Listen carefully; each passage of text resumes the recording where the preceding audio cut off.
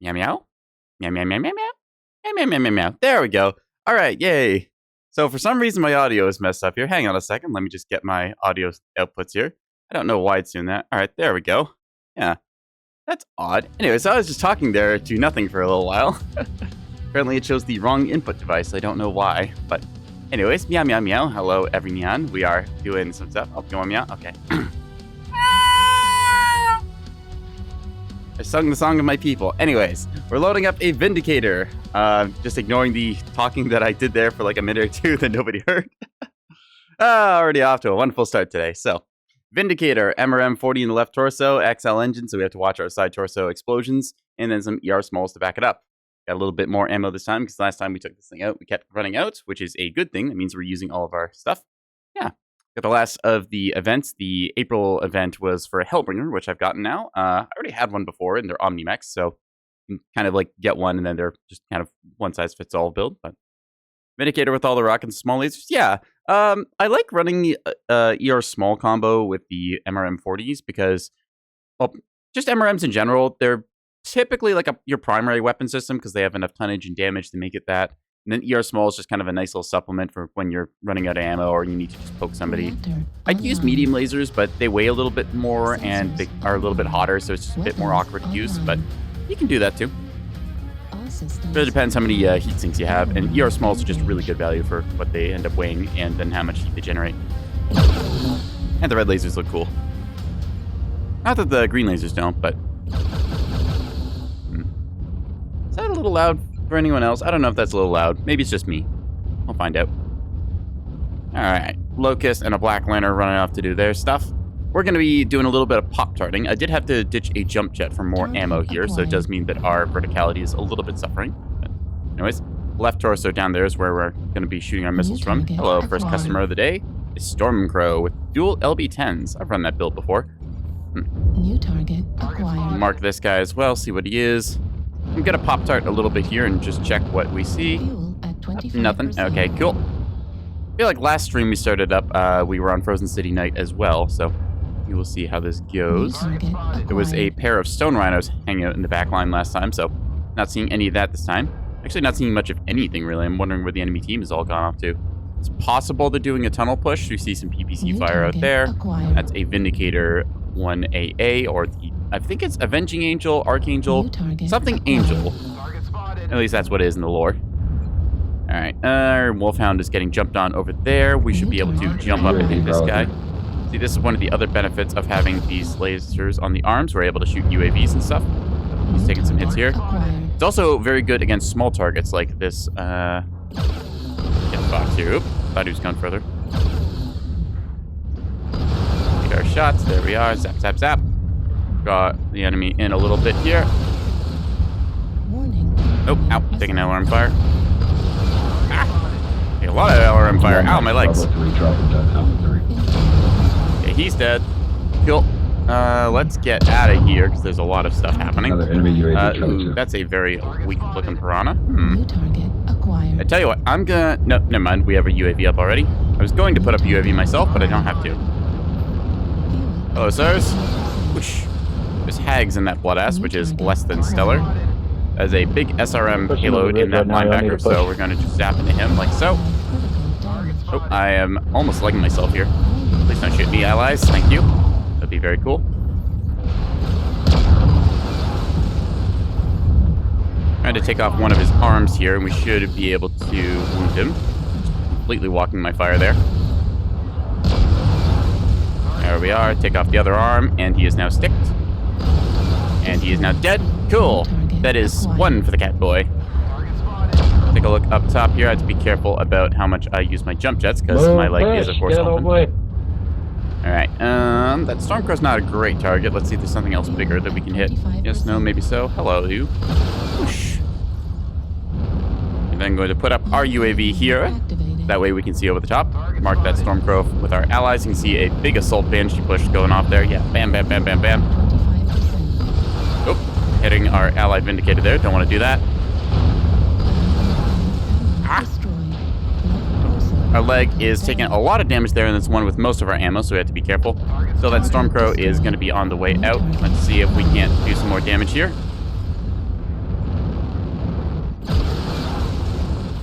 New target Closer. acquired.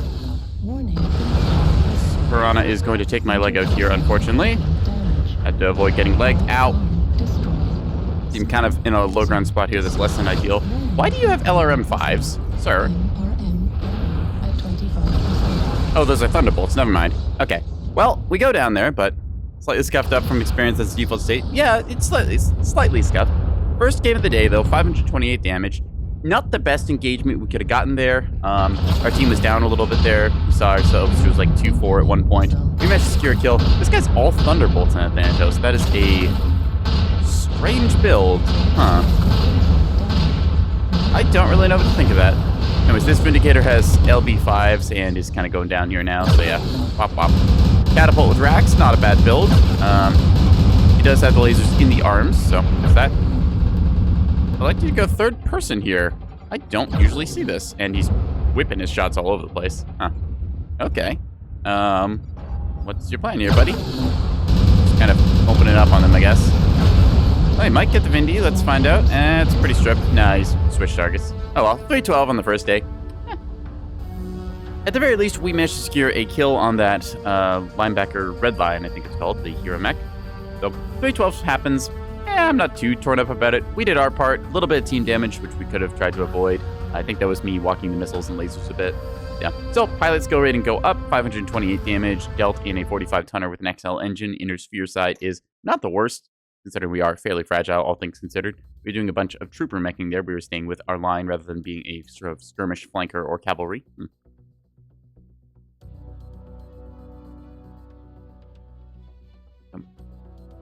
One thing to think about there is our left leg, we ended up losing, and then that cut a lot of our ammo out, so have to be cognizant of that. Still pretty happy with the build. I think we'll give it another run. Maybe just call that bad luck, since I mean 312 does happen.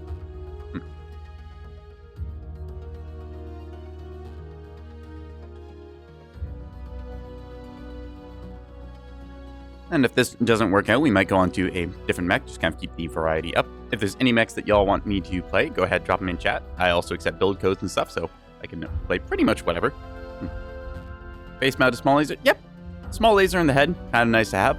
I will say that head energy mounts are really good on clan side because the ER large is one slot, and it just means you can put an ER large into basically anything's head, and that's really, really safe. And typically it's in line with your cockpit, so you can just kind of laser face people down with that. And then you just need one other energy mount, and turns out a pair of ER large lasers is a perfectly serviceable build as clanners. Yeah, clan tech. It's just like, oh boy, let's just put clan tech into all these things. Haha. Like if you want like an ideal clan battle mech, ER large lasers in the head and CT, just there you go. Zap zap, done. ER large is zap zap zap zap zap. You can just be a complete stick. That's more of a tabletop complaint than anything, but so. Alright, Rubelite or Emerald Vale. Emerald Vale has some low walls I kind of want to jump jet around on. Looks like Skirmish going to be the name of the game, but yeah, I like Emerald Vale. As we've seen in past streams, I've been able to kind of skirt up and down the little hills that kind of dot the edges of the sort of city center there. So, is it a city center? I guess it's more like a refinery complex or something. I'm not really sure what it is. It's got some buildings to it, and looks like some, I don't know, industrial stuff? Something like that. Yeah, it's really good for us to peek up, fire our missiles and lasers, and then just drop back down. That way we can quickly skirmish with people and make use of our verticality that a lot of mechs don't have. So, yeah, that's the plan. We'll see how it goes. It's also entirely possible that I just peek the wrong hill, and then a heavy Gauss rifle takes out my right torso or something, and then I'm dead. So, we will see if that happens or not. It's a little weird, too, having the missiles come out of the left side. I'm used to most of the inner sphere weapons being right side stacked. It's kind of the nature of a bunch of the mechs there. It's more prevalent with autocannons. A lot of inner sphere mechs have right torso autocannons. So, that or right arm. It's kind of the nature of some of the mechs. Anyways, let's see. Anyone we recognize in here? Not really, I don't think. Alright. Ooh, you face Deroxys! Ever down, Lord of the Burning Legion. I used to play quite a bit of Hearthstone. That was a long time ago now. Look, this guy's thinking the same thing. Deroxys, Lord. Hearthstone was an interesting era. That was back when I enjoyed playing Blizzard games and stuff. I guess I can't say that I don't dislike certain Blizzard games because I did just reinstall Heroes of the Storm and was playing that a little bit before stream. Just trying to get in a game or two and kind of warm back up to that because some friends tried it. Yeah.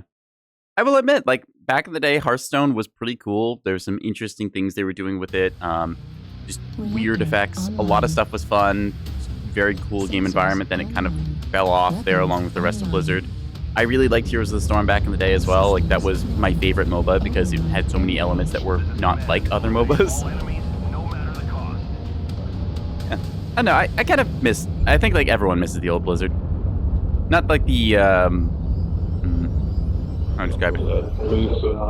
Like, there was a prime era of Blizzard where you had a lot of things like Warcraft 3 custom games and just, like, a very kind of open-feeling environment. And, like, Wrath of the Lich King expansion for WoW, a bunch of that kind of era was cool. And, like, Blizzard kind of had, like, a slow decay, a bit of it suffering from success as certain decisions were made that just kind of slowly trickled down, and then a bunch of people ended up leaving. It's kind of sad to see that happen. Now we've got, like, current Blizzard, which is, like, mostly just Activision, so yeah. Overwatch is a game. Overwatch 2, it's just like Overwatch 1, except, well, it's just, I don't know, the new Code of Paint or something on it. It's a game that some people play and a lot of people are not happy with, from what I understand, so. I just wish that Heroes of the Storm would come to Steam already, so I don't have to use the Battle.net launcher. That's my, like, one complaint. Target spotted. New target acquired. Target spotted. All right, well, there's an Atlas over there in the usual spots. We're just peeking this little hill here. Yeah.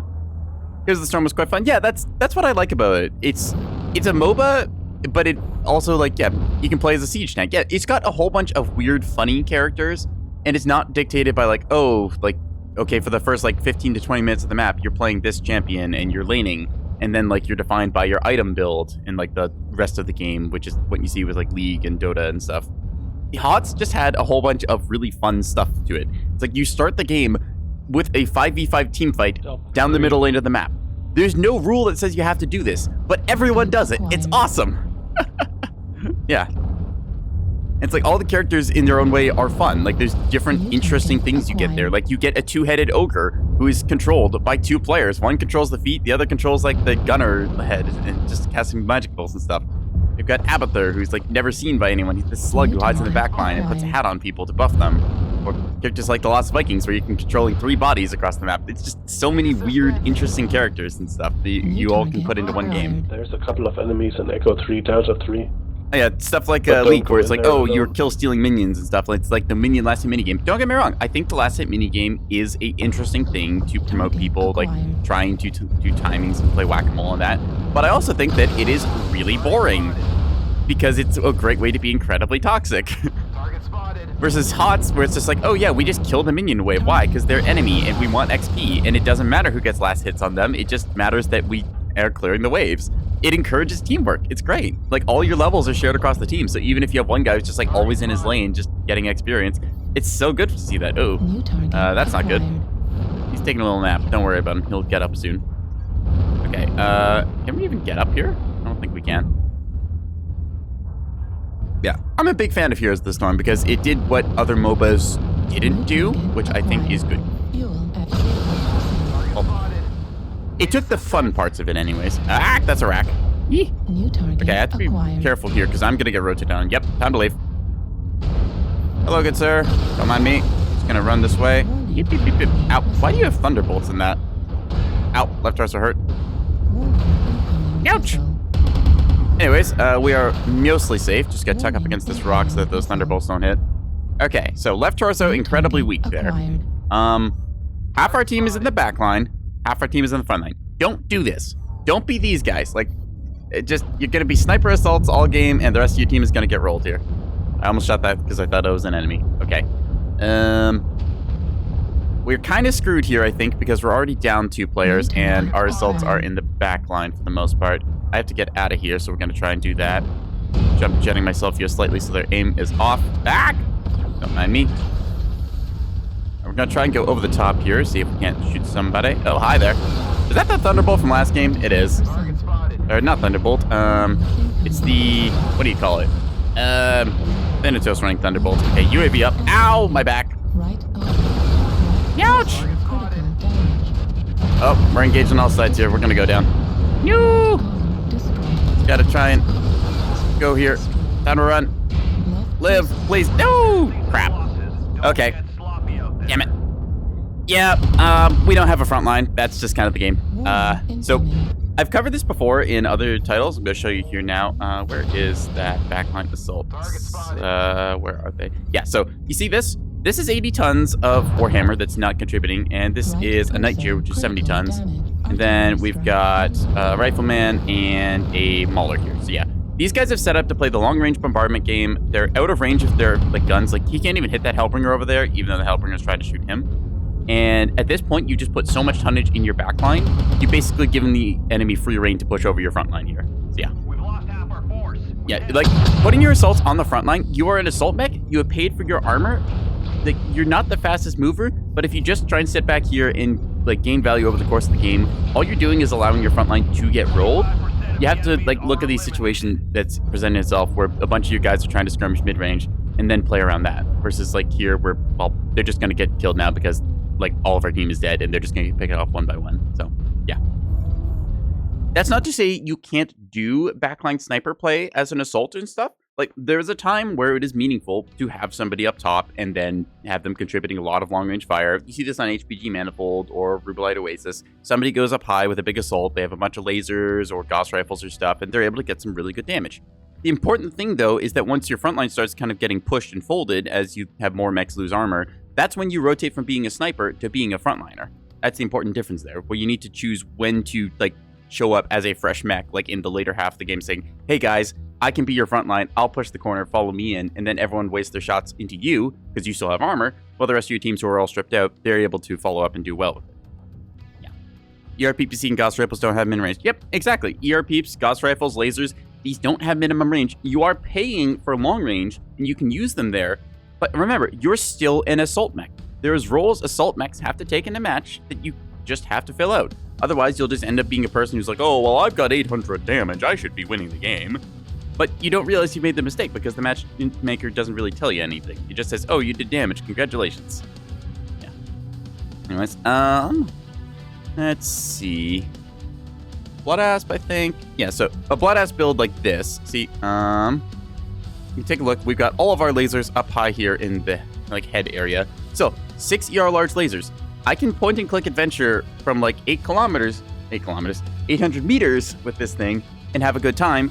But when it comes time to push, that's when you have to go up and say, okay, time to go in. Even if I'm not doing the most damage, I'm taking retaliation fire, I'm still 90 tons. I have decent armor.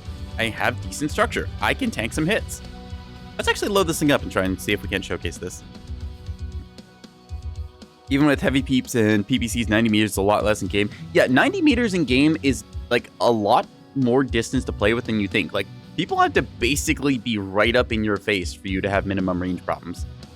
And even then, you still are able to deal damage. Like, it's not 0 damage under 90 meters. It just has very steep damage fall off. I think the minimum is still like 1/3 of your damage. So it's like for PPC, I think it's like 3.3. Heavy peeps is like 5.5 or something. I saw a chart of it somewhere where it's like the minimum damage values, but yeah. Yeah, you can still just do things like that. I will also point out for tabletop where you get minimum ranges and stuff. If you're playing something like an Awesome and, you know, you think, oh, I'll just close in with the Awesome and then his PPCs won't be able to hurt me. Yeah, the Awesome still has a power fist. Like, people forget that an Awesome is an 80-ton mech that can lumber its way towards you and beat you with its left hook. It's really good at that. Part of why I like tabletop, because certain things you see there that you just don't get in some of the first-person games. Like, they don't address that, you know, mechs can just throw hands or rip off somebody's arm and beat them to death with it. Awesome can very much deck you in the face quite good. Yeah, like, it's 80 tons. So if I remember right, melee damage is your tonnage divided by 10. So an Awesome is still throwing like a 8 damage left hook. Yep. Nekowarrior Online just looks at you with small laser. Yep, that's kind of the case here. I do wish that, like, the technology was there for Meow Online to have melee, but unfortunately, it's a game that's, like, over 10 years old. It runs on CryEngine, and, like, it was super janked when they had collision damage back in, like, the beta, because people would just fall over. Kicks are 16 bowling positions. Yeah, well, guess what? Kicks, you can still kick people. That is a thing. Like, you just lumber forward with the Awesome, and it's like, oh, cool, I'm gonna hit you. Also, you get, like, isn't it a charge bonus or something? It's, like, tripling your damage if you do a big, like, 3-hex charge. I forget exactly the melee rules, but I do know that you can hit people really, really hard with it. And it's quite funny when some light mech decides, hey, yeah, I'm going to run up at you. I'm a locust. I'm going to harass you with my machine guns. Yeah. And then somebody just says, oh, that's cute, little locust. Slap. Yeah. Charging a separate thing, basically armor attack. Yeah, that's the other funny thing where it's like, oh, I disarmed this mech. That's cute. It just lowers its head and then bulldozes into you. Because it's like, oh, right. You still are like a 20-ton plus battle mech. You kind of hurt when you slam into someone.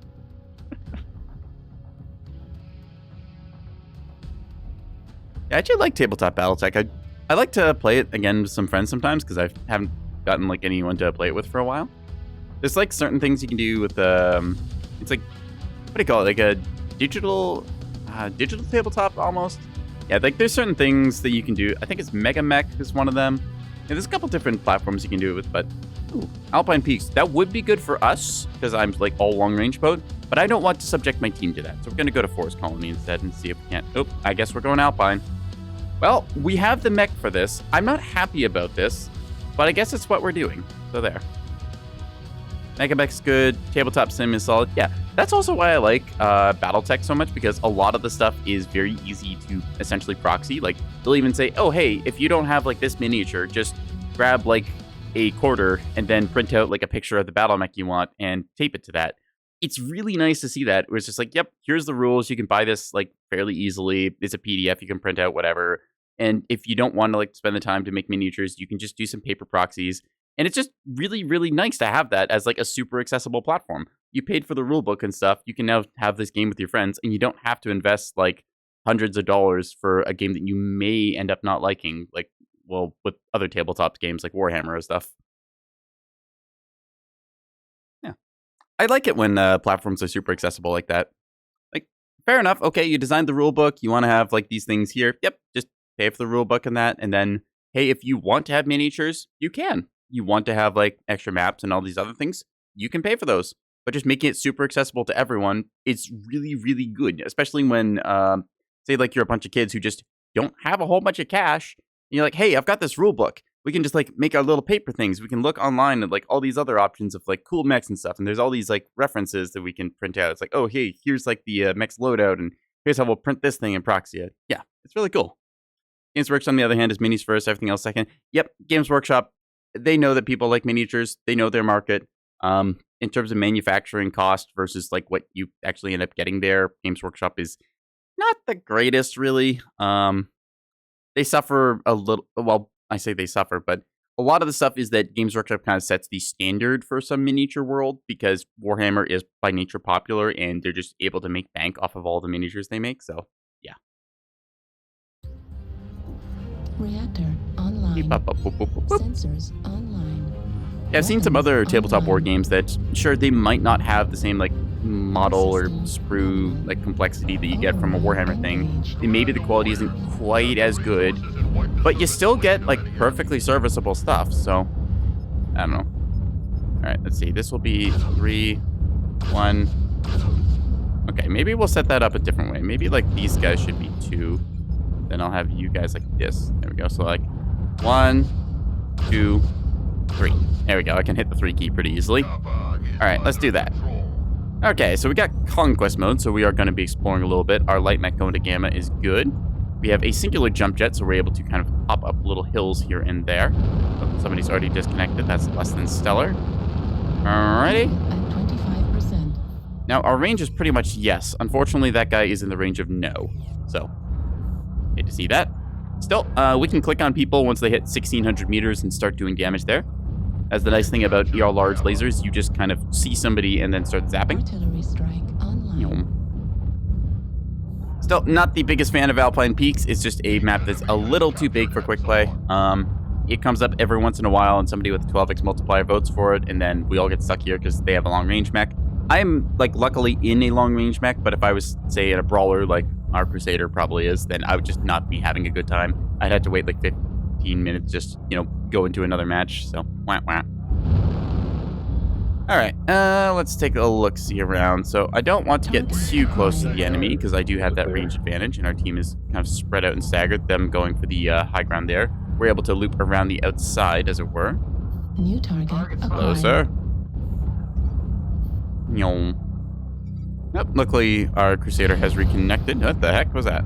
Oh, hello. New target acquired. Okay, you exist. New target acquired.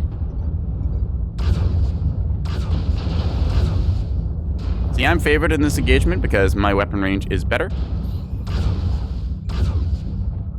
We're just going to zap you. Ooh, you have Goss. Okay, cute. I'm just going to find ourselves some cover and then zap is the name of the game. So this is probably going to be a lot of boring gameplay to watch because it's just going to be me clicking on people for a while. But no. New target acquired. Target spotted. Oop. Recharge our jump jet a little bit as we try and get up this hill. You can do it, singular jump jet. I believe in you. Hello. New target acquired. There. See there? I just trade a little bit of fire. He shoots me, and I just cool down and recharge my guns. Although my legs are taking a little damage there, unfortunately. Should be able to win that trade either way.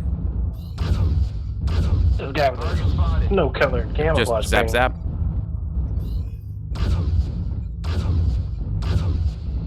Target spotted. You see him, ER large, discussing. Yep, this is just kind of the most boringest way to play that I could think of, really. So, here we are. Target spotted. Target spotted. New target Target acquired. Yep. spotted. Heat level. Oh, critical. oh. Override. I messed up.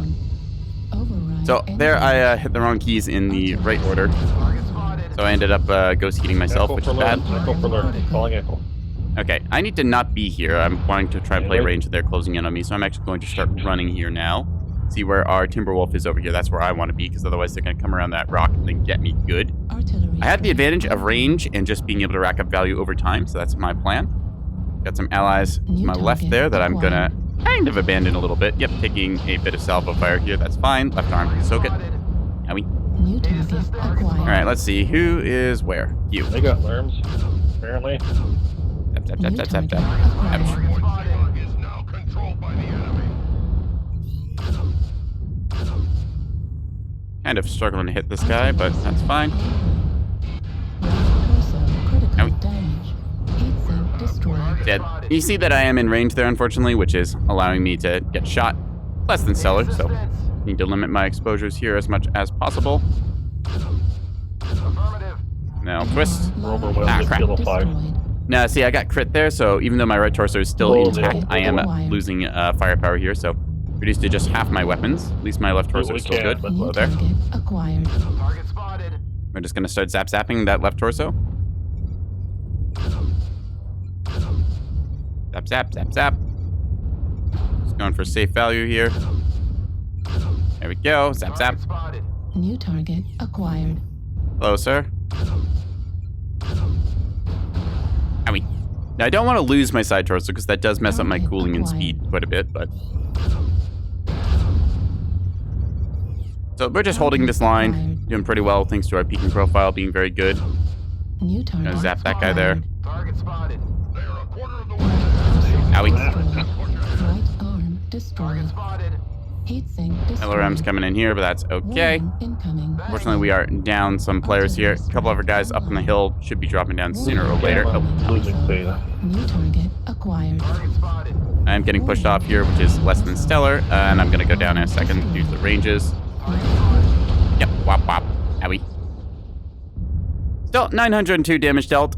Very safe mech. Lets us rack up a whole bunch of damage value. Unfortunately, damage does not equal a win, so yeah, our team kind of just getting picked apart piece by piece here. A bit of this is decided in the kind of, I'd say, build phase almost, where it's really just what mechs do you bring to the match, and you can't know that you're going to play. New target Nice shot. acquired. You can't know that you're going to end up playing this map, so yeah, a little bit of a toss-up there. We see that Atlas going down here. He's going to lose his right torso and then pop, I think. Target Oh, destroyed. never mind. Oh, no, that was a right torso hit. Looks center torso. Oh well, probably just a little decent. Caps though. Yeah, 3 to 5, so still anyone's game right now. This can't be recovered from. That Hellbringer we were working on a little bit. He's missing his side torso, so that's nice. Guy trying to get ATM lock and struggling. Heat level critical. Yeah, not really much else to say about this match, but yeah, pop. Gauss Binary Laser Atlas, yeah. I wouldn't call it a good build. It is certainly doable. The Atlas has its unique. Hang on, is it unique? I think it's only that chassis variant. Let me check on the Atlases.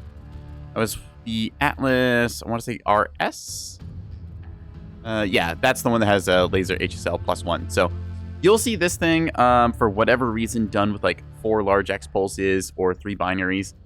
Personally, I think that's really bad because if you look at the Atlas, right, you've got these great like arms for tanking a whole bunch of damage with, and you're just putting all your weapons there, which means that like these are huge bullet magnets. So not a huge fan of it. It also requires you to stare at the enemy, and you've got this massive hitbox that is just like, oh hey, for your real estate, center torso, blah. So yeah, I see a lot of these like with the large X pulse and binary spam. I don't think that's the build for it. I think you're better off just going down to like say a Stalker or something and doing the same because okay, this is not the Stalker. Yeah, the Stalker 3F, you can do it. You've got lasers in the arms, you got 2 in the side torso. 3FB, you've got the same with ECM and stuff. I think it's the 4NS, right? Yeah, this one has laser HSL +1, so you can do literally the same thing. Also, Innisphere large laser HSL +1, so that's an option. Yeah. Atlas needs a hug in this game. Hardpoint placement's agonizing. Yeah, the Atlas is one of those mechs that's kind of meant to be like up in someone's face, beating the crap out of them, because it's an Atlas. Like, there's a reason why the classic Splatless, where is it? The S, yeah? Yeah, the Atlas S, like AC-20, 4 SRM6s, and then like a snub PPC in the center torso. That build exists for a reason. It's a good build. Like, I have this Splatless, don't I? Let me go check, see how I built that thing. It should be somewhere. Atlas S. Yeah, okay, so I've not actually built it up, but I do own it, so let's just load. Yeah, this should be the build. Put Artemis on this. I'm not sure if that's right. Oh, I could actually put a case in this now that I think about it. All right. Stick case in that and then save our build. Pop, pop, pop, pop. There we go. So yeah, you get something kind of like this. You can ditch Artemis if you don't think it's worth it. It's an option. Personally, I think Artemis is quite good, so I would recommend taking it. Yeah, 5 tons of SRM ammo, 3 tons of AC-20 ammo, which is honestly probably overkill. So you're going to be alive for a decent amount of time. Standard 325 is perfectly fine here. You can go with a light engine and like SRM6s regular, so you can get like a 350 in this thing. But yeah, this is the classic Splatless, as it were. This thing is basically how it was run back before we had light engines and stuff, so you just up-ton it to like a 350 or so. We didn't have light engines, and yeah, that's just how it looks. Yeah, pretty simple stuff. Oh, yeah. Forgot I had the PC Gamer camo on this. That's nice. Got that from a event or magazine or something way back in the day. 68 point alpha, 71.5. Yeah, it's pretty good for just an Alpha Strike Splat. Like, this is one of the original big brawl mechs. It does the job exactly like you think. These arms are just lovely shields. So you just fire your weapons, twist one way, fire your weapons, twist the other. And that's how you do Splatless stuff. It's not a very complicated build, but it works. Nice. Let's load back up the classic there. You know, actually, as long as I've been talking about Splatless, we might as well take it. What am I paying for here? Artemis, Endosteel. Yep, that's fine. We'll just save that. Yep. Yeah, just weapon groupings. I usually keep the weapon groups pretty simple. I do the right click as the AC-20, and then left click as the SRMs. That way it's like right side, left side, and then snub I just have as the 3 he.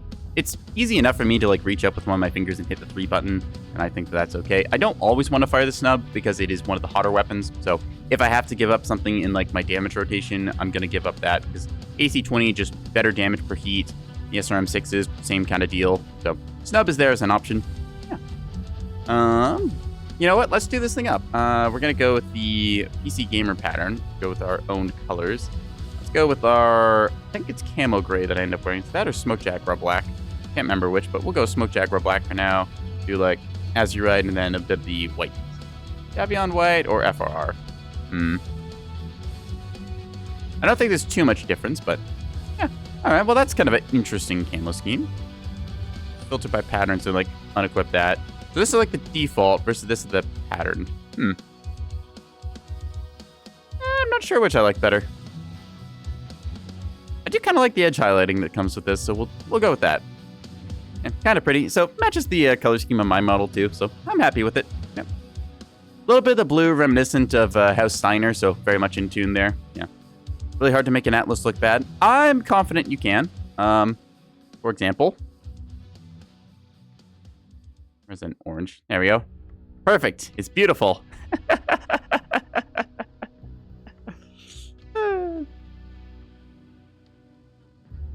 Gonna undo that. Anyways, let's put some skills into it. It looks good still? Oh no. Okay, we do want to add some skill points here at the very least. I think just we'll get the ammo and stuff. Missile rack is basic. Missile spread as well while we're here.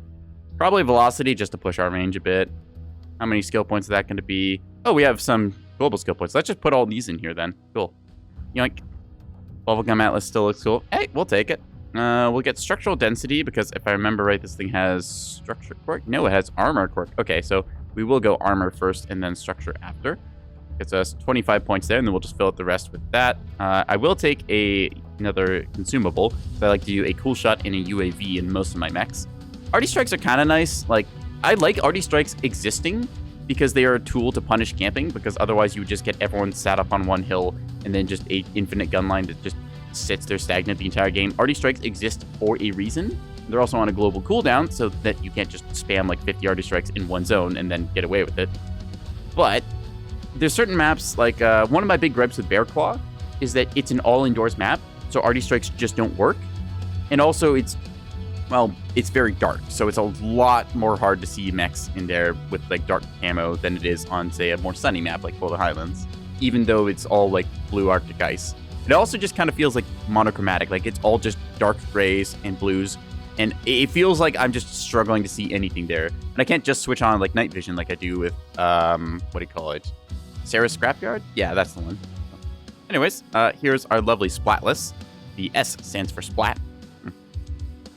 Gonna be honest, still don't know what the keybinds are for consumables. So consumables are actually done using like the insert, home, delete, and page up, page down keys. That's the way it's set up for the grid there. I have my cool shots and stuff bound to my mouse thumb button because I use them the most. So yeah.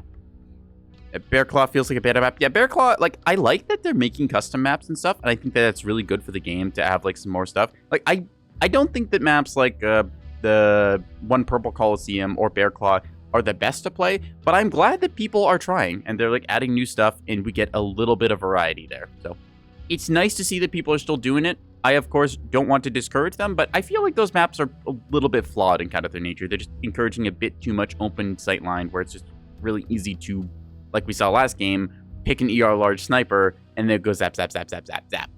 So, I feel like the game's map variety. Yeah, I also like the voting system. The voting system in Mechwarrior Online is one of the best in, like, most any game I can think of. Only other game I can think of had a good voting system was Halo Reach, and that's because you could stick with the people for a long time. It's like, hey guys, what map do you want to play next? And you get, like, a selection. It's like, okay, here's 3 maps, and, like, the option of, I don't like any of these. Let's go for another one. Like the snow maps, not because of heat, just like the snow. Yep, I enjoy the snow as well. It's nice when you have maps that you can, very clearly see the enemy on. But there's also the avenue of like, oh, welcome to Sarah's Scrapyards. You've got a mech painted all black with stealth armor. Where is he? You have to switch into like night vision or heat vision and stuff, and that's quite cool.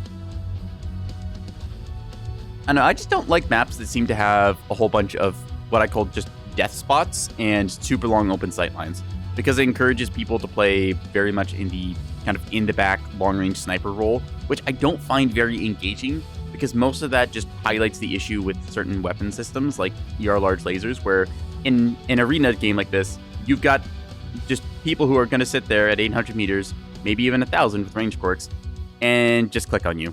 And that's it. There's nothing really going on there. There's no brawling. There's no like advanced sit. It's just, nope, I'm going to sit on this hill and click on the enemy mans. And there's no pressure. It ends up being very boring and campy.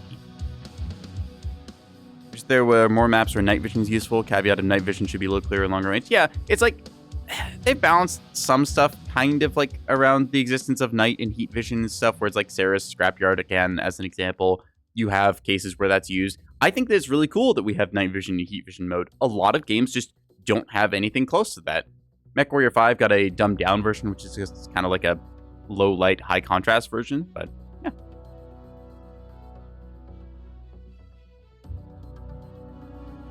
Let's see if we can't get a match as the Splatless.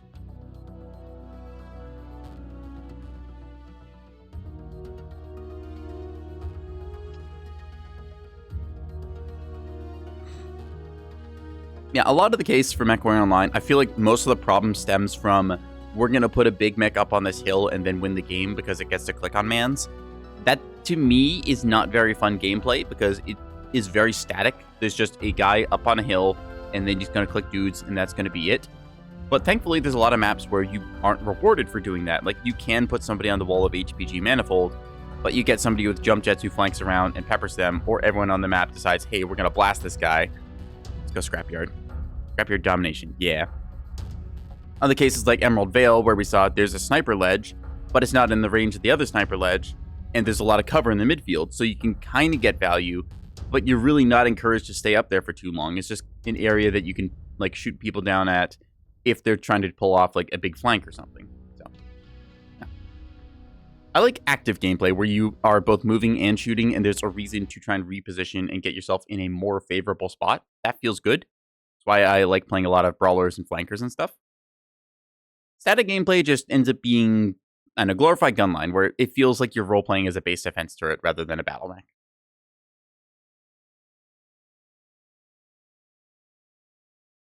Alright, Hibernal Rift. Not the worst map.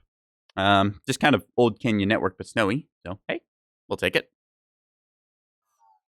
Anyways, anyone I recognize here? Not really. Ooh, Canadian House Owl. How nice. Hoot hoot to them. Alright, let's ready up and get into it. Nya.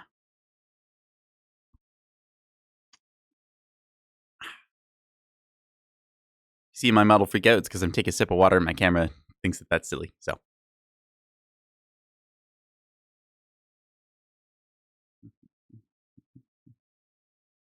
Just realized we also have the Cheese Whizzer. Now, I don't know if anyone else ever ate Cheese Whiz. Cream cheese is quite good. I love that on bagels, but Cheese Whiz as a kid, I liked it on toast. I don't know exactly why I did, but I just really like cream cheese. I keep saying cream cheese. No. I liked having Cheese Whiz on toast, even though in hindsight, Cheese Whiz kind of weird, kind of gross. So that was a thing I did. I don't know if that explains why I'm like this, but hey, maybe it is. I am a Cheese Whiz fueled gremlin. There you go. I haven't had Cheese Whiz as long as I can remember now, so that'll be the thing. Anyways, override engage. Let's get into him. Other nice thing about this, with a snub PPC, we're able to counter ECM, so if we do want to get up and personal with somebody, we are able to plop them like that, along with all of the rest of our damage. Yeah. One ugly cockpit? Yes, it's because we're in the left eye of the Atlas right now, so we have a very narrow vision slit. But with that said, I mean, hey, we're still going. Oh, I just remembered. I've got a glowing eyes bolt-on thing for the Atlas that I got from, I think it was a Halloween event one year. I should put that on. You can see our direwolf actually being too tall here and bumping his head on that, so kind of funny to see that as a little map quirk. It's got a singular jump jet, being the direwolf C variant. I think that's center torso mounted, so kind of nice. Also has ECM, if I remember. I kind of loosely know the direwolves. Like, I have one. I don't really play them because, again, I feel like they encourage that kind of very long range. We're going to sit on a hill and just shoot man's playstyle. And marker that dragon over there. There's an assault somewhere in that. So, have to deal with that. We do not have jump jets, and we're also not the fastest mech, only going at 52. Still have to speed tweak this thing, so that'll be a thing coming one day. Honestly, you're going to sleep. It's near midnight. All right, you have a good night then, Shogun. We're going to be playing some Meowwarrior, so if you want to show up anytime, that is cool. Yeah. All right, I could present up there, but I don't see any value to gain. Yeah, the Direwolf's also going around the outside, so we're just going to be going for that long flank here.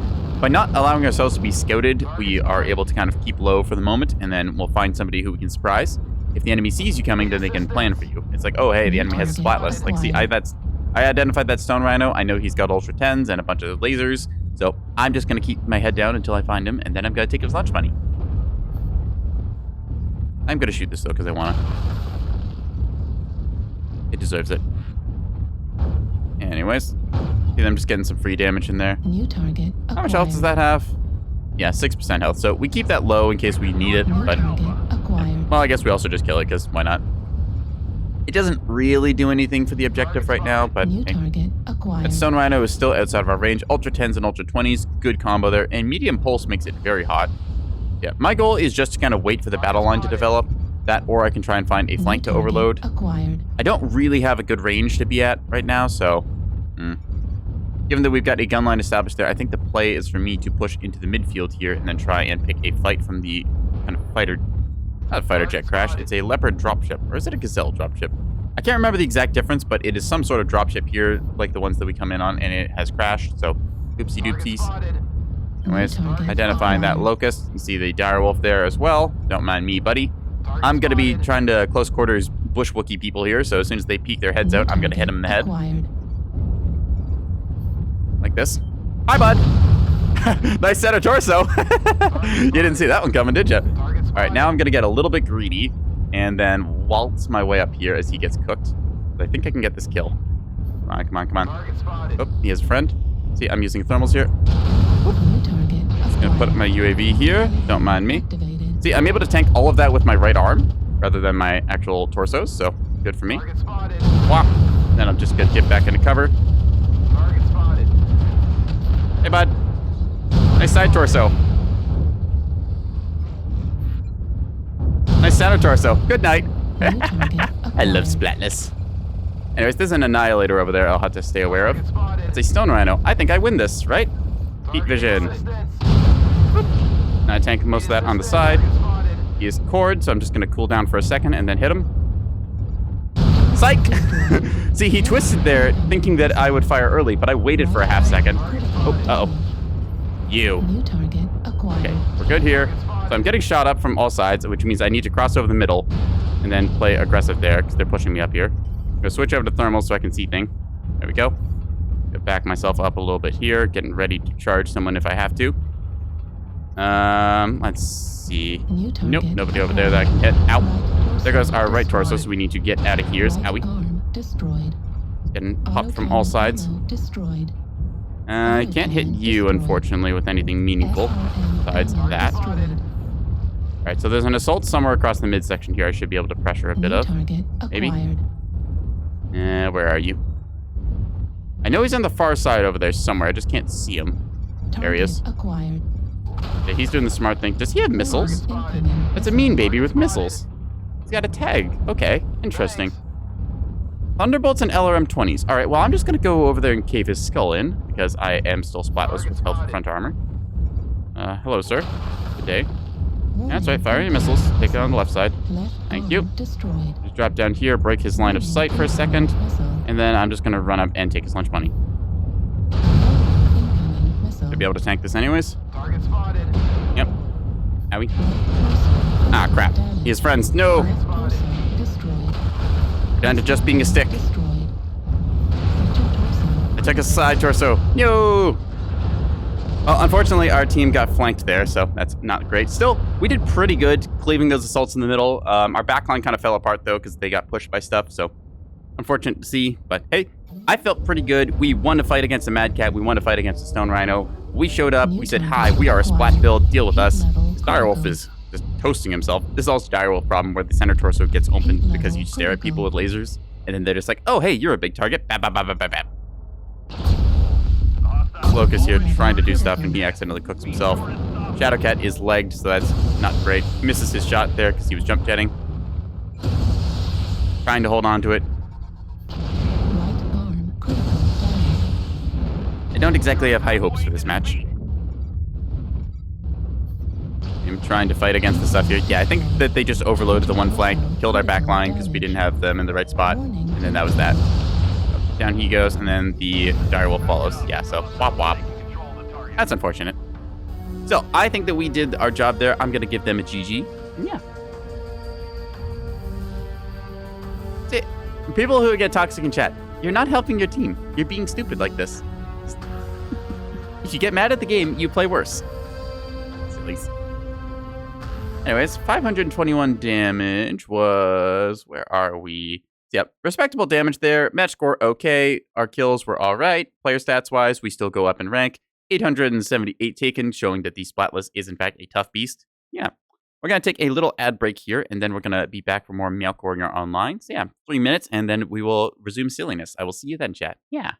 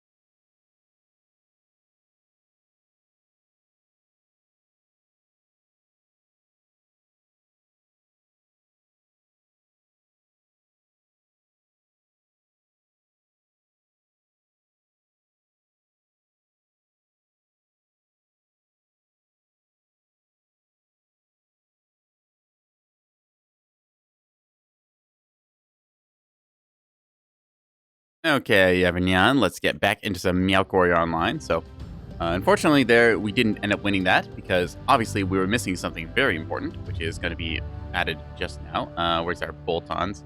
Oh. Always want to try and filter by owned first before you go to your bolt-on section, and I don't remember having all this stuff. When did I get these? Huh. Okay. Cool.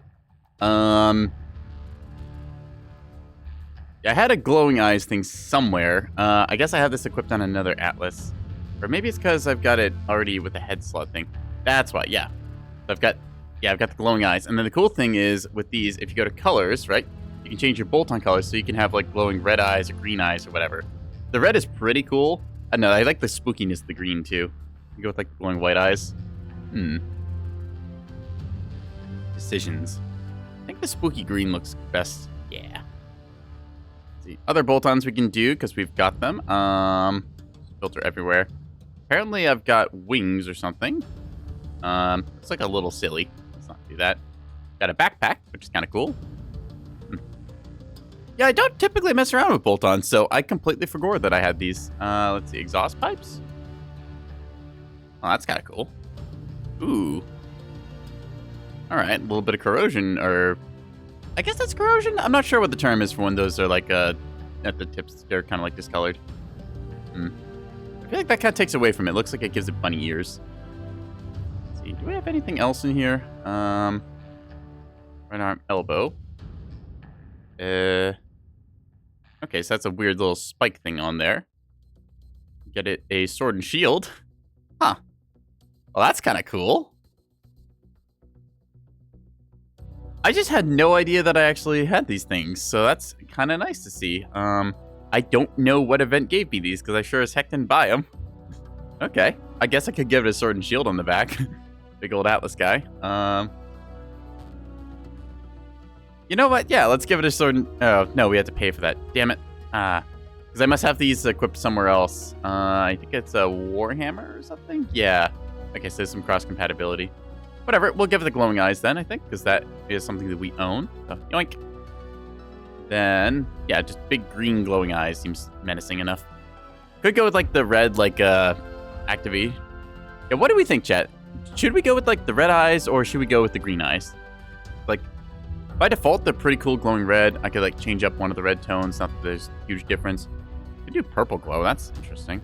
Could do, like, a big glowing white. I do kind of like the green glow. I don't know. What are we thinking here, chat? Blue's okay for the glow, but it kind of like blends with the other color palette. I like the red contrasts like a little bit with the blue scheme we've got going, so not sure on that one. We'll keep the green for now, I think. Then we'll keep thinking about that. Anyways, we had some skill points earned, I think, so we can invest a few of those. A bit more structure couldn't hurt. We'll get our speed tweak and torso speed and stuff later. Torso speed pretty important because we want to be always torso twisting. Like we fire our guns, twist, fire, twist, fire, twist. Just kind of go with that as our pattern. Yeah. Right arm, we have to remember there's ammo in there, so we'll use that up pretty fast. I think that'll be all right. Let's do it. Yeah. We didn't run out of ammo last game. We ran out of, we ran out of mech, basically. We got reduced to stick status, fired our PPC, took off half of that, what was it, an Annihilator with missiles? Yeah. You don't usually see missile Annihilators. Typically, if you do, they've got a bunch of MRMs. That one just was like Thunderbolt 20 and LRM 20, which is certainly a build. I wouldn't recommend that because I don't really like the long on missiles and stuff. I just find LRMs and Thunderbolts kind of inferior to using your dumbfires, but hey, I mean, it found some success. All right, we definitely don't want to be on Alpine. HPG Manifold feels pretty good to me. Canyon, we saw a little bit like with last game where we kind of got stuck on certain low ground areas. We just didn't have jump jets, so we were forced to use ramps. Whereas HPG Manifold is a little bit better for us. We can go into basement, we can brawl in there, we can peek up and down certain ramps. There's also the high ground kind of middle section where there's a bunch of buildings you can corner peek. Yeah, we'll try and play it there.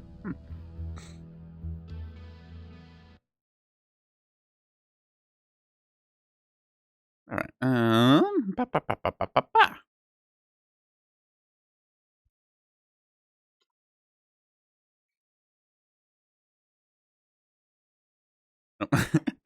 You can see the camera completely freak out there as my water bottle covers my face.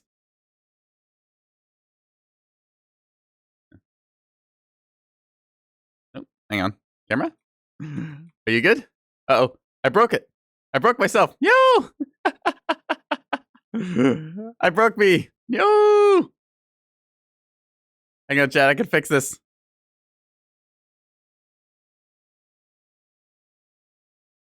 Hello? Are we good? Uh-oh. Uh-oh. Okay. Neutral face cap. Well, give me a second. I just had to unplug and replug the camera. Connection error. Oh, no.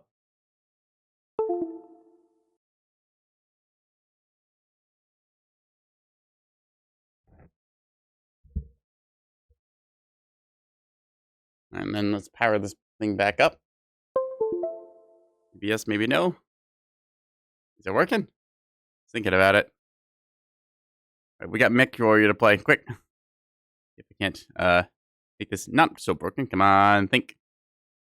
Restore Catboy tracking. Meow meow meow meow meow. Meow meow meow meow meow. Meow meow meow meow meow meow meow meow meow meow meow. All right, we're in it. We're in it to win it. Let's do it. Yeah. Systems nominal. Override. All right, technical difficulties avoided. Sometimes tech just breaks and you are left wondering why. There's zero explanation provided, but...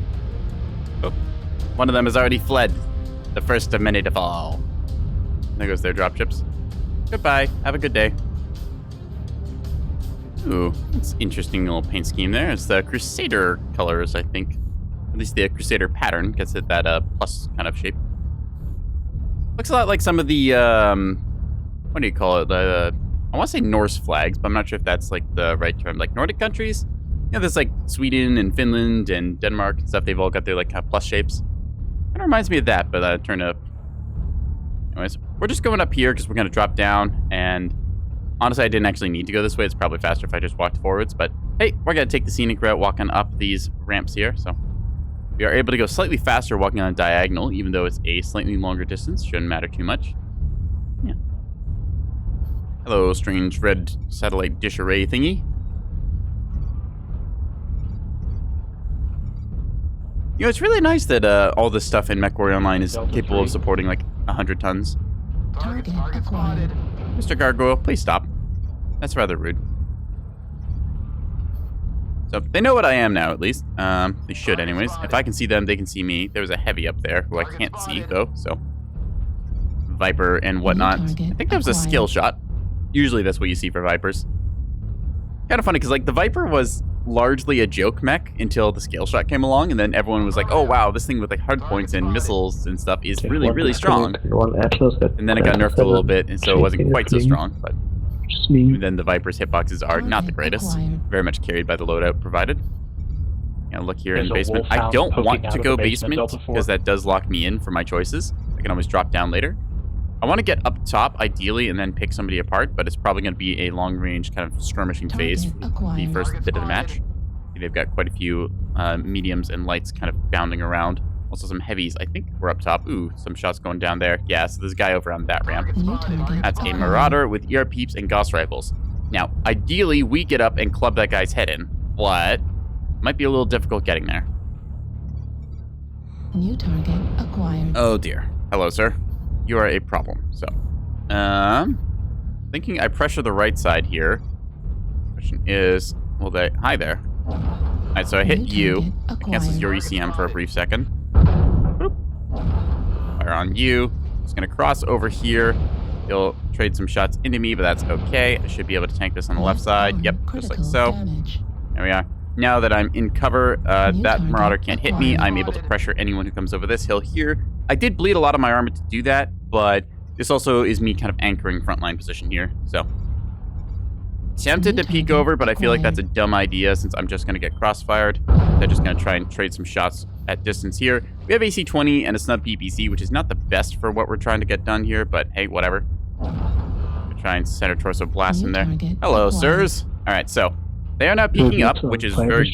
Ooh, there's somebody behind me. Hello, sir. You are a target. Ow. Okay, so I'm getting shot in the back here. That's less than stellar. I don't want to peek corner on him. I want to instead watch the top here and then be aware of when they peek over. Nope, can't hit you either. Okay. Watch them going low ground, so we're just going to keep that guy forced off there. My job is to be ready to jump on anyone the second that they expose, so I have to watch my flank here thanks to my allies covering it. You should not push. And then I can just pressure up here a little bit. One behind us, Delta 4. Should be a target we can smack. Target spotted. Alright, do I drop on this? I think I do. Yeah, I drop. Walk. Yep, just tank it in this side, and then walk. Didn't need to fire the SRMs there, he was out of range. Alright, now I could chase on that, but that seems silly, so we're not gonna. Instead, we're gonna resume our kind of holding position there. We know there's enemies around the corner here. We're gonna apply pressure to them as soon as we can. Our team has rotated, so we should be trying to just kind of play defensive here a little bit. Nope, there we are. So we need to push over the top now, because otherwise the assaults are going to keep us sandwiched there. Hello, sirs. You are in for a very bad time.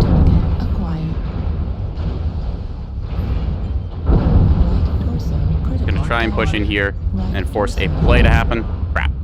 So unfortunately, we got pincered there because our team had rotated away from watching our backside, so I had to push up there. And we weren't putting pressure on in the right spots. Yeah, as soon as they come around the corner here, ideally we'd have a bunch of people in position to gun line and hold that line. But otherwise, that would have pushed around there and killed me either way, so I had to make a move. Unfortunately, that was not the winning move there. Probably should have called to the team that was going to make that, but I didn't think of it at the time. Didn't also realize just how many mechs were up top there. I thought I could just overtime them. I see we got Timberwolf here, trying to get that long-range value. Gauss Rifle, ER Large, and LRMs. That's odd to include with this, but... yeah. Bunch of our force, unfortunately, down there. I wasn't able to get the critical value that I really wanted, playing the close quarters brawl there. Just not the ideal engagement position due to the rotation of them heavily to the outside and then kind of looping around me. So, oh well. I think that... let's see. A lot of heavies and assaults. Tell you what. Let's swap over to one of our classics. We'll get the Shadowcat out. I do quite enjoy that. Where is he? Shadowcat Boy. Yeah. Shadowcat Boy, pretty simple build. 2 ERP BCs in the left arm, so that way we don't have convergence issues. ECM, 4 additional double heat sinks, and just stripping a bunch of armor off the head and the right arm there, since we don't use that. Yeah, that's about the build. Nothing really to talk about besides the skill tree. Heat gen, velocity. I had laser duration because I tried this with ER larges and large pulse, and they work okay. Structure and armor, kind of because, well, I mean, just health is good. Speed tweak because speed good. Improved gyros. This is a personal choice. I like this so that I'm always able to very precisely hit my shots, even if I am getting like poked by, say, a whole bunch of autocannons. And just the rest of the cooling tree. Seismic sensor, because I found that seeing around corners is pretty useful, and I just didn't really think of anything else I wanted to put into it. And then ECM and radar deprivation, so I say sneaky. Advanced zoom, and then cool shot tree. Yeah. Pretty simple, straightforward stuff. You just land your shots, and then you get a whole bunch of value. And that's kind of the game plan. We're going to be doing a lot of Pop-Tart skirmish with this. That, or we're going to get annihilated with like a random heavy Gauss rifle shot that takes out our arm, and then we're going to be a stick the rest of the game. So we will find out.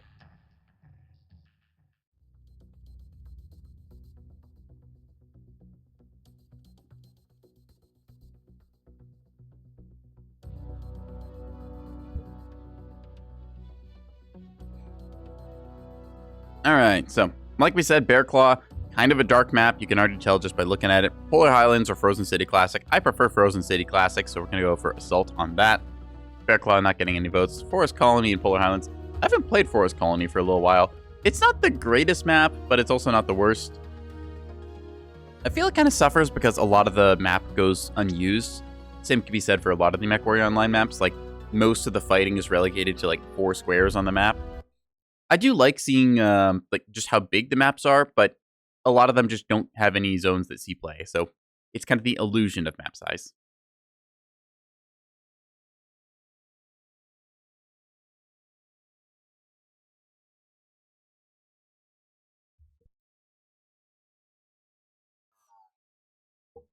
Alright. Poking the mic there for a quick second, making sure that it's pointed in the right direction to receive my lovely annoying voice.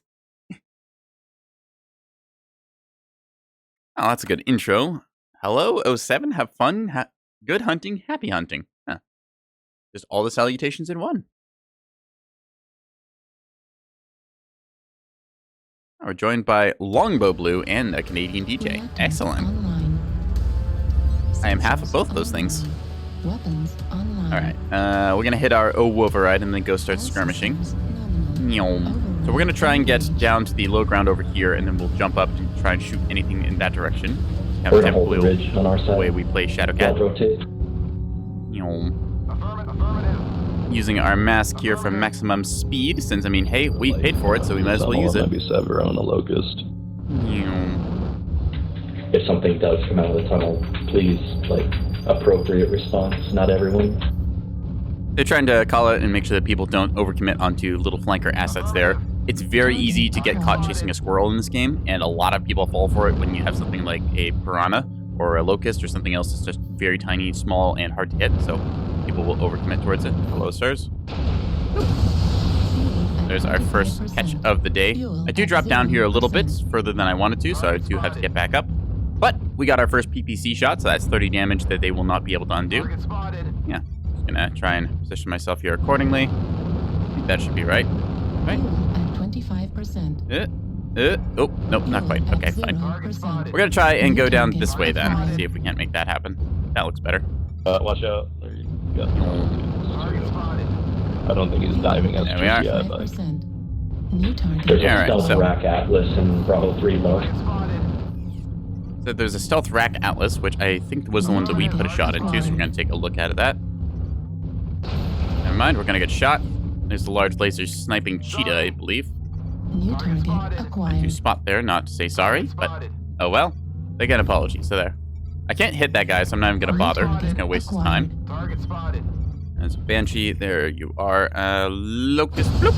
Managed to land that shot at the last second. Heavy machine guns on a Locust. Nasty little Daka creature. New target acquired. Good for sustained damage, especially when you strip off somebody's back armor and then are able to exploit that.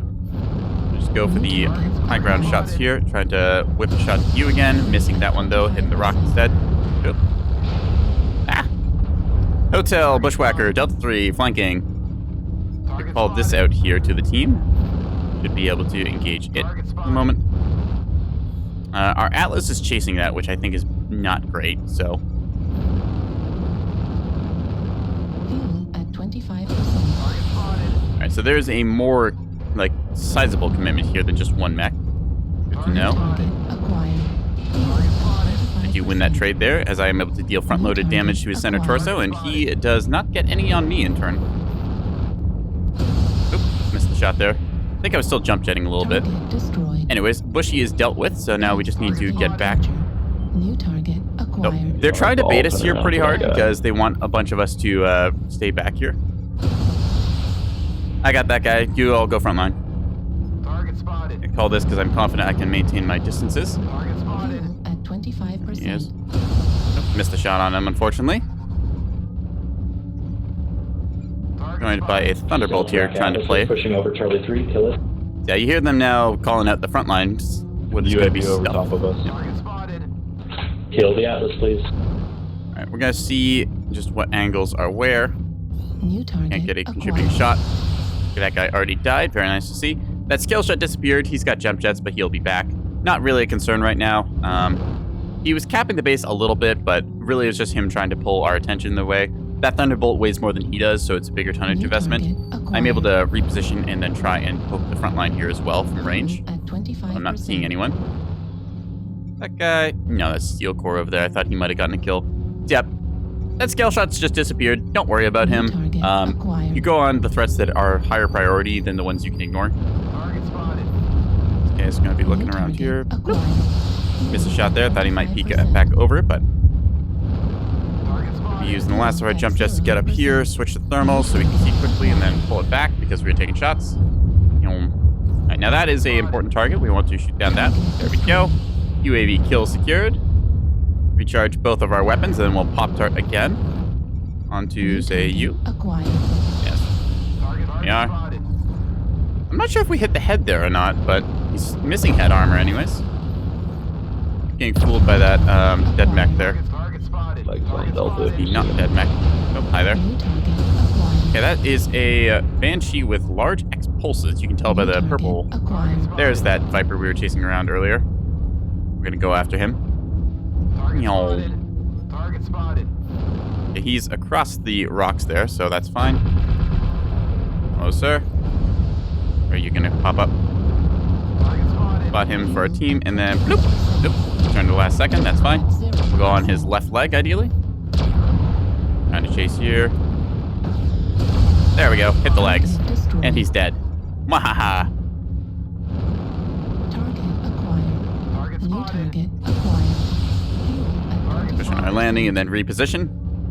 So we're not hitting like the most shots here, but we are getting them when they count. Take out one and then take out two. Enemy intelligence has been denied. They have a Shadow Cat themselves who we're going to mark and then try and see if we can get a shot onto. Acquired. There's a Dervish there that's holding still, so we'll hit him instead. His missiles are slower than mine. Well, I guess I don't actually have missiles, but still, you get the idea. Acquired. Fire into that Fafnir and then just hold still and cool down. When you're standing still, you cool down ever so slightly faster, and I just briefly saw that Jester Catapult had a very weak right torso. Gotta be going after that in a second here. Dropping down. Part of the role of us is to be like a very annoying skirmisher, but also try and hunt down kills like this, because we can put a lot of damage in someplace that it does not feel good. If we can just get ourselves over to here. Pull down my mask a little bit there. Just hippity hop our way up here. Should be him right over here-ish, I think. Fuel at 25%. Never mind. I think that Jester might have already gone down. That Banshee is having a bad time either way. They've got that Arctic Cheetah, I want to say, in the back. Yeah, there he is. Nope. An evasive little one, that. Target spotted. Alright, that should be most of the game here. So yeah, Cheetahs start and stop very well. He's moving laterally to me, so it's quite easy for him to juke my shot. Oh, sir. Ah. See that? Yep. Oh! Just waited till he ran out of jump jet, that way he can't adjust his heading and trajectory at all, and then just put one right in the center torso. That Shadowcat will be the last one. AP Goss and an LB-10. Interesting. Target destroyed. Anyways, that's going to be a GG. Yeah. A little bit of Shadowcat gameplay. Not the most there, really. Just kind of sniffing around the edges, trying to hunt down people. I'd say the best way to describe it, kind of like light cavalry skirmisher. Yeah. So 340 damage dealt. Not the most meaningful damage, but we trimmed out some of the enemy flankers. We were able to shoot down some UAVs. Just overall being a little small useful thing. Let's see if we can't get another good Shadowcat boy game in.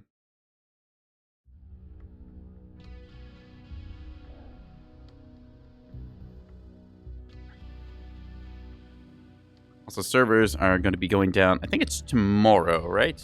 Maintenance, April 23rd. So, remember that. Today's April 22nd, though. I will be honest, I got kind of nervous when I opened the game and I saw that that banner was there. I thought, oh no, they're going to do maintenance right as I'm doing my stream. Oh no. Then I realized that that was for tomorrow, and I was going to be playing Vintage Story with friends tomorrow, so shouldn't be an issue. I haven't actually gotten a chance to play Vintage Story yet, because a couple friends showed me and they said, hey, this thing's kind of like Minecraft, like a bit of progression, kind of like Valheim. I was like, okay, cool. It's a survival crafting game, block-based world, bunch of interesting little detail things. It looks kind of cute, and I'm looking forward to getting to play with people. It's probably going to go horribly, and we're going to freeze to death and get eaten by bears and stuff, but I mean, hey, that's part of the fun.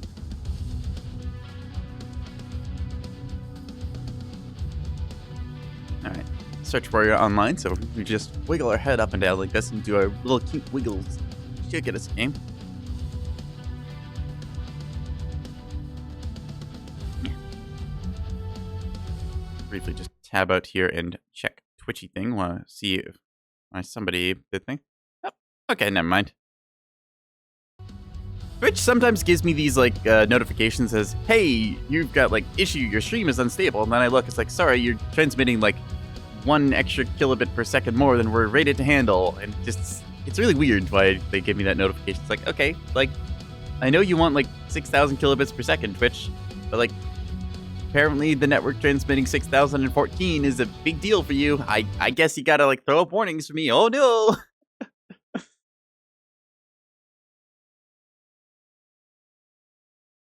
All right, we're doing this all over again. So Frozen City Classic Night here, skirmish mode as opposed to, I think it was Assault last time. Yeah, we had the base to defend. Again, I still think that Assault is a better skirmish mode because it gives you a base to prevent people like hiding in the corner or camping or things like that. Harbinger, I think, was in the game last time as well. They were I want to say they were the scale shot. Oh, hey, we got this guy again. And with the 007. All right. It is round 2 Redux. Let's give it a go. Yeah.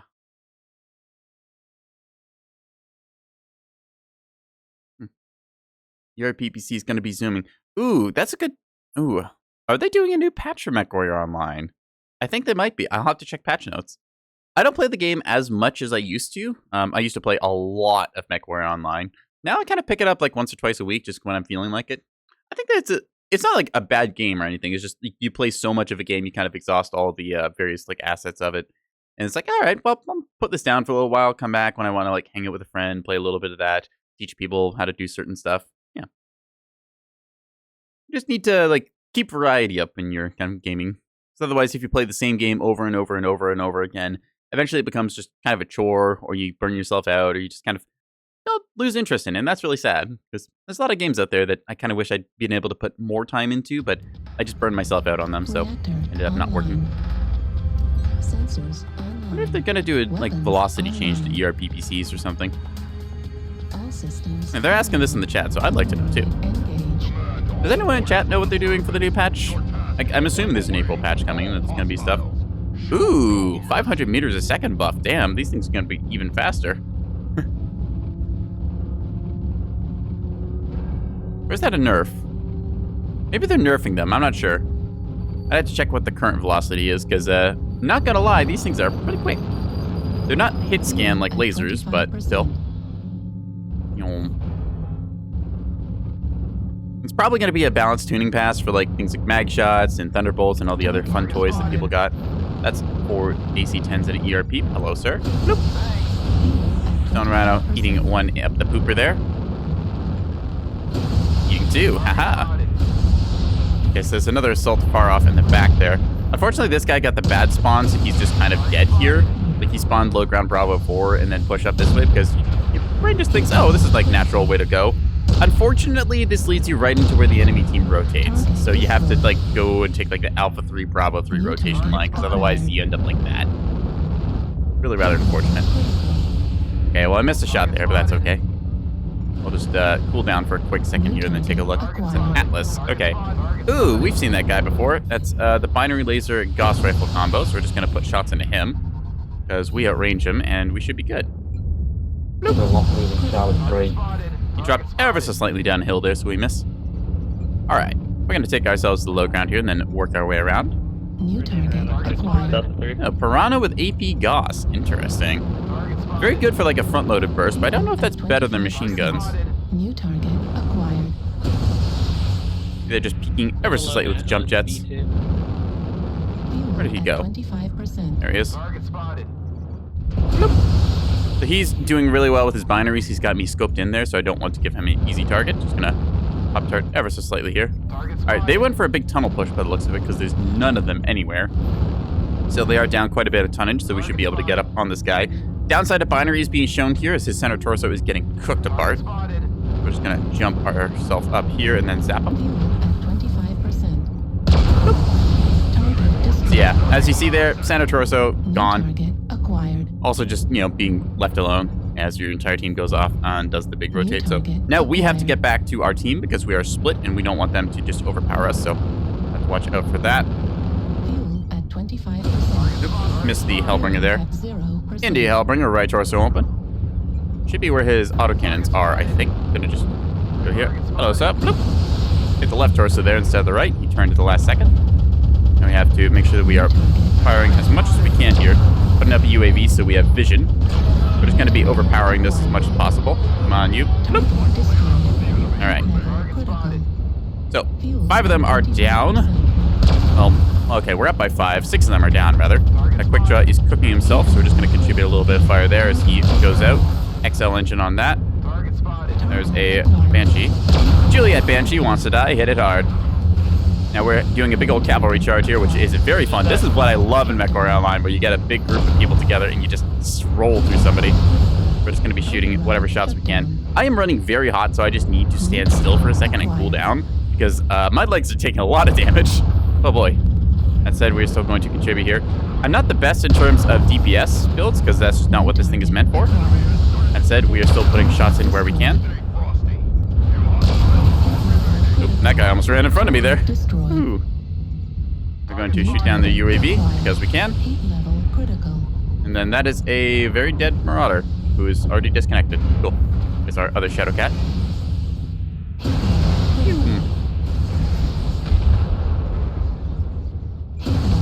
There we go. Secured the kill. Override shut down.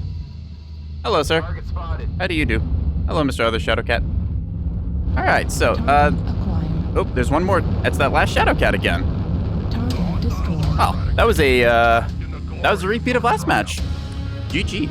Yeah, once you get a big death ball like that, we can do huge cavalry charges. That feels really, really good in Mekowarrior Online. I love it when you just gotta get that emergent gameplay style where it's like, all right, yeah, we're gonna go over them. We'll just overpower here, one by one, piece by piece, get them. Yeah, that feels really fun. You can counter this, of course, by sort of like forming a line as the opposite to it. You just like, all right, this one dies first as the gun line kind of like forms up, then the cavalry charge gets blunted. It's really nice to see that happen instead of the kind of like, I know, just like Pop-Tart peekaboo gameplay that a lot of matches kind of evolve into as people stalemate. Yeah, that was a good one. All right, let's swap over to a different mech then, because I think we've done enough shadow catting for the immediate moment. I feel like playing something big. I have a stone rhino, which I have mixed feelings about as a mech, but I mean, hey, it got a bunch of people to buy it, so I guess it's good. It's got 4 AC-20s because I think that's funny and that you can just do this. So yeah, I painted it black because I wasn't feeling creative. I think I might go for my usual color scheme if the boxes aren't terrible. Okay, we're not gonna paint the center white because that just says shoot me, but you can give it a nice coat of gray and then a little bit of blue. Yeah, I think that works all right. I want smoke jaguar black or camo gray. Is there a difference? Camo gray is a little lighter. Maybe that for the contrast. Yeah, it looks okay. Let's see, how about you for camo gray? Actually, the camo gray does make that look better. Yeah, we'll do that in like a bit of. I'm a little worried about like the blue extremities because that does kind of scream like shoot here for these parts. What does it look like all gray? Steel monstrosity, not the worst looking. What if we do like a mixture of grays? Can't really tell if there's any difference there now. I mean, it's like gray on gray, right? So there's not really that much difference. We could also just like keep it the all black that we've done before. It's kind of the lazy way of painting mechs. I do kind of like the gray look to it though. Just give it like Smoke Jaguar. I think Smoke Jaguar probably has stone rhinos in their arsenal, so we'll call this lower accurate or something. Yeah, there you go. Big gray war machine. Let's give it a shot. Now with 4 AC-20s, unfortunately we cannot fire all of them at once without proccing a big amount of overheat. That said, if you fire them with a half-second interval between pairs, then you're still perfectly fine. So we're going to do a little bit of left-click, right-click action. Yeah.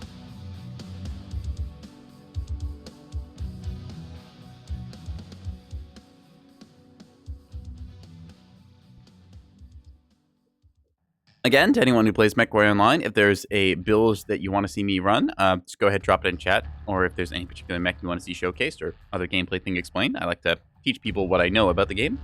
I won't say that I'm a subject matter expert. I've just spent a lot of time in the game, so I've kind of picked up things over time. Yeah. I also do like just kind of talking about Battletech Universe because it's a fun place. Well, certain parts of it are a fun place. Certain parts of it get like a little bit muddy and kind of messy and like awkward and like writing conflicts, but most of that stuff is easily avoidable. Also, the games are quite fun. I've got mixed feelings about MechWarrior 5 Mercenaries, yeah. It's like, it's okay-ish there. It's kind of fun. It's kind of like, all right.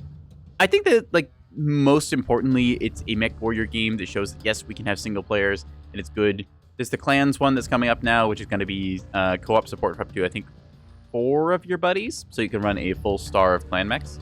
I'm not sure how the campaign is going to be done for it, because the campaign for MechWarrior 5 Mercenaries was...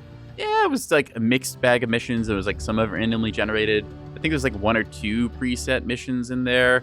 Might be a few more. I remember playing through it and just kind of, well, basically solving the game because I got a King Crab at one point that just happened to be able to fit like 2 Gauss rifles and an ERPPC, and then I just clicked the heads of every single mech that walked towards me, and that was that. Like, Comstar literally dropped like 40 lances on me in one mission, and I just clicked. Like, the only thing that would stop me was running out of ammo.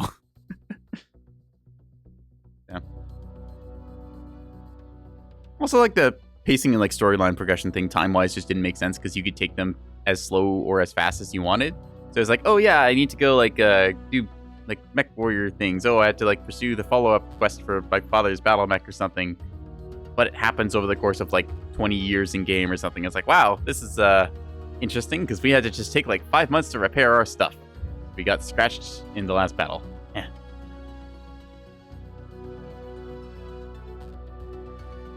All right, want close quarters. Emerald Vale has some nice corner peeking. Grim Plexus could be good too. Let's go with Vale. It feels like it's the closest quarters map here because Plexus has some long sight lines and Ceres is a little bit awkward sometimes to get up and down with. I don't think we have jump jets, so yeah. Emerald Vale, we can do some nasty stuff with the kind of like, what do you call it? Like the little valley in the center almost. Because it feels like you've got the big valley and then there's like the sort of segmented zone in the middle where you've got these big dirt mounds on either side and you've got the buildings you can fight in. It's very nice kind of keeping the arena like that. Alright, we're doing Conquest, which means mostly it's going to be 12v12 skirmish, but hey, there's the option of winning on objective. Kind of cool to see that happen. I feel like Conquest is a underappreciated mode, because it gives light mechs and medium mechs something to do besides just, you know, poke the edges of the front line. They can go off and skirmish with each other, and it's really fun when you get, like, a pair of lights skirmishing, because, oh my god, is that fast gameplay, just, like, trying to chase each other down, firing mag shots, machine guns, some SRMs. Yeah. Red Squirrel 5. Huh, there's one. We're going to hit him with an 007 Sawut and go into battle. Yeah. So our goal is basically get 360 meters from the enemy and then just click on them with all the big autocannons. A lot of the time, people say AC-20 is a brawl weapon. On Inner Sphere, I will agree. On Clan, I will hesitantly disagree. Because you can push your ranges to about that of, say, ER medium lasers and still do pretty well with them. Plus, you aren't firing all your guns in one burst. It's kind of I think it's like 4 or 5 shots per autocannon trigger pull. So you do have to like adjust for that. You can't just go splat and then torso twist.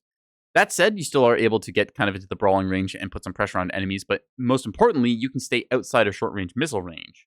So you're able to kind of like, it's a weird, awkward game where like you want to be close quarters, but not super duper close quarters. So nice little fun variant there. And also, it's a Stone Rhino with 4 big-ass AC-20s, so, like, what's not to love, yeah? Reactor. I do have opinions about this mech. I feel it is a little power creepy compared to some of the other mechs, like, say, the Kodiak or the Direwolf, both of which, 100 Hunters, it feels like it's pretty much just better than both of those. So, anyways, we'll just waddle our way forwards. Oh, that's the second time I think that person's disconnected in one of these matches.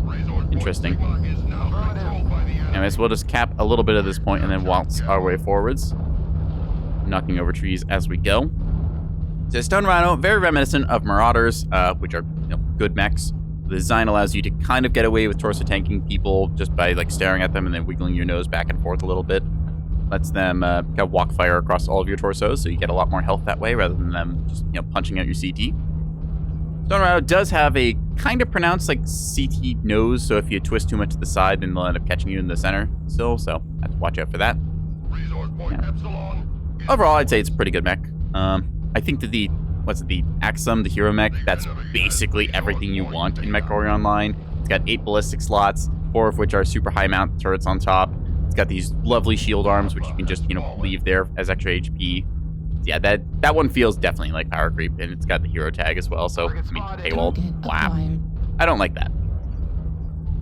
I do like that they're adding mechs, though. I just would like to see some other things. The Wasp and Stinger are still yet to be added to the game, and it'd be kind of cool to see those.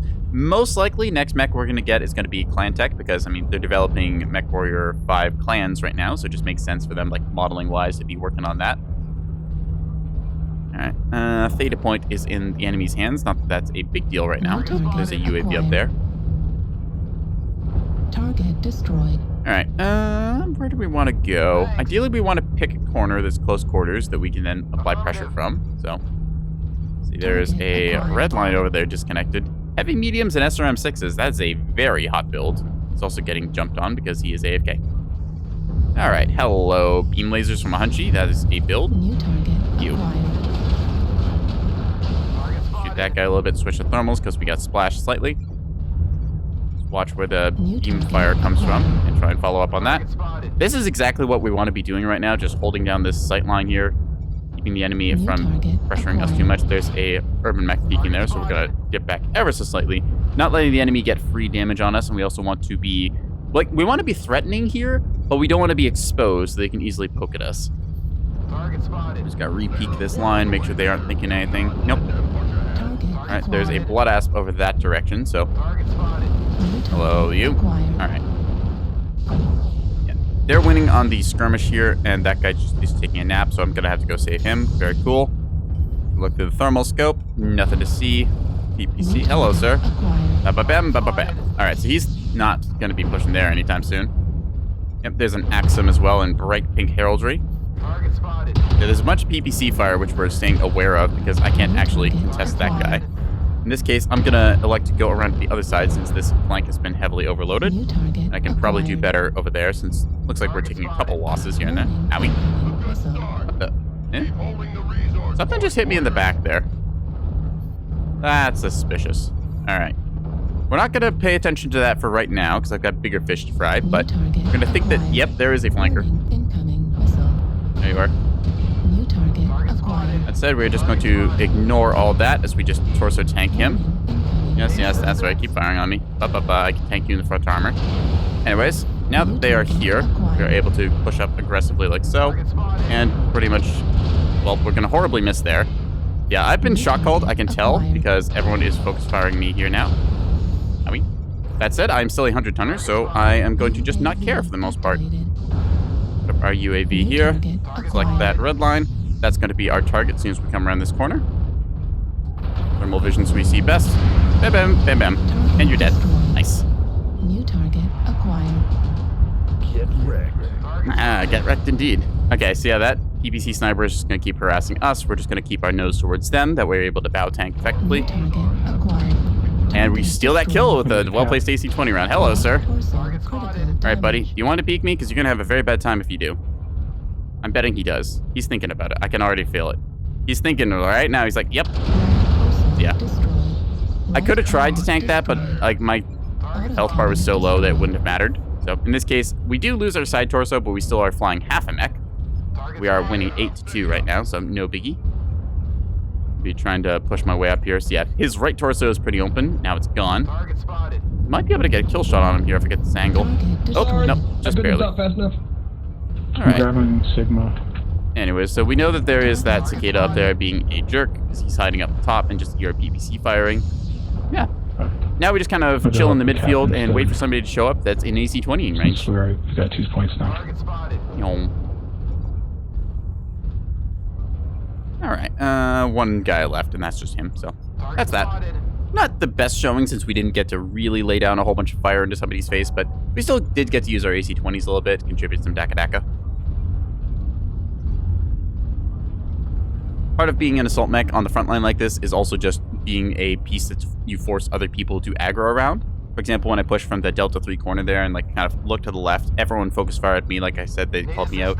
That meant that they weren't shooting my allies, so they were able to move with impunity and jump on the enemies while they all kind of wasted their fire into me. And now, even though I lost my right torso, it doesn't matter. I'm a 100-tonner. I can take those hits.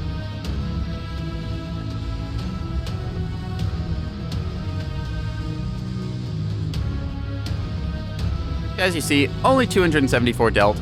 Not the most. We contributed a little bit of gunfighting to one lane. We kind of just were a piece that people anchored off of and rotated around. And that's sometimes all you have to do as an assault.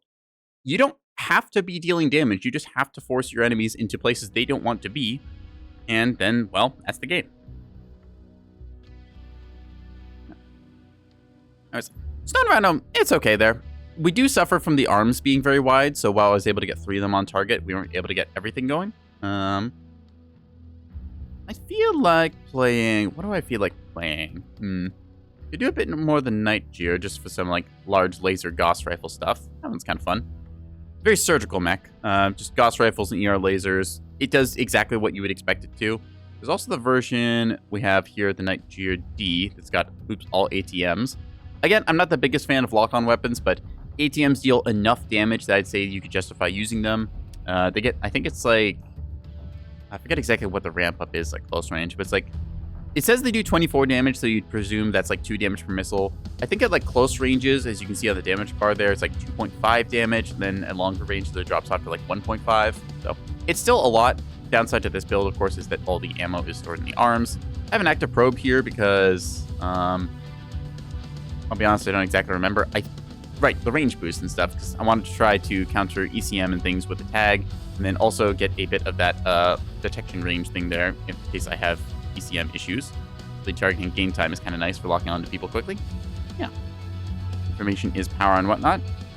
We might take this one out for a spin in a second. Let's go for just a little bit of the ER large Gauss rifle surgical striking. I think that'll be what we do. We'll go from there. And again, if y'all have any mech that you want to see, just let me know and we'll load it up. Got a lot of XP on this thing, so we're just going to go ahead and get its speed tweak. I don't remember why it has so much XP, but it does. We don't need that many skill points. Okay. Let's just get 12 for now. That'll get me speed tweak. Ching. I don't think I need torso speed. Seismic could be nice. Heat containment and cool run. Yeah, we just got all into cooldown, so I don't know if we really need either of those. The only heat-generating weapons we have are ER large lasers, and those aren't necessarily needing that, so... Could potentially go into range if we want it.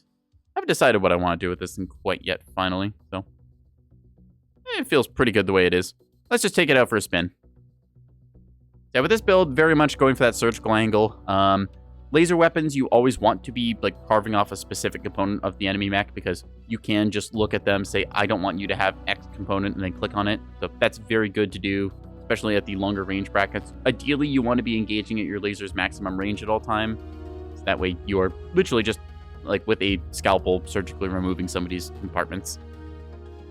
That said, though, when you combine lasers with something like Gauss, you have to stagger them slightly because Gauss does have travel time as opposed to lasers, even though Gauss rifles are incredibly fast, like 2,000 meters a second. So just need to lead your targets ever so slightly. It can be worth it to fire your Gauss rifles and then follow up with the lasers. That way, like, you do your initial aim, and then you just kind of click on the enemy mech, and that works well. If you follow up, like, if you do Gauss rifle after your lasers, then you kind of get, like, a little muddied because you're trying to, like, fire the lasers, then you have to aim the Gauss, and it takes a little while longer. It's easier just to snapshot with the Gauss and then click on the guy. So, that's how I'd recommend it.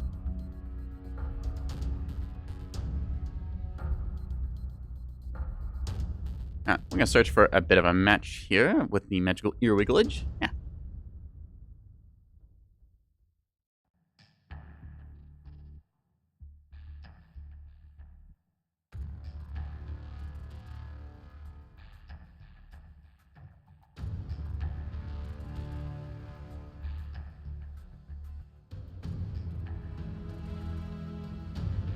The matchmaker appears to not be finding us a game despite the ear wigglage taking place.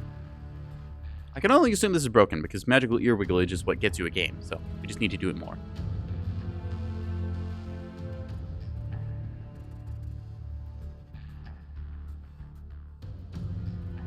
Hey! Alright, we want... Grim Plexus feels pretty good. Tourmaline as well. Let's go for Plexus Conquest. Looks like Tourmaline will win it, but hey, that gets us multiplier, so that's fine. Again, I really like the map vote and game mode Voltiplier. Yes, the Voltiplier. Yep. I wish more games would do that. Like, if you never get the map you want, it just increases your vote slightly. It guarantees that everyone's always going to eventually get what they want. And even if you don't get it, it still feels nice because, like, oh, hey, there's my multiplier build-up. It's all right. And it keeps variety up, too, because different people will want different things. You don't just play, I don't know, like Dust 2 every round or something. I haven't played Counter-Strike for a long time, but I remember everyone always liked Dust 2. Not to say it's a bad map or anything. It just, I mean, it is kind of the Counter-Strike map as far as most people are concerned. All right. We're joined by Rabbit Squirrel. Leve. Oh, whoa, 7 Sawut. We had Smoke Guard in one of the other ones. Bob. And Fast Eddie. All right. These are names. I don't know if they're people who I know. Oh, Rabbit Squirrel knows me. Oh, well, the more you know. Reactor online. Sensors. I don't exactly remember who Rabbit Squirrel is, but I like the name. Online. All systems. Let's see people be a little chatty. Yeah. It's like just a little bit of chattiness is really good, gets people on the same page, communicating, lighthearted. Otherwise, you have somebody who like kind of stews silently in that, and then they get really mad later on in the game. They're like, wow, why didn't you guys read my mind and do the things that I want? Well, I want you to be like doing things. Well. Instead of just being like, hey guys, can we go over to this location and shoot mans? And then usually everyone's like, yeah, okay, that sounds like a plan. Let's do that. So, use your words. Words are overpowered. Communication, devs can't nerf communication. Communication OP. Not sure why he's using all his machine gun ammo, but apparently he wants to. I mean, I'm not paying for it, so. Whew. Lasers. Anyways, just making a little bit of the freestyle glass architecture there. Hello, Mr. Azil. Azils always look kind of funny. They remind me a lot of, like, if a barrel was a battle mech. Like, you just kind of take, like, a keg that, I don't know, you'd find at, like, a brewery, put it on a battle mech legs, and then just attach guns to the side, and that's an Azil. Alright, so we can do the boring thing of sitting way far in the back here, up top there. Or we could play a little more forward. Part of me wants to do that just for the sake of, like, hey, I'm gonna check this box, I am the guy, but we already have a blood asp going up there, so we don't need that. There's another spot over here we can set up and do that. I don't feel like that's the best play. It is an annoying thing because it requires your enemies to like keep their heads down in certain areas. Sir, I'm gonna shoot you. Yeah, I win that trade, sir. Thank you. And Timberwolf think it twice. I think he has a flag on his back. His hitbox looks a little weird. Target And marker this guy. The Vapor Eagle with medium lasers of some sort. I think ATMs was the rest. Alright, well there's a Timberwolf doing Timberwolf things at least. I'm pretty sure that's the guy who has like ER larges and Gauss rifle. And then like LRMs or something to follow up with. acquired. We saw him earlier, I think on HPG Manifold. Anyways, I'm playing a little bit forwards here compared to like what you would expect from my loadout. Which, I mean, I can subvert certain expectations like this. So unfortunately there's an invisible wall there from terrain that isn't rendered, so it means we do end up wasting our shots. I don't like that. That's just a kind of case of like bad map geometry, so we're just gonna zap this guy here. Oh, he's got ear large and ATM 9, so it's a different dude. Cool. Said, still gonna zap him. Go for that lovely center torso. Ooh, okay, so we're taking Hagfire there from that. Ooh, it's a Godzilla. Okay, that thing has Gauss for days. I can contribute like a little bit of fire into it, but still, it's gonna be a big problem that I'm able to poke at slightly. Yeah, that one's not gonna hit, unfortunately. Acquired. He's got a very commanding presence there, but still we can contribute a little bit of fire in. We're getting a bit of shots here. Zap, zap. To try and move up a little bit so we can engage other things. Timberwolf is looking very wounded. I'm tempted to go like over into Death Valley and try and rotate around here to get a better firing arc, but I think I can just push up top here and save myself some time. Their Godzilla dropped down, which is really bad for them because it means that, one, he's getting jumped on by our Juggernaut. Two, it means that he's not holding back this push here, which that high ground position would normally do. I believe that that Timberwolf is still alive somewhere. Yeah, he's way up there. That's a silly spot. Timberwolf Fox 6. Anyways, that's going to be a dead dude. I don't know if that was the... what do you call it? No, it's not the Godzilla, I don't think. What is it? No, he's... hi. Okay, I shouldn't have face steered that. That's a bit of a mistake on my part. New target. Let's see, where are you? That Timberwolf is just a large laser, so I'm not too worried about him. They'll hit his left torso, or no, his center torso, and that'll kill. Switch over to thermals here. Ow! See there, fire the Gauss rifles and then follow up with the laser. Oh, ads are starting. No, I don't want ads to start, thank you. Yeah. Anyways, get back into this. We're going to be holding this gun line using our range advantage to prevent them having the best shots on us. See all of those big lasers firing off here. I'm going to be taking this one wide. Ooh, that is a threat to consider. Echo 7, we got something with machine guns, snub PPCs. Watch your backs. Yeah, I don't know what that is, but I don't like it. New target acquired. Ah, it's a blackjack. Ah, I missed the headshot. Oh well. Okay, so I'm in a bit of a bad spot here, caught between a rock and a hard place, so I'll just have to pull it back a little. I could already strike that, but they'll just move because they are, you know, light mechs. Well, mediums, but same difference. Target acquired. What is a medium but a plus size light? It warded them off, and we're going to use our range advantage. My side torsos are looking a little bit flimsy right now because the armor has been kind of worn down over time. Acquired. Hello, sir. New target acquired. Shoot you in the legs. Zap, zap. Unfortunately, we will not get target info here, I don't think. Nope. But you, we do. Keep you. Yeah, just commanding that sight line as best we can. There's a quick draw there, an IV4. New target acquired. We're going to try and go up here. I think we'll be able to. Target destroyed. Idea being that we get up top. Our team's going to kill off this summoner in a second. Yep, all ATMs. 0%. There's something with small lasers New here. Hi. target acquired. Zap, zap. Center Target torso, destroyed. gone.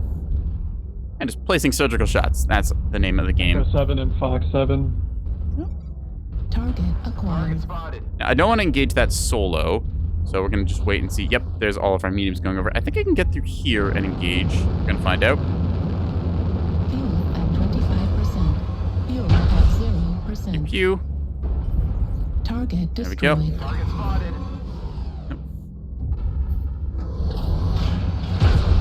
Pew. Target spotted. Target acquired. Oop, missed that shot again due to a little bit of the render pop in there. There's a piece of terrain we can't quite see. So we keep this guy marked. Delta 7, we've got a arrow blackjack, a lot of machine guns, and an large X-pulse. Hello, sir. Oop, I popped something there. Component destroyed. New target acquired. There's a Kit Fox as well. So we're getting a little bit danger close here. See the jump jets firing off. New target acquired. And he's out of here. Destroyed. Working down his center torso for a while there, so that's good. New target Yes, sir. acquired. And firing off the lasers here, trying to get value. Got ERPPCs, which is a little annoying, but I have more firepower. Target spotted. Zap, zap. That should be last guy there. Last guy, Fox 7. Fox 7. Vapor Eagle with PPCs. We just call our targets and stuff, and we should be able to go there. I think I could just run straight at him because I have jump jets and could probably get up that ledge.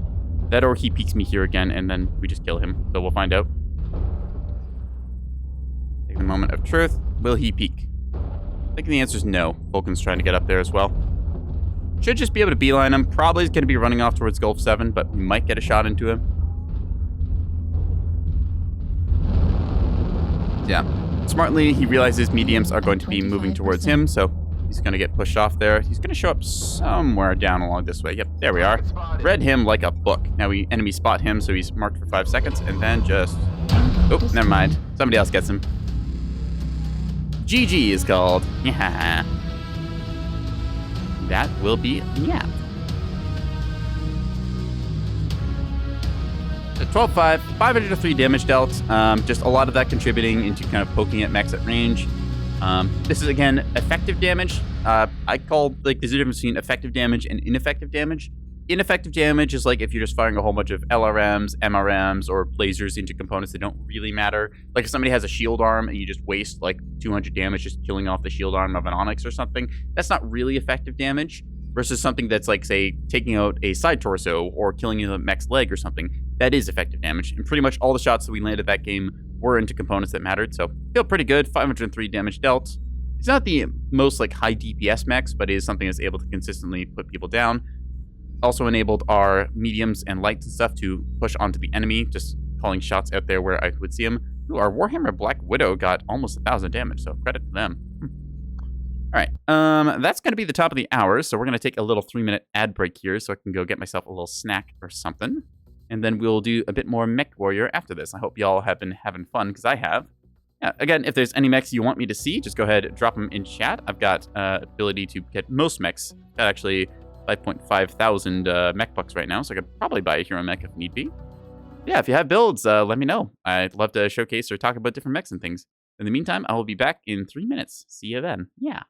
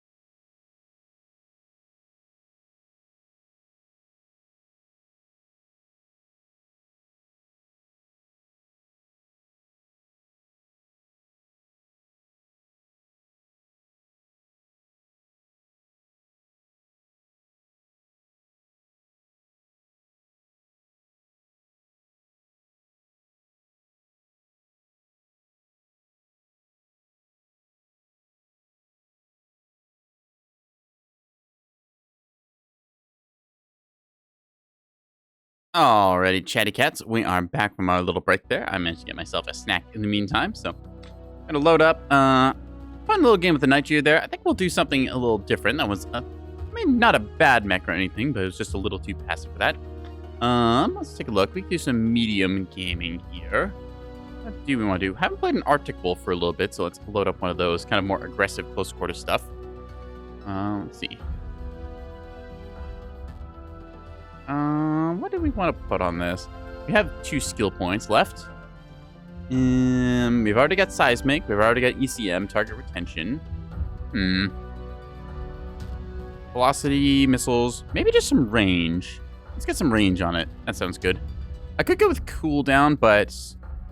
yeah, this is all pretty cool. Maybe we do just go cooldown and go for that, like, aggression. Try and burst people down instead. Let's do that.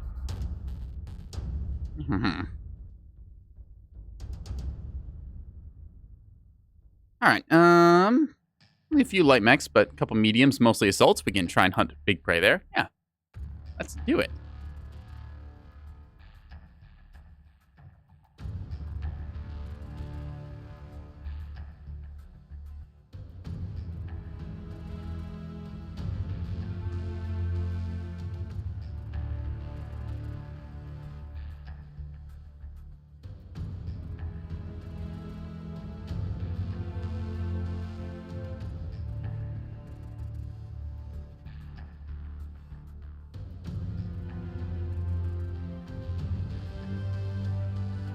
A brief moment there on account of me dropping a chocolate chip that I was then looking for. Good news is I found the chocolate chip. Bad news is I no longer have a chocolate chip. I ate it.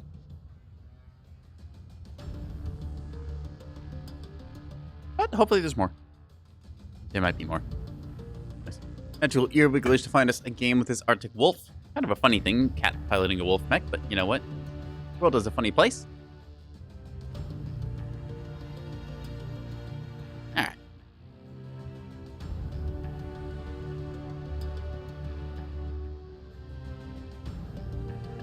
Search. Again, I say this like every stream I do. I wish I could just browse the store or look in the mech lab or just like, I don't know, check my inventory or something while the search is going on. Because I feel like this could just be put up here and it doesn't have to lock you out of like touching anything.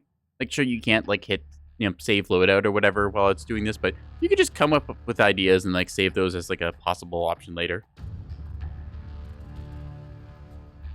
Or even if it's just like, hey, match is ready, click here to join. That'd be great.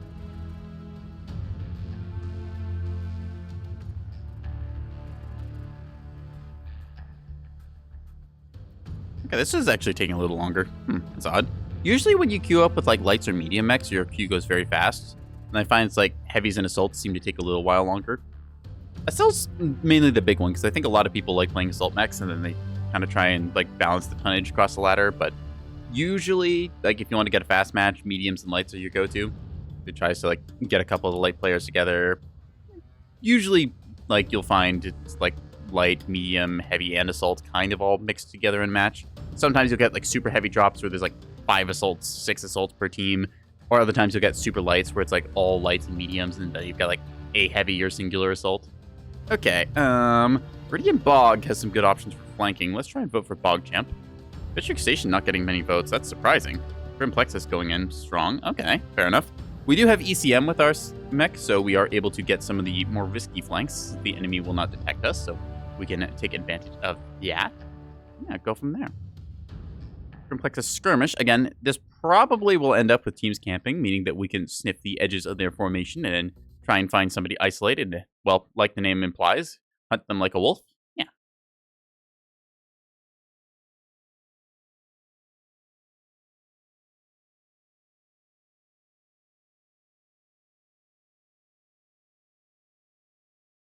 Yum, yum, yum, yum, yum, yum, yum, yum, yum, yum.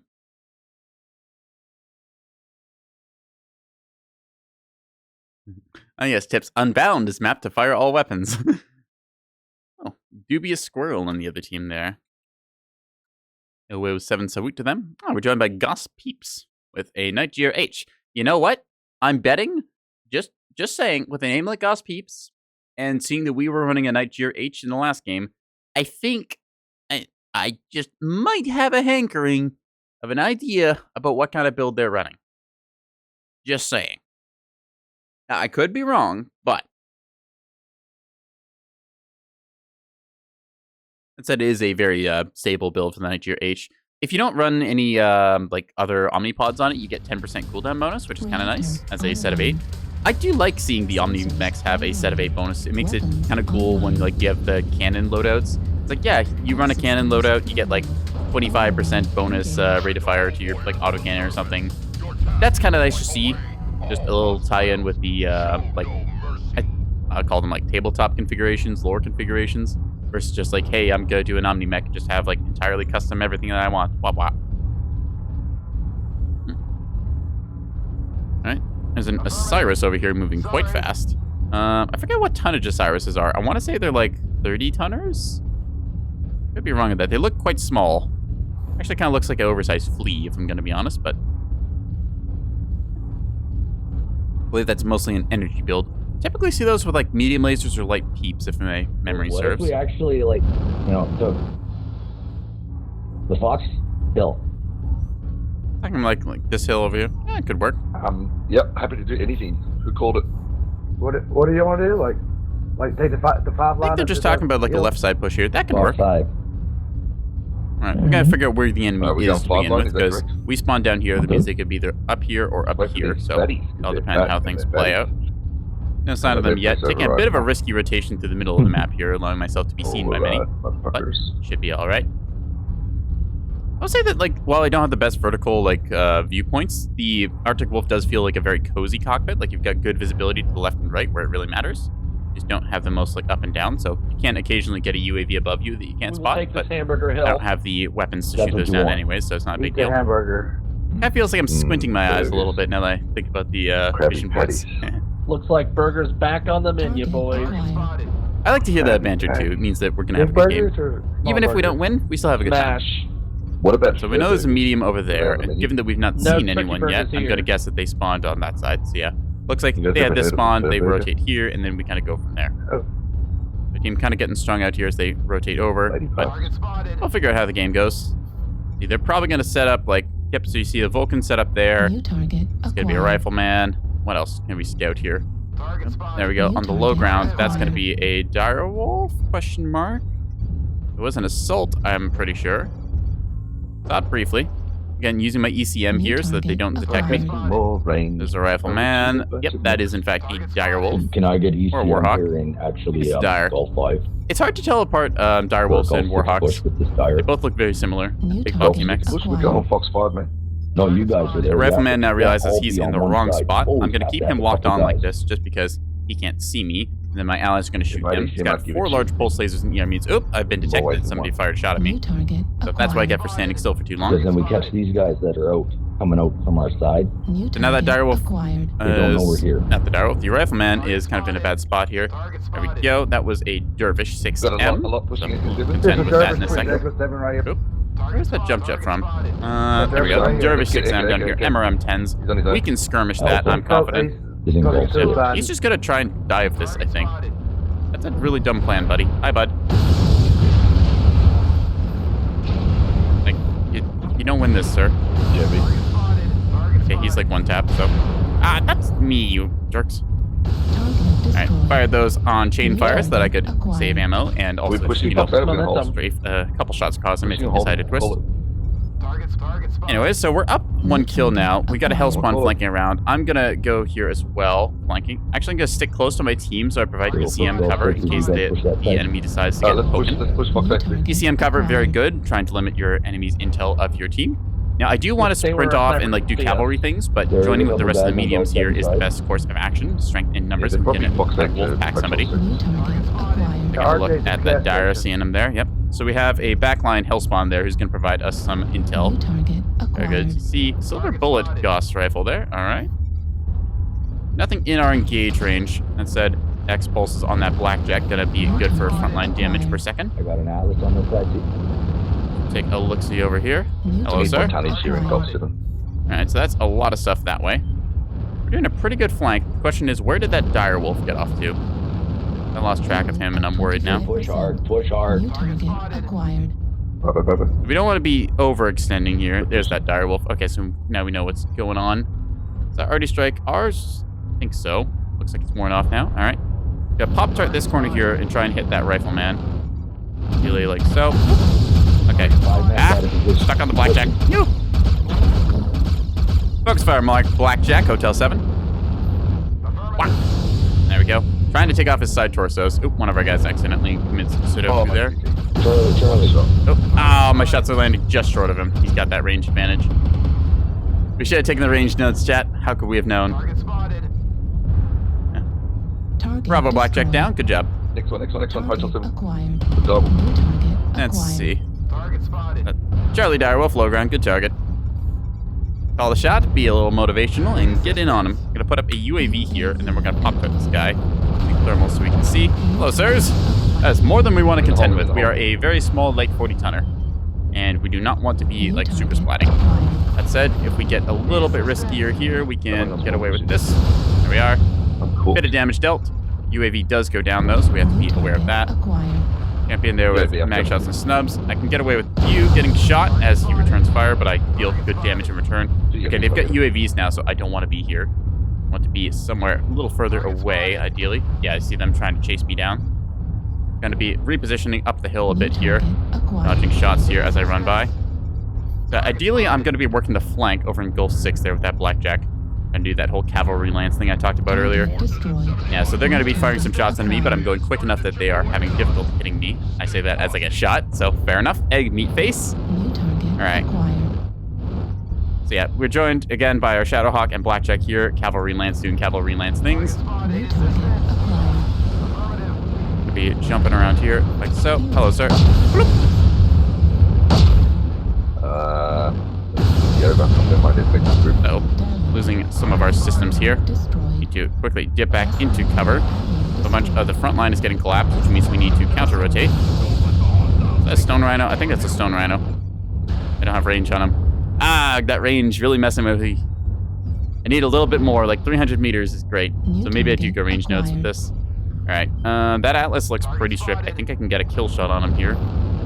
Let's see. Going for it. Uh-oh, I messed up. Critical. Lost my side torso. Destroyed. I greeted. Center torso. Damn it. Ah, I couldn't get out in time.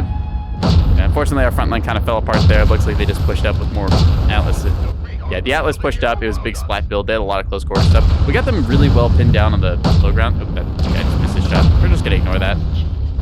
Yeah, it looks like they just took apart our front line piece by piece. We had a pretty good cavalry flank there, but then it kind of fell apart because we weren't able to really like push onto any particular target. Yeah. Bop, bop. Left with a direwolf back here, Duke Netto. Again, long range sniper here versus like close range where you'd want to be. So, Gus, you're 5 ER larges. That's odd. Why wouldn't you just go 4? Huh, strange. Like now you have to like really hold your fire on them. So, I mean, don't get me wrong. Like this guy, he is dealing damage, but like once again, you missing an assault on the front lines means that you don't have enough tonnage to really anchor against the enemy's push. And now it's just kind of defeat and detailed as you've now got to face off like 7 battle mechs versus just you. So, yeah. Next year here, yep, like we said, Goss ER large laser combo. Kind of expected, so yeah. This is what happens with like big tonnage investments into snipers that's not communicated to your team. Because, of course, when you drop in, you only see the mech titles. You don't see what actual loadout they've got or what game plan you want to have, so... yeah. Felt we were doing a decent little skirmish play there. Gonna be opportunistic. Hopefully I get some skill points from that because if we're able to, into the skill tree here, we can get ourselves range nodes, which should provide 15% total range, which if we look at this, that bumps our range up to 310 meters, I believe. So yeah, that'll be quite good for hitting those pesky targets that were just outside there as our missiles do detonate right at the 270 meter mark. Normally not a big deal if we're able to get in close quarters, but in this case, we just were never quite able to find the enemy up close. Also, we lost our right torso there, which had most of our ammo and other goodies in it, so I had to protect that better. Oh well.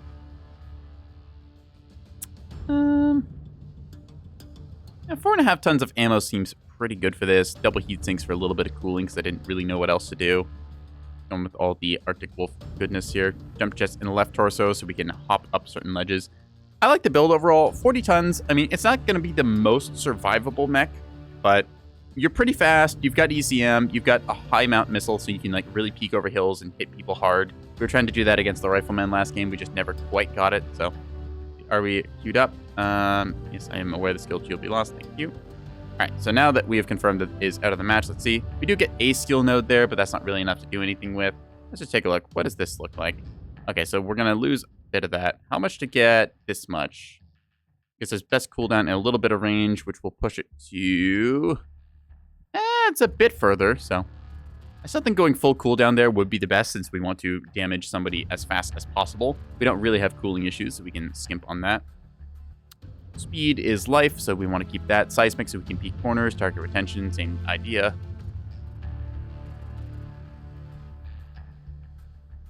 I just had to mute there as I sneezed. Apparently something tickled my noses. Anyways, we'll just revert changes back. I guess we can get like a skill point, but I don't think that's really going to make a difference, so we'll just wait and do that later. Queue up again with the Arctic Wolf, try and hunt down somebody. We had really cool emergent gameplay there where we teamed up with that Shadowhawk and Blackjack just kind of naturally. I provided ECM, they were additional tonnage that we were able to jump on people with, so you can get some really nice medium cavalry lances there, sweeping around the edges of formations, trying to pick people off one by one. We picked a fight with a Shadowcat there, but weren't able to get the kill shot on it, unfortunately, so yeah. That was when our formation in the front line just kind of folded because we didn't have enough tonnage up there, so oh well.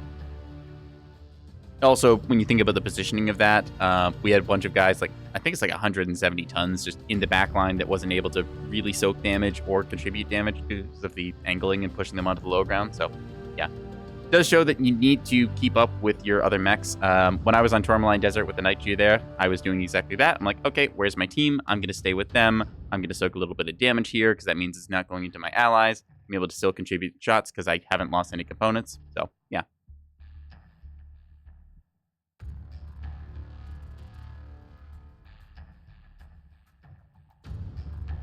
Yum, yum, yum, yum, yum, yum.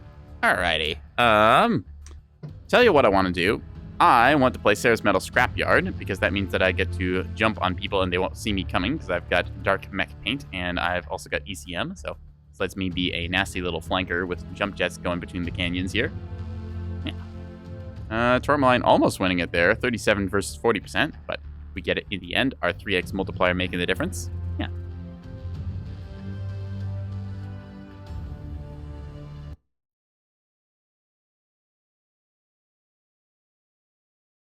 All right, skirmish. Skirmish is okay on this map. Again, I'm not the biggest skirmish enthusiast. I like to have another objective. Domination is fun because it gives you the middle objective that you have to play around. You've got assault, which is just better skirmish because there's a base, so you don't have somebody camp in the corner of the map. Conquest mode is kind of fun, like we said, because you get certain mechs split off, and you have like a 1v1 or 2v2 that you can then like win or lose, and then that decides, okay, do we need to go for this cap or not? We got Harbinger and Megatron, who we saw earlier tonight. Sinister over there. All right, scrap metal on legs. Sounds about right. I would expect them to be in a Corsair. I mean, with a name like that. Janky doodle. All right, hit him with that. Oop. Hit him with that 007 Sawoot, and let's go from there, and yeah. I live, I hunger, I am sinister. Yes. How's how you doing, God Muffins? Nice to see you. All right, 7, 6, 5, 4, 3, 2, 1. Oh yeah, and we're joined by NekoboyBlue. Kind of funny how we both have like 7-letter prefix, and then it's like the blue name. I'm Nekoboy, they're Longbow. We run into each other more often than you think. I don't know much besides them being blue as well, so there you go. There's Wolverine engage, and we'll turn off our cockpit light so that it doesn't contrast as starkly with the surroundings. One little thing I like to do, so that way I've got a bit better vision just due to contrast. You can also go into night vision for fight vision, or thermal mode, which means we just can't see anything. But it does kind of suggest that this vapor down here is a little bit warm. Interesting. People are talking about burgers in my Discord. It's making me hungry, so that's how you're doing? Ah, understandable. I still need to get dinner proper. I'm not sure what I should have tonight. Hold left, Charlie 4. All right, well, they're calling that. I am a medium mech, which means that I'm allowed to go where I want. Mediums and lights just kind of populate the field. Heavies and assaults are the ones who really kind of make up the gun lines and decide where points are going to be anchored and whatnot. See, I've got a whole lance with me here, so we're going to be calling shots and jumping stuff. That's the plan anyways. Got an incubus, a piranha, and a kit fox, so should be fun. Target acquired. Gonna need more weight on the left. See them all kind of grouping up there, so we got like sort of dispersed 3 lances. The other 2 lances should be able to do well. My lance will be able to call shots and just kind of go from there. Yeah. And light mechs and medium mechs, they run off and do their own things in a match. Don't worry about them too much. They know kind of what they're doing. That or they get killed in the first 20 seconds of the match because they peek the wrong corner. We're just kind of fanning out here, searching for any other flankers. Now, because our flank has gone uncontested, we see the enemy flanker there. Panther, I'm going to mark. Quad light PPC Katana Cat. All right, pretty classic build. Ooh, there's that's a nasty Atlas. 4 snubs and an AC-20. At 25%. LRM Fafnir spotted Delta 5. See that guy there? That's the dude we want. Why is that piranha just going in so recklessly? My guy, like, you can't take that fight. Like, that's why you don't go in solo. Scrap metal indeed. Oof. Yes, please keep shooting through me. Thank you. Just gonna call help over here as we group up. LRM Fafnir Delta 5. Flankers group up. Oh, he sees me. New target acquired. Marker that guy. Anyways, he sees me and he knows that I'm here, so he's gonna have to play accordingly to that. This means that he's not shooting at my teammates, which is good. Because I am 40 tons and he is a lot heavier than that. Yeah, they see us now. So we're just going to keep eyes on them. Hopefully that means the front line will get 1. Oops, still don't have range here. I'll be able to dodge this incoming salvo just the last second, like so. And yeah, again, I'm just gonna Pop-Tart here. I can't actually hurt them, but I can live rent-free in their head. See? Like, hey buddy, I'm here. Yep, shoot me. Then now I got my ECM countered, so I'm just gonna dip down for a quick second. Got our incubus kind of lurking over there. The frontline fight should be going in our favor since a bunch of their backliner guys are occupied. Yep. Yeah, see, this is exactly what you don't want to be doing. We're scrolling them really hard over in Delta 5. Push that front line. Target spotted.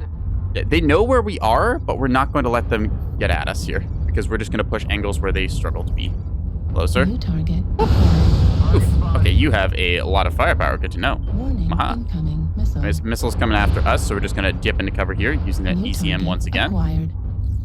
Checking over there. Was that a Fafnir? Fafnir's low ground there. Yeah, so he sees me. That's cute. That's fine. Just going to put up our UAV here. Target spotted. Target acquired. Don't engage these guys, Delta 5. Just run. New target. Hello, sir. acquired. I'm just going to dive him. I'll take a hit here, but I'm confident I can take this. New target acquired. Gonna do this thing. Yep. Take some hits. It's fine. Just need to get within minimum range like I have. Wham. And how did we lose the frontline fight? Hey, how did we lose the frontline? Like, they've got all their assaults pushing us here. What is going on? I don't understand this game some days. Wop, wop. There's one side. Should be the other. All right, well, at least we get a 100-tonner. So that's something. Hi there, Mr. Blackjack. Pop a cool shot and try and go on you. Like, legitimately, how do you lose a frontline fight when 200 tons are chasing your light mechs? I don't get it.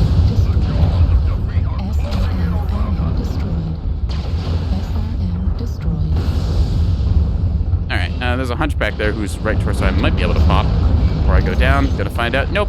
Wop, wop. Okay, seriously, though. How do you lose a frontline fight when 300 tons of assault are distracted by your flankers? I don't get that. Like, they weren't even looking at the front line. They were chasing us. There was a Marauder, an Atlas, and a Fafnir all chasing after our light mechs. What happened there? I don't get it. At least I killed the Fafnir in the end. What happened? Direwolf got completely clobbered there before he got a shot off, and just everyone else. Scrap Metal just like YOLO dived into the like LRM Fafnir because he thought he could get him. I don't get it. I don't understand what we did wrong. I felt like I was doing the right thing. We had our light mechs. We were doing well. Like, we had maybe 100 tons committed there, seducing 300 tons. That's a frontline advantage right there. But nope, just kind of slow rolled. Damn. Let's give it one more shot for good measure. Maybe I got a skill point or 2 out of this. We got 4 skill points. That's enough to get us some more cooldowns. Let's go with that range. We're consistently finding we want more range. Just do that now. Yeah, range, kind of an important thing for short-range missiles like that. Why are these selected? Weird. I don't know why it shows like that. That's very odd. Never mind. Yeah, range kind of important for short-range missiles because, again, you have like exactly the range listed and then your missile detonates. It's not like other weapons where you're getting your effective range and then generally double that is where your maximum damage like can go out to. I guess your maximum damage is like the listed range, and then it's like the maximum range you can hurt people at is that. So, short-range missiles, you get the number on the tin, and that's it. Nothing past that.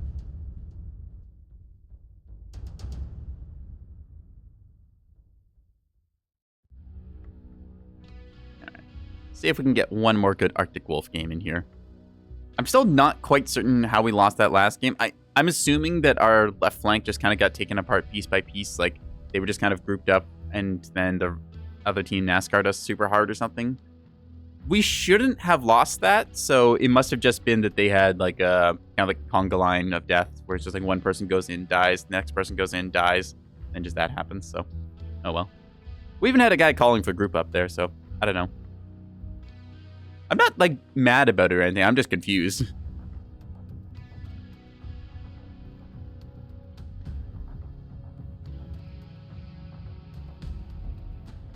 It also felt really fun when the enemy team was thoroughly convinced that there's like a huge threat and they had to counter-rotate us, but nope, it's just the Light Lance. Just Light Lance doing Light Lance things. Let's go Emerald Veil. I don't really care which mode we get. I'm just going to save my multiplier, I think. Yeah. That way I could vote against Skirmish or something. Kind of funny how over time Mechwarrior Online has actually lost game modes. We used to have Escort mode, which was not great. That meant you had to escort an Atlas to a dropship, which, well, could have been cool. Unfortunately, the Atlas was controlled by an AI. An AI that was brain dead stupid and convinced to pretty much suicide whenever it wanted to. Even though the Atlas had like triple or quadruple the normal health you would expect from it, it would just walk in a weird path every time, or would get stuck on terrain and fail, or you would just have to deal with like the enemy team just being where the Atlas is going to go, and you have no indication of where its path is going to be. So I'm glad they got rid of escort mode. Like, that's a mode that could have been good, but just was not. So glad to see that gone. Incursion was another mode where there was like 3 power cells kind of scattered across the midsection of the map. You could bring them back to your base and bring different things online, like a radar tower so you could spot the enemies, a jammer so everyone had ECM, or there was an air control tower where if the enemy was in their base camping, that you could call in dropships to do attack runs on them. So that was kind of a cool mode, but was definitely more something for coordinated play, like faction warfare, where you get 4 mechs instead of just 1. You can like punch out and respawn and have trickle in, so you can get like 48 versus 48 mechs in total. Of course, you'd only have like 12 on the field at a time, but that was a more interesting mode for that, where it's just kind of, you get people who are trickling in, respawning, grouping up, making like last stands heroically on one hill. They get lost, they respawn, go up to another hill and fight for that. That was the best mode for Incursion. It's also where like base damage actually mattered, because you could get like a base rush and then that could get countered. Then the enemy team has to respawn and figure out what they're going to do with the rest of the game. That just did not work for quick play, where you just get 1 life, because sometimes you just don't have light mechs to get the air control or radar stuff. And then it's just like, oh, we're just playing skirmish. Okay, cool. And then like half the team decides to run towards the base, kill it, and then nobody gets to fight. So, the 2 modes that we don't play anymore. Now we've got Skirmish, Assault, Domination, and Conquest. Which, I mean, hey, I'm pretty happy with all those. I'd say Skirmish my least liked, because it is just, like, just what you do in the game anyways. And then there's, like, no additional objective. One thing I did like about Escort was that there was radar tower things around the map. Oh, it says Trans Pride flags on the back, and it has leopard print. That's interesting. Well, go for them. What was I talking about? Right. There's like these little radar ECM jammer towers around the map for escort mode. I actually really liked that. It gave your team something to do on the map. I mean, you could go around places and capture like towers and that. I wish there was more objectives to like capture and do stuff with in Mechwarrior Online. It's like something like, hey, I go over here, I capture like a node, maybe I get like a base defense turret or 2, just something to contribute a little bit there. That would be really cool, I think, and like spice up the battlefield a bit, because we don't have tanks or helicopters or infantry or anything like that. some of the stuff you get from, like, MechWarrior 5. Target Oop. acquired. See that? That is a assault. I'm betting a Godzilla. Yep. You got a Hag, Godzilla, Echo 2, high ground. Watch your heads. Target spotted. New target acquired. See, that guy's going to be up there the entire game. I could go jump on him with my missiles and stuff, but I think I have better odds of just finding the enemy team target first. Yeah, like acquired. this. And then going for harassing them. It is my job to make sure that guy does not get to have fun this game, so we will be doing that shortly. Oop, we've got our Marauder pushing around here on his own. It's a Marauder AL. I don't know what build he has. Ooh, Evan Jaguar 4 large pulse. That's a nice little long-range build. I think it's like 600 meter effective range, and then you just kind of zap people. Anyways, Target one of them acquired. does spot me here. You can tell by the way he was looking at me there, so they should know that I'm going to go do this, and that will occupy a bit of their time. Still, I run pretty fast, and I'm pretty sure that whatever they're going to send back to counter me will not be there in time. Marauder does not have ECM or stealth armor or anything like that, so once they see him, they're going to know he's isolated, and that's going to be less than stellar. Take the high ground here. Target spotted. So one thing we want to go for with the Godzilla up there is the side torsos, because that's where the Hag will be located, that we can hit in the backside and instantly damage. There is a chance that if we are able to hit it in the back, that we will be able to get a crit and then blow up the Gauss rifle, and then we just dip out from there. So, that said, let's turn on New ECM here target and fire. acquired. Nope. Okay, anyone else just see our missiles not hit there for some reason? Hello, sirs. Excuse me, fellas. Oh, there's the Godzilla. Okay, cool. Have a good day. Bye, sirs. Okay, I fired missiles and it didn't seem to register at New one point there, so that's cool. acquired. Anyways, we now know that there's 2 of them up there, which is the thing. See that Godzilla, how he's got a weakened backside? That's exactly what we want to look for. There's somebody over that way I have to be aware of. Okay, so they're going to expect me to come back around that way, and I'm just going to not do that. See, there's a UAV over there showing an Incubus, who I do not have a good read on. Cool. That said, I don't have to be here anymore because the Godzilla has been pulled away and is not contributing to the fight. New target Same with the Blood Ass. acquired. I am just going to dip out, and they are going to wonder where did I go and spend time hunting me. So yeah, now they actually get a spot on me, which is annoying. Target spotted. Hello, Mr. Incubus. I'm going to wait on this corner and then shoot you. Hi, bud.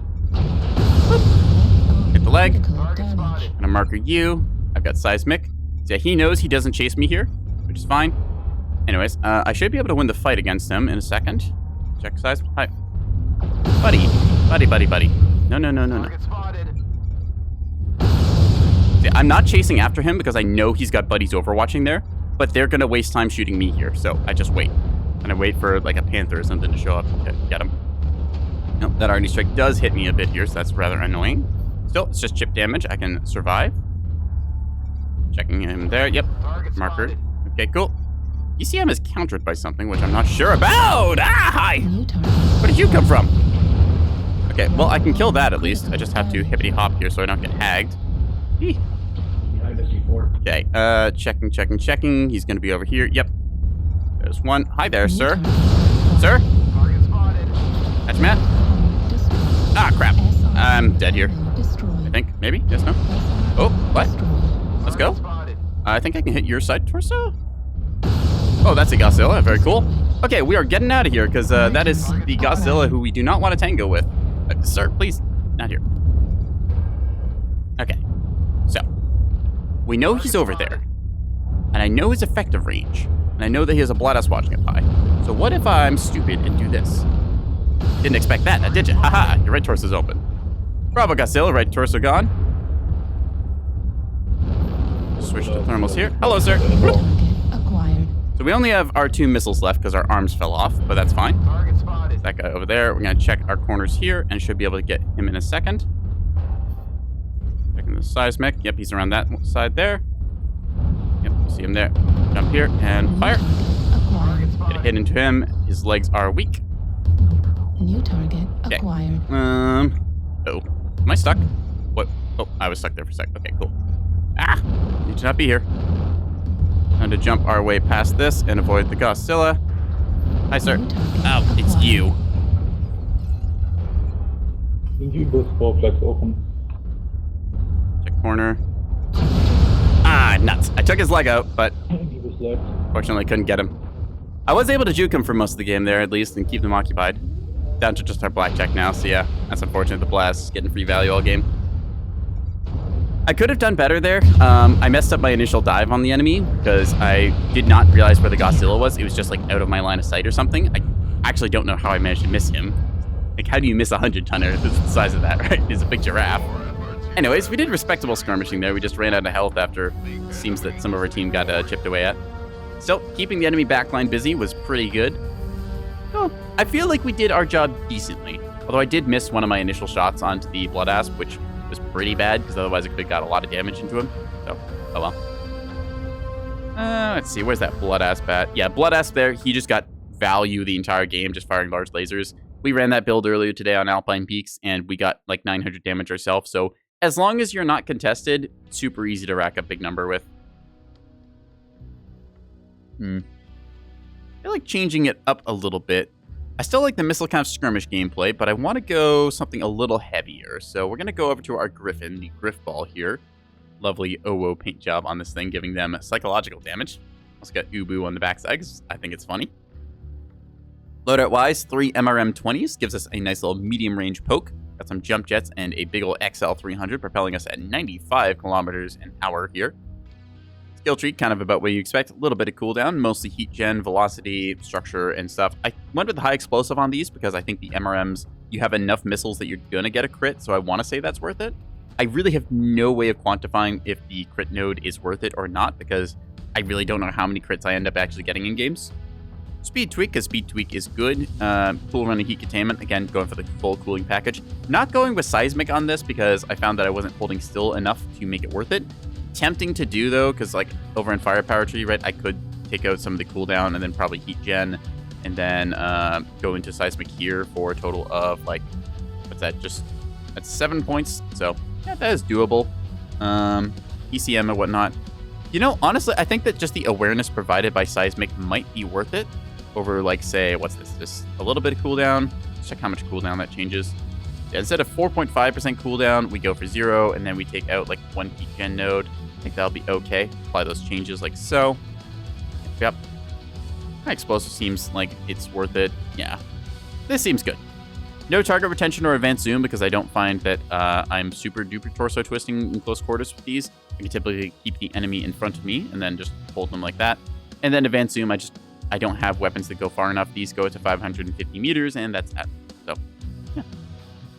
No cooldown quirks to really take advantage of here. It's just got itself a bunch of armor quirks. Has a PPC velocity quirk, although I don't use that in this mech. And 5% heat, because 5% heat is nice. So, yeah. Good way to throw MRMs. You've got ECM cover.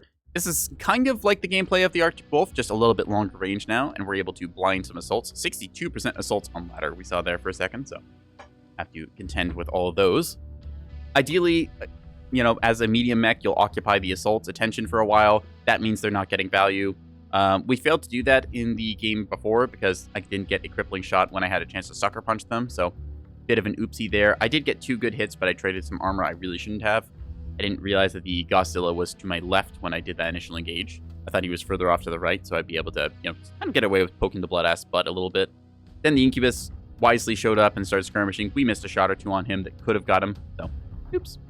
Minor mistakes add up over a game like that. I don't know what the rest of my team was doing that match. I was focused on my skirmishes, but when I did look back, I noticed that there was a lot of mechs that were less dead than I would have liked them to be, and a lot of friendly mechs that were more dead than I'd like them to be, so yeah. I don't blame my teammates for stuff because, again, in a match, stuff happens. You can't control everything. Just control what you are doing yourself. Try and give a little inspirational boost to your team when you can. Call a shot if you see it. That's pretty much all you have to do. On average, you're only going to win about 50% of your matches, so don't get super duper hung up if you're ending like if you get a losing streak or something. You can either slog through it, or you can decide, all right, I'm going to take a break, do something else, come back with a new mindset and things, team up with a friend or two. Basically, just don't get salty, because being salty is the most damaging thing you can do in terms of like win rate and just enjoyment for a game. So many people don't understand this, and it took me a long time to come around to the realization too, mostly because a lot of the gaming I did was when I was edgy teenager kind of kid. But so that, well, I mean, so is most everyone is a teenager.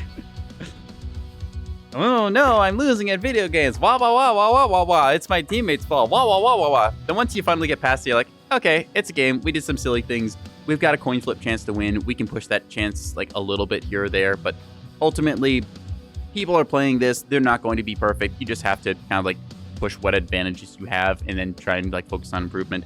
That's when you start really having fun with the game instead of playing with a bunch of the people who are kind of sweaty tryhards.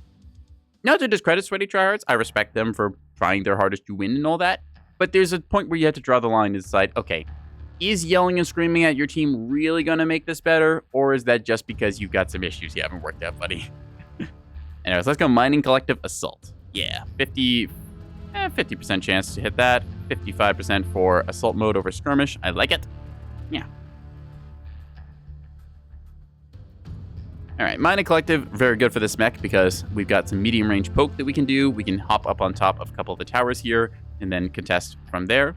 So, kind of similar playstyle to the ECM sniper mech we had earlier, the Shadowcat. So, the only difference here is that we've got a big barrage of missiles instead of the ERPPC. We also don't have mask, which is kind of a bummer, but as a 55-tonner, we still go respectively quick, so we are able to use a bit more of our armor that we've brought along. It's arguable which mech is more fragile, because the Shadowcat, very evasive, very good at just kind of not getting shot, but the Griffin itself can take a couple more hits when it comes down to it. That said, you've also got the XL difference between the Inner Sphere and the clans and stuff, so yeah. I'd say that they're kind of counterparts. Clan stuff, of course, a little bit easier to use, just a bit more forgiving, but at the same time, very hot.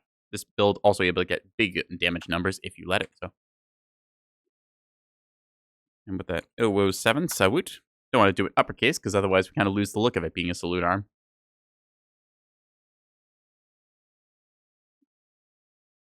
We're facing a little Wookiee. Small Chewie. All right. Reactor Beep up boop goes all the buttons. Let's get into the game. Sensors online. Weapons online. All systems nominal. Override engaged. All right, we got the right side, which I think is the favored side on this map. So we're just gonna blitz forwards and then get to the midsection as soon as possible. We have jump jets, so we can get right up into the middle and then kind of shoot down from there. Okay, well, that's awesome. Enemy team most likely going to rotate towards the Fox line and then come back around, as they are prone to do on this map. I don't think that that is the best rotation, but is kind of just the way you're encouraged to play, because typically the middle, you don't end up winning, and there's a lot of cover here that's very open from the right side, so bit of a struggle there. That said, if you get up top with somebody who has jump jets, you have a very commanding fire position. Use the last of our jump jet fuel to get up here, just barely making it. Gotta take a little peek-see here if anyone's hoping. Yep, there we go. That's our first Pop-Tart. That's a hatchet man. You can tell by the fact he was holding a hatchet. Our ECM briefly got jammed there for a second. Interesting. Okay. What have you got in play? There's a champion here. That's the early ones trying to contest. Gotta peek out there. All right, marker that champion as long as we can. Ooh, big assault mech as well. That's what we're looking for. Trying to get some early damage in. Switch the thermal so we can see. Whoosh! Caught him a little bit there, but not the biggest damage. Could put up a UAV, but I only have one, so I want to make sure it counts. Again, going after the biggest target there, because we want to be putting damage in and stripping off the armor, also distracting him as much as possible. There's jump jets, and then pop this. Hello, Mr. Hatchet Man. There we go. New target. All right, so enemy is close, so we're going to set up a UAV here so we can see exactly what we're dealing with. Yep, that is a push setting up, so we want to get out of here. So pull back a little ways. That way we can Pop-Tart over top of this, ideally, and get damage in. Whoosh. Miss all of his shots there as the Hunchback dips out. So, again, we've held back the enemy for the moment. They're going to try and pop up with certain things that we are able to shoot. Like so. Whoosh. I overpeaked that a little bit, actually. Get one more shot into him here, I think. Yep. That's a awesome instead. We'll target. He's got MRMs and snub-nose PPCs, which are rather nasty. That we are able to contend a little bit here. Have to watch out if he pushes around the corner. I will be pressed out of here, but I should be able to Pop-Tart him instead. So my jump jet's here to good advantage. Just keeping in thermal mode so I can keep track of how hot he is and also the exact point that I'm able to shoot. Closer. They keep him marked. So as you can see there, they pushed over to Echo 5, and I'm just going to continue to strip out this guy's right torso. Can't really do anything about it because of the brief exposure time I have, and also the fact that he's getting jumped by a light mech. Pop-Tart here again. Yep, see him having to drop down there. If he loses that right torso, he's going to have serious weapon and cooling issues the rest of the match. Firing missiles here into that Stalker. Juliet Stalker just about stripped out. Echo 4. Go to the team, and there we go. Juliet Stalker dies. All right, let's take a look-see again. So yeah, their initial push worked very well. Oh my god, ow, that hurt. All right, so yeah, don't peek around corners, lesson learned. Peek this again a little recklessly here, though. Target spotted. Snubs and AC-20s, that's what's gonna strip me out. Okay, cool, yep, so just do this once more. Oop. Playing around that corner. I don't want to peek him anymore because he knows what I'm doing. Oh, owie. Left arm critical damage. Gonna try and see if I can't get some value here. Hello, Mr. Champion. Fuel and No. Okay, this is less than stellar. I am gonna lose some side torso here no matter what I do. new target acquired. Try and sweep his legs out under him. Critical damage. Hit him high. See if we can't. Nope. Dang it. Oh, we just got rolled. So yeah, the enemy did what you're kind of supposed to do there. You just get a big push, overwhelm the enemy. A bunch of our assaults went low ground there on the close side, which you can do, but you are at risk of getting overwhelmed there because your team is split between the high ground and the low ground. High ground guys can rotate it over and shoot, but again, certain caveats come into play. Guys trying to hide in the corner and unfortunately biting the dust. Timberwolf gets CT'd, and then it's going to be our Annihilator, who is...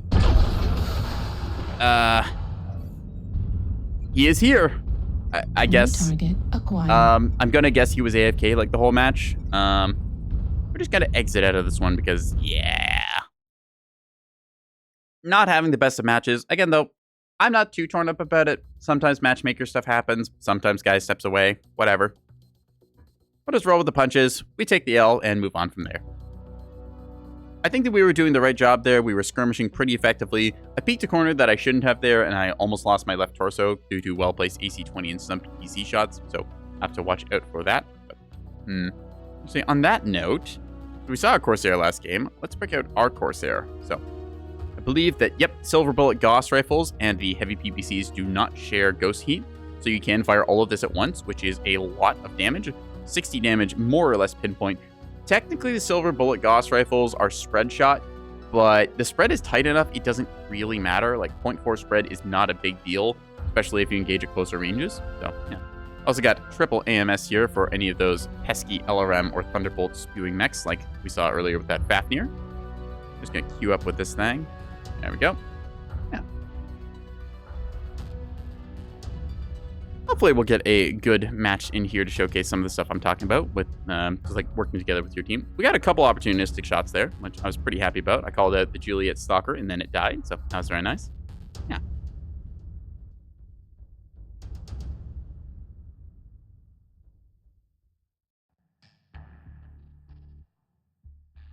All right, searching.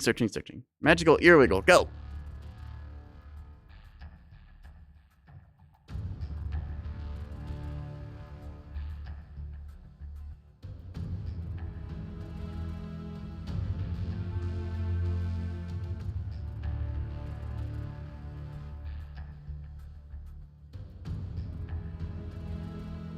Flippy.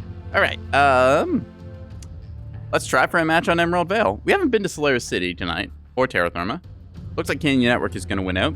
Popular maps here, but hey, Emerald Vale, that gets me modifier. I'm okay with that. Go for Canyon Network in assault mode and see where we go from there. Yeah.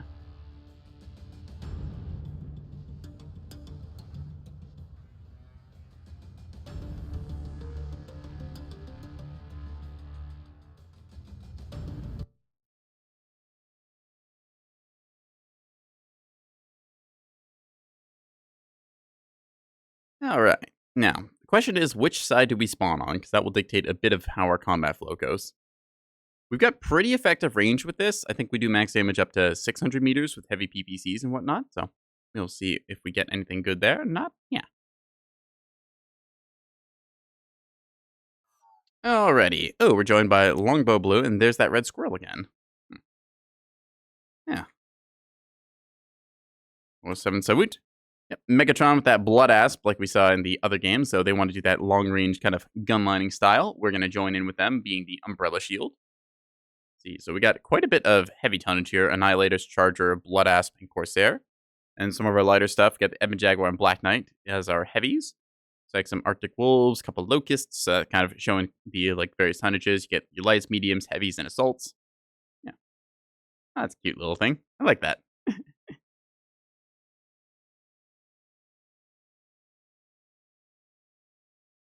Alright.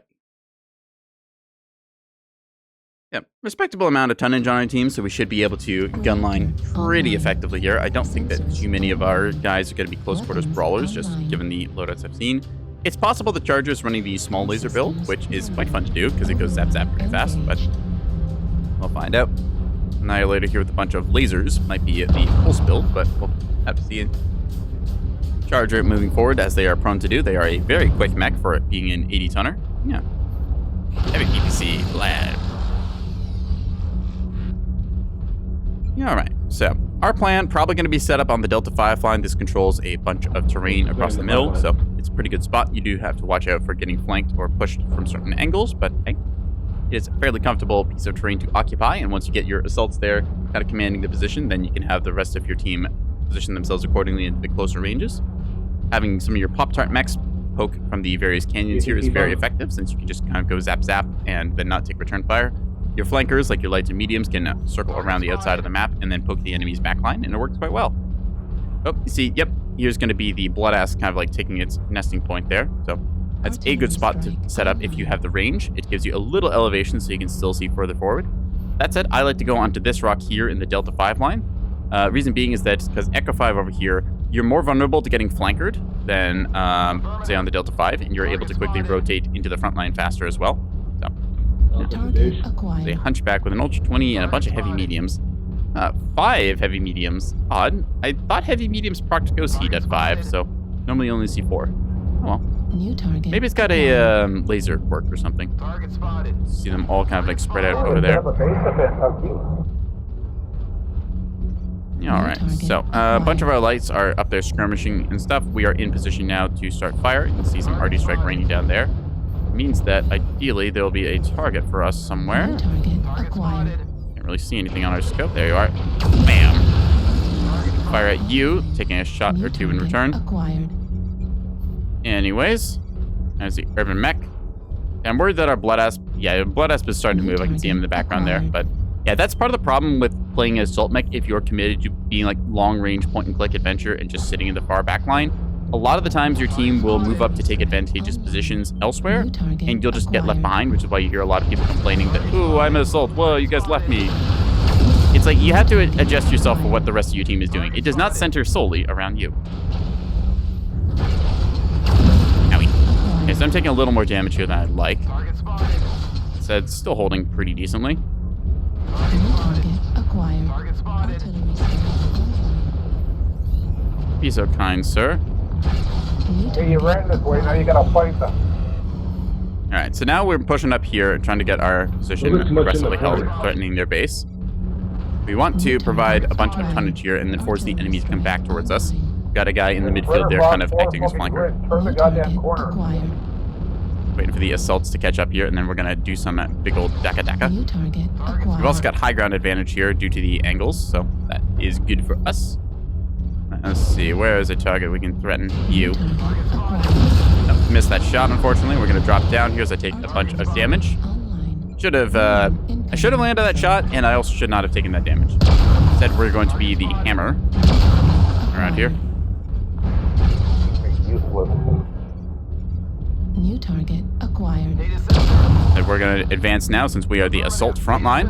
Again, I am kitted for long range, but I will be the wall if I have to be. Target spotted. To the left here now as we get a shot. Acquired. Bam.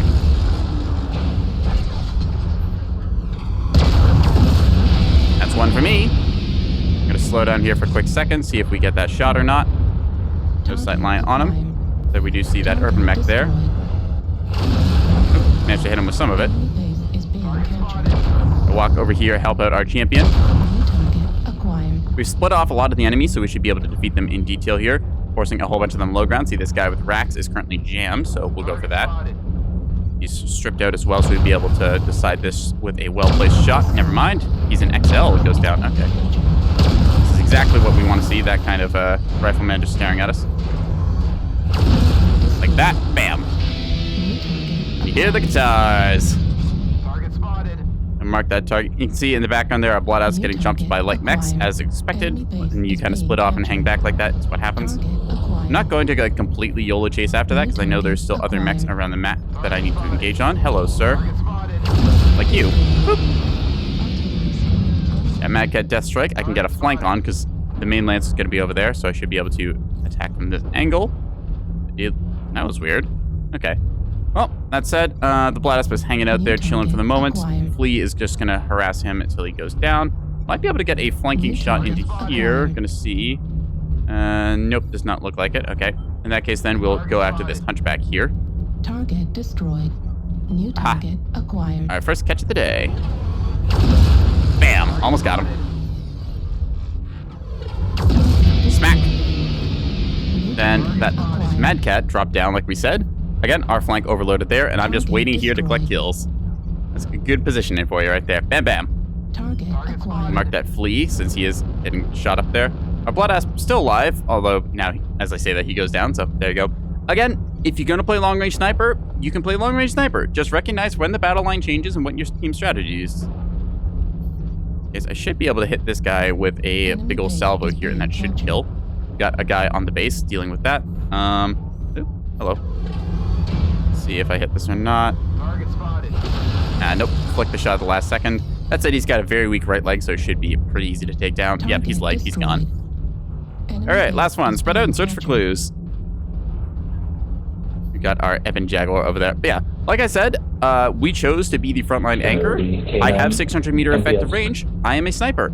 I did not need to do that, but I have a lot of pinpoint damage, so I just walked over here and then decided that a bunch of mechs don't exist anymore, and the rest of my team pushed with me because, oh god, the assault is pushing. Oh no, that's a big thing. Target spotted. Mark this guy again so we keep eyes on him for a second. Hello, Mr. Urban Mech. Target Mark him spotted. again. Can I get up there? I think I can actually get up there. I don't need to, though. I'm gonna be stuck on the low ground here. Target spotted. Oop, there goes our guy, unfortunately. Is being captured. Sir.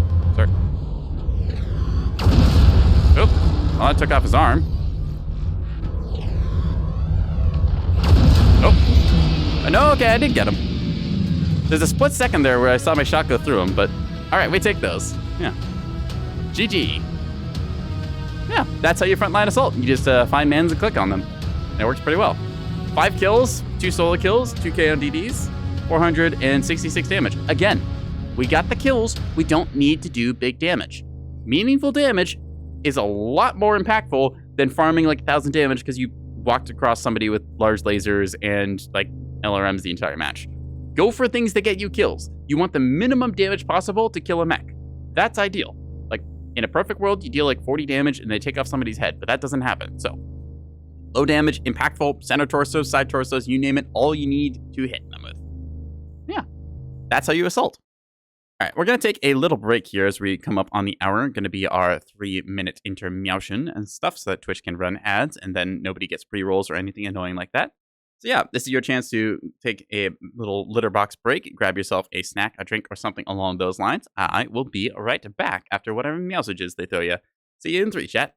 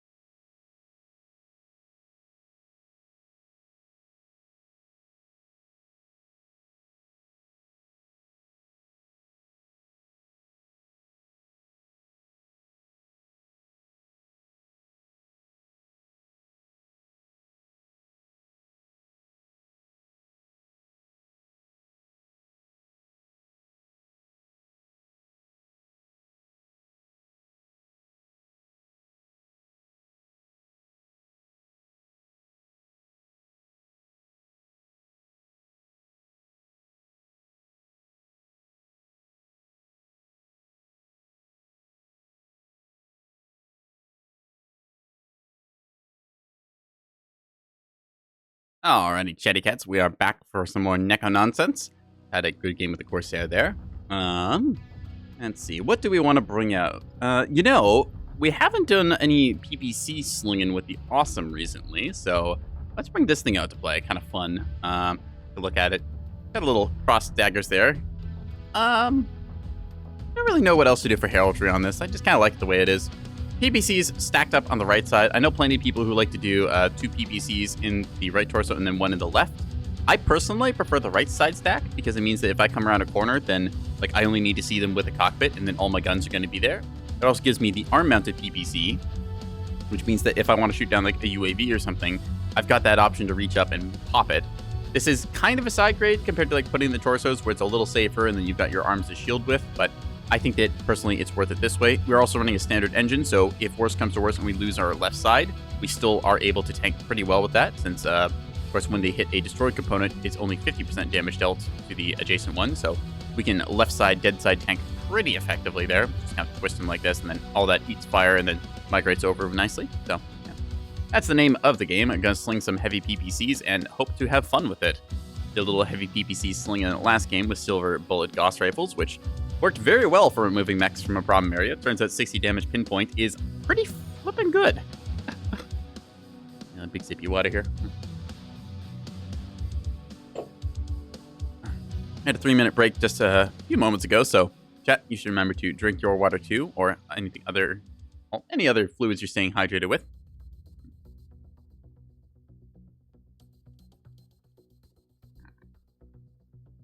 Hopefully we won't have too long of a wait here. Awesomes, I mean, they're assault mechs, so they do tend to like take a little longer to queue with, but we've been getting reasonable queue times tonight. Funnily enough, I think the longest queue time we had was with the Arctic Wolf. Arctic Wolf with the Griffin, I can't remember which, but it was one of those. So anyway, magical ear wigglage to make us go fast? Yeah.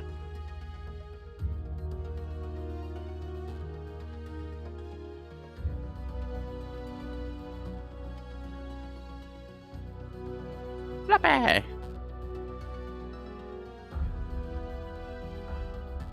And still, I always think when I'm searching, just let me browse the store. Let me look at things that I want to buy. Let me spin battle mechs around, just something. Because otherwise you get locked in here and then it's like, well, now what? Do I just look at my like slight reflection showing because of the darkened monitor? I don't know. Things I consider. Not that I don't like looking at myself and all, but that game, if I wanted to do that, I'd use a mirror. Not like the dark screen you put me in. It's so tantalizing too, that little spinning circle. I don't know, maybe they should just give us like a cookie clicker game here or something. Oh yeah, here's a clicking battle mechs, and then you can like recruit more mech techs and stuff, and then you get a whole like build menu and mini adventure or something. Or at the very least, just something besides like, hey, we're searching. Because really, like, you don't have to lock the whole UI for that. Just tuck it away in the corner. Plenty of other free-to-play like arena shooter style games do it. I think it's War Thunder. What's it? War Thunder, World of Tanks, those kind of games. Yeah, you just queue up and it's like, hey, your match is ready. Click the button. Click the button. If you don't click it, then it's just like, oh, you're out. All right. Terra Therma Crucible. I have wanted to go there for a while, so let's see if we can get it. Probably going to be Mining Collective or Vitric. Toss up between the two. Ooh, people voting Crucible. All right. Most likely Mining Collective, because that's a very popular map. Domination mode is winning out here, so hopefully we'll get a good position where we can sling PPCs. Mining Collective, again, much better for this kind of PPC slingage if we had jump jets. Unfortunately, we do not, so we're going to have to try and rely on some good corner peekage. See where we spawn, and that will dictate kind of how we play the game. Yeah.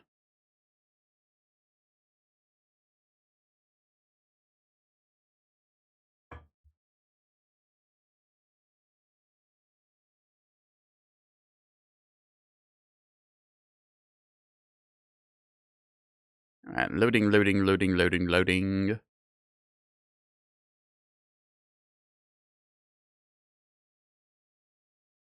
There we go. Oh, joined by Darth Gandalf and Rabbit Squirrel again. Nice. Look at that 007 Sawut. We saw scrap metal on legs. They were a piranha that YOLO'd into a Fafnir a couple games ago, so they might show up again, and if they do, we've got heavy PPCs. Just realized somebody's named Hurricane Farting. Some of the names you get in this game are great. All right, let's drop in domination mode. Online. Sensors online. Weapons Rumor has it online. there used to be 12 rats, reference to, I believe it was, what was it, 11 rats on the enemy? 11 rats with questionable morals. Oh, Wolverine engaged. All right, so we are spawning on this side, which means we probably want to get up top here and then kind of fight for the middle. So that is a bit of a walk. We don't want to cut close here because that means that we could potentially get like deathballed and rolled over there. So probably going to take the long route, kind of rolling around here. We have PPCs that can fire into the midsection if they decide to push up that way. So plenty of options.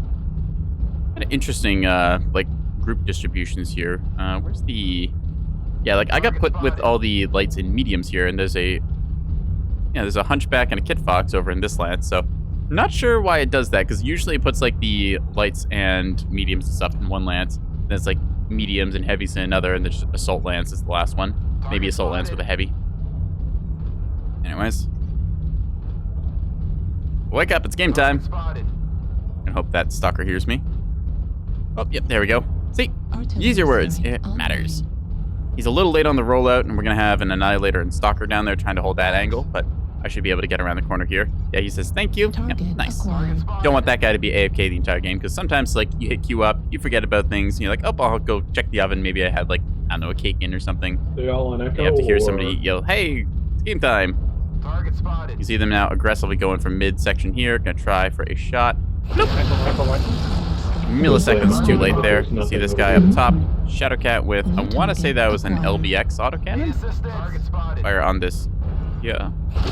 Nope. Unfortunately, did not quite click it just right, so to adjust accordingly. Hello, sir. Ah, he moved.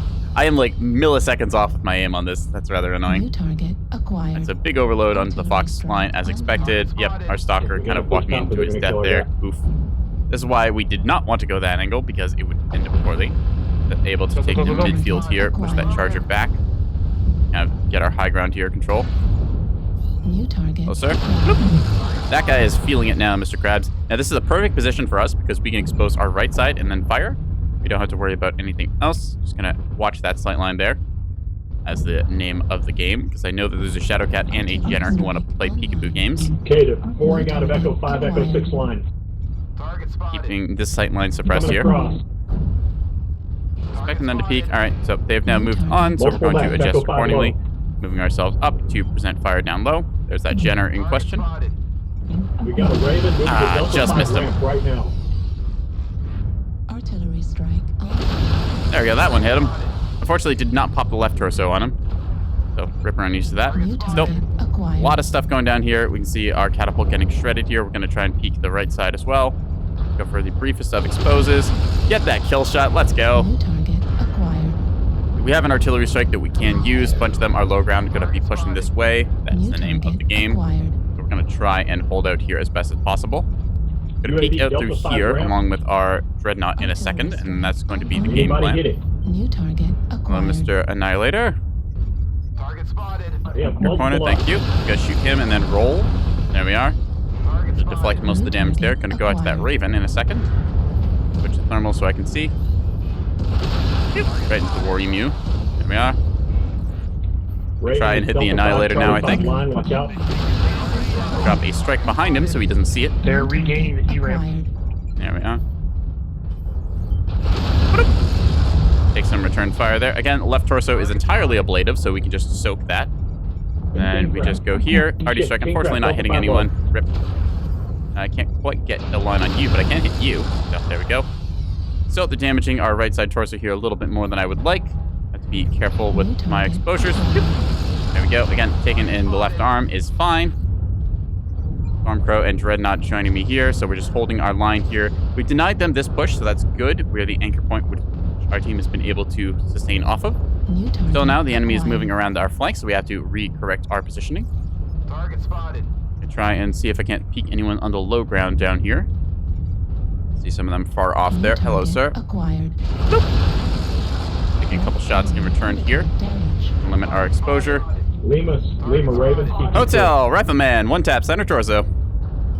New target Call the shot. There goes the acquired. king crab. So again, we're holding our ground here very well. The enemy is starting to poke us from various angles. To not get super duper bold and risky. Oop. That Raven was milliseconds away from get shot. I'm just like ever so slightly with my aim right now. Acquired. So he goes down. Using that high contrast viewpoint here. Hello, Mr. Wolverine. Boop. Just to put a shot into his arm. I believe he's all in the right arm for that Target build. spotted. New target acquired. Alright. Destroyed. Take it in the left side. That's fine. Hello, sir. New target acquired. You're gonna peek me Kill again, I'm something else betting. over here. Right? Yep. There we go. I trade more favorably with my damage than he does with his. Target spotted. Jenner is a issue that I won't deal with right this second, but will Delta 5 eventually. Charlie 5 line.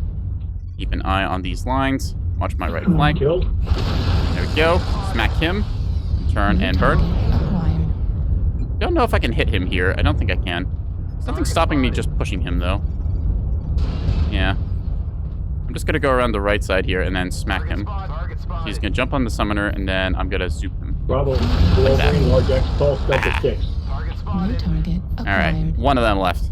One left. Kill him dead. Yeah, that's how you kind of anchor, even with kind of like longer range weapons. Target spotted. There's the Oh, he's Cougar crit on somewhere in there. Can't quite see him, but we got our Kit Fox pushing. Gonna mark him again. Ultra No 10s and torso. Ultra 5s. Interesting combo. A little bit of a Daka. Kind of half the loadout you see for a... Target It's not a Blood Asp. destroyed. I guess there is a Blood Asp that does that, but that's like half the build you'll see for a Mad Cat 2CB variant, I think. They got Ultra 10s and Ultra 5s in the arms, and they work pretty well, so, I mean, hey. Firepower-wise, respectable. 529 damage, but we did the damage where it mattered. We're able to hold angles there favorably and just kind of generally be the anchor point for our team, stopping the enemy from pushing too much, and we're also stripping off armor inside torsos and center torsos and whatnot, allowing our team to get kill shots. Yeah. I'm pretty happy with how that one went. And that's how you heavy PPC awesome. And again, we are frontlining. We are not sitting back somewhere incredibly safe and just trying to rack up value over a long course of the game. Instead, we're just peeking corners, exchanging a little bit of fire, putting down a really big front-loaded alpha strike of 45 damage, and then going from there. That said, though, let's play a little more sillily. The Charger 3K is another fun assault mech in the 80 tons. This thing can fire 4 binary laser cannons at the same time. That said, it is also very hot because you're firing 4 binary laser cannons at the same time. Comes with jump jets, and we put a light 280 in it. It only has 15 double heat sinks, which is not exactly enough. So the main strength comes from the fact that we do 72 damage and we can just kind of click on people and then fire our big Death Star beams. That said, they are very dispersed across all the torsos. So, yeah, hitting your lower ones here, a little bit harder to do, but the upper torsos quite easy. I forget if I have it. Yeah, so I've got it categorized into left side and right side rather than arms. And then I think number 3, yeah, so number 4 is the arms, number 3 is fire everything button. That's in chain fire mode, so yeah. We're just gonna queue up with this. It's basically just oops, all heat sinking everything because we try to not burn ourselves to death. You can take a little overheat damage as a treat. All right, let's get into a match.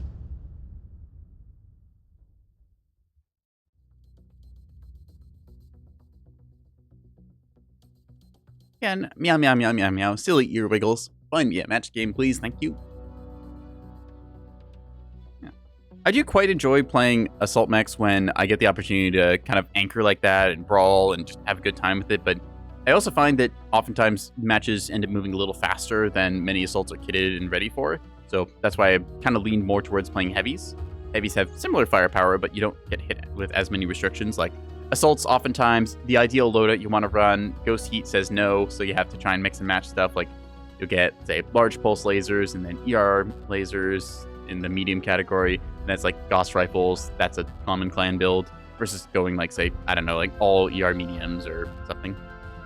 But so it works pretty well for all things considered. So also assault mechs, people play differently when they see an assault versus when they see a heavy. Like the difference between a 75-ton heavy and an 80-ton assault is not that huge in like gameplay terms. But the difference of the icon and what people register it as completely changes their perception. Because a heavy is 60 to 75 tons, and assault 80 to 100. So people just will see the assault's like little X icon thing, and they'll say, "Oh, that's a really big threat. I need to work on that." Versus a heavy, they're like, "Oh, okay, that's kind of a problem. I'll work on that." Let's hit him with that 007. Oh, got that all caps on. Oh, we're joined by 11 questionable rats here. All right. And NekoboyBlue, our ancient rival of undeclared nature. Online. Alright, let's go give him a lasering. So, Sensors online. unfortunately, spawning on the low ground here of Frozen City, so means we'll have to get up the hill to our right here. Engage.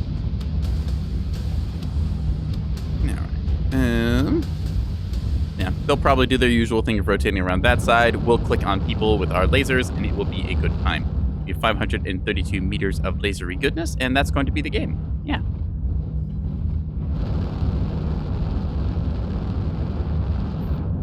You can look around, not seeing really anything. Just gonna marker you.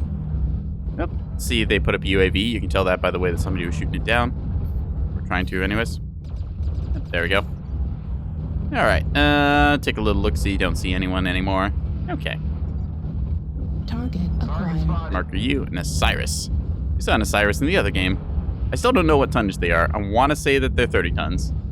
I could be wrong, though. I don't really know much about the Osiris mechs. Other than, I think the name is Egyptian. Target spotted. New target I feel like, acquired. is Osiris an Egyptian god? I want to say they are. Artillery strike. I think I remember this from New Stargate. target acquired. That said, it has been a little bit since I checked exactly the mythos of that. Hello. Okay, you are a target. That. Okay, so we don't want to peek like that because that happens. Ouch, my left torso. New target Right, so acquired. we need to not do that because that was dumb.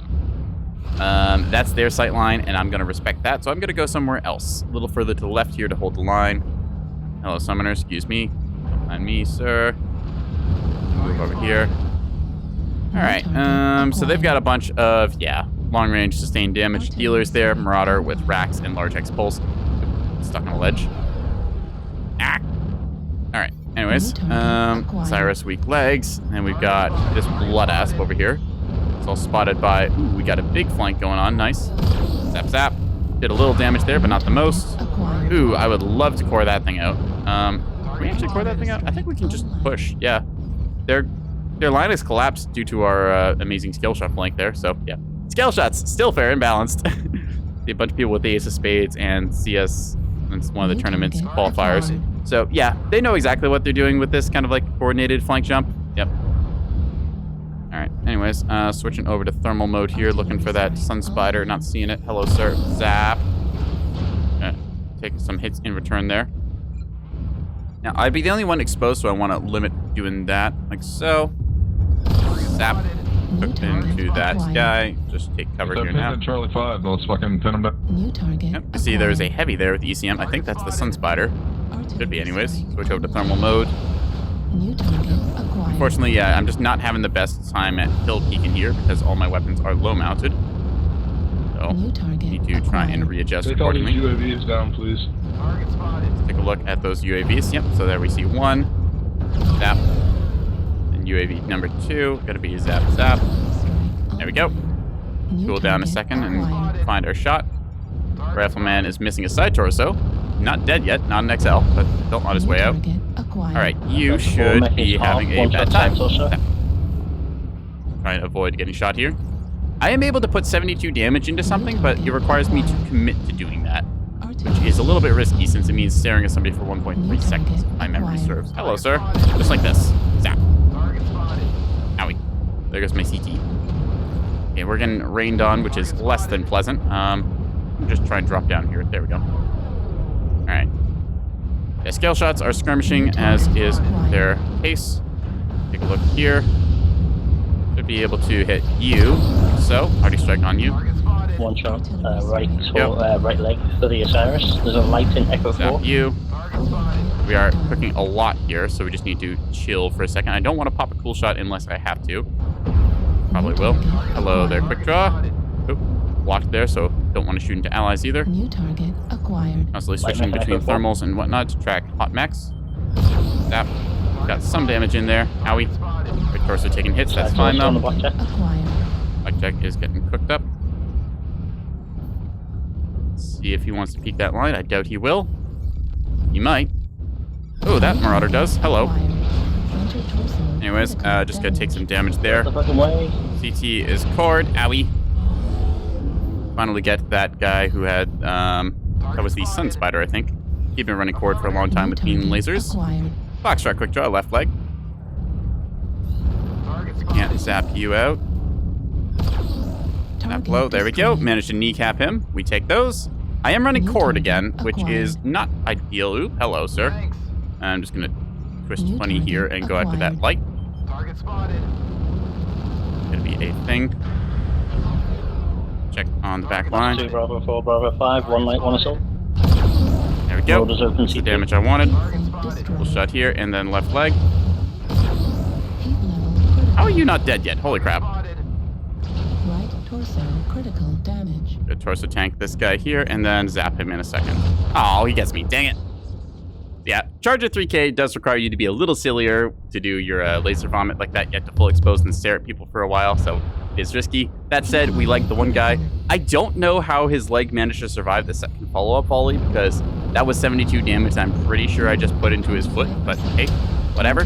We get the win in the end, so GG's. And that's going to be that, yeah.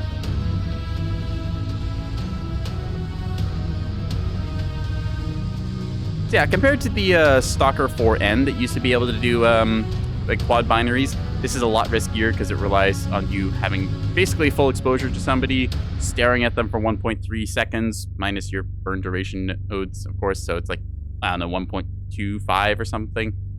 Yeah.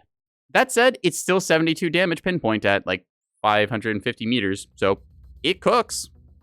Just kind of dangerous doing that. All right, let's swap off some of the big guys for a little bit and go for something a bit lighter. Any heavies I feel like doing today? We haven't done the Splatapult for a bit. Could do the LB20 catapult. That's kind of fun. Again, if there's any suggestions y'all want, go ahead from in chat. I am always taking options. Could bring out the Krail. We have run the Krail before and had some success with that. So I think that psychological damage as we get sillier over the course of stream is the way to go. Yeah, we got our gloriously painted catapult here. The C2 has a perk for the LB20s we're running in the side torsos here, which, if I remember right, is, yep, we got reduced spread, reduced cooldown, and increased velocity, so a lot of very nice perks. I believe that by default, this mech comes with LB2 autocannons, which certainly exist. I don't think I've seriously seen anyone run LB2s even en masse, just because they are awkward. Like, it takes up 3 slots, weighs 6 tons, so it's just an AC2 that's now got spread shots, so you can't accurately fire it anywhere. And, like, it's not great. I'm gonna be honest. I can't really give any justification for it. The AC2 is already, like, there, and then the LB2 just kind of, exists alongside it. I don't even think there's really any, like, big deviation. I guess you can argue that, like, technically you're firing double the projectiles, so you have double crit chance, but, like, that's not worth having shot spread. So that said, 2 LB20s, that's big damage, so I'm gonna go with that. Have fun using these shotguns in this case. Now, I do kind of wish that there was energy mounts on this mech. It would be very nice to have something to go with the LB20s. Could also drop down to LB10s and then rock, like, I don't know, a SRM side. Like maybe like you do LB10s and like a SRM package in the right torso. Or not right torso, right arm. I don't know if that's worth it, though, because part of the benefit is you just get 2 LB20s in this very, like, compact kind of... I don't know, I'd call it, like, the center torso of a catapult's kind of a potato. You just took a potato out of the ground, you put shotguns in it, put on a pair of legs, and then just walk around with that. The missile arms are very big targets and very prone to getting shot by stuff, so you do have to watch out for that when you're running missile builds. That said, though, once you lose those arms, you're a much smaller target profile. It's a lot like the Bushwhacker, where the arms are just kind of there, but once you take them out, then the rest of the mech is incredibly hard to kill. All right, let's go for HPG Manifold Assault. I don't remember if this catapult gets jump jets. I really hope that it does, because if so, then we can do some funny Pop-Tart shenanigans. But see, beating out Grim Plexus by a smidge here. Yep. Tie. Will it be HPG? No, we're actually going to Grim Plexus. Me and my big mouth. Either way, Grim Plexus Assault is the name of the game, so we're going to be bunny hopping on hills here and then making people question why somebody would paint their mech up this way. Answer is because I think it's funny. So there. And in life, that's sometimes all the justification you need for something. You thought it was funny, and so you followed through with it.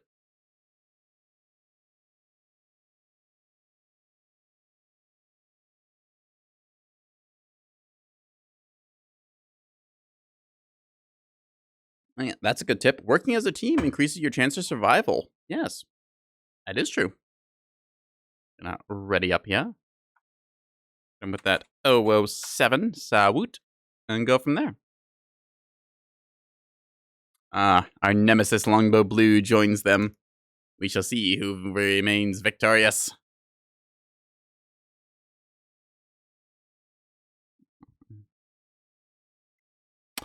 Well, that's what I have to do. I have to get the Highlanders out again, because the Highlanders are a lot of fun. The jump jet quirk they got in the last patch makes them really, really good for just like jumping up and down really fast. So they kind of they kind of have hippity hops.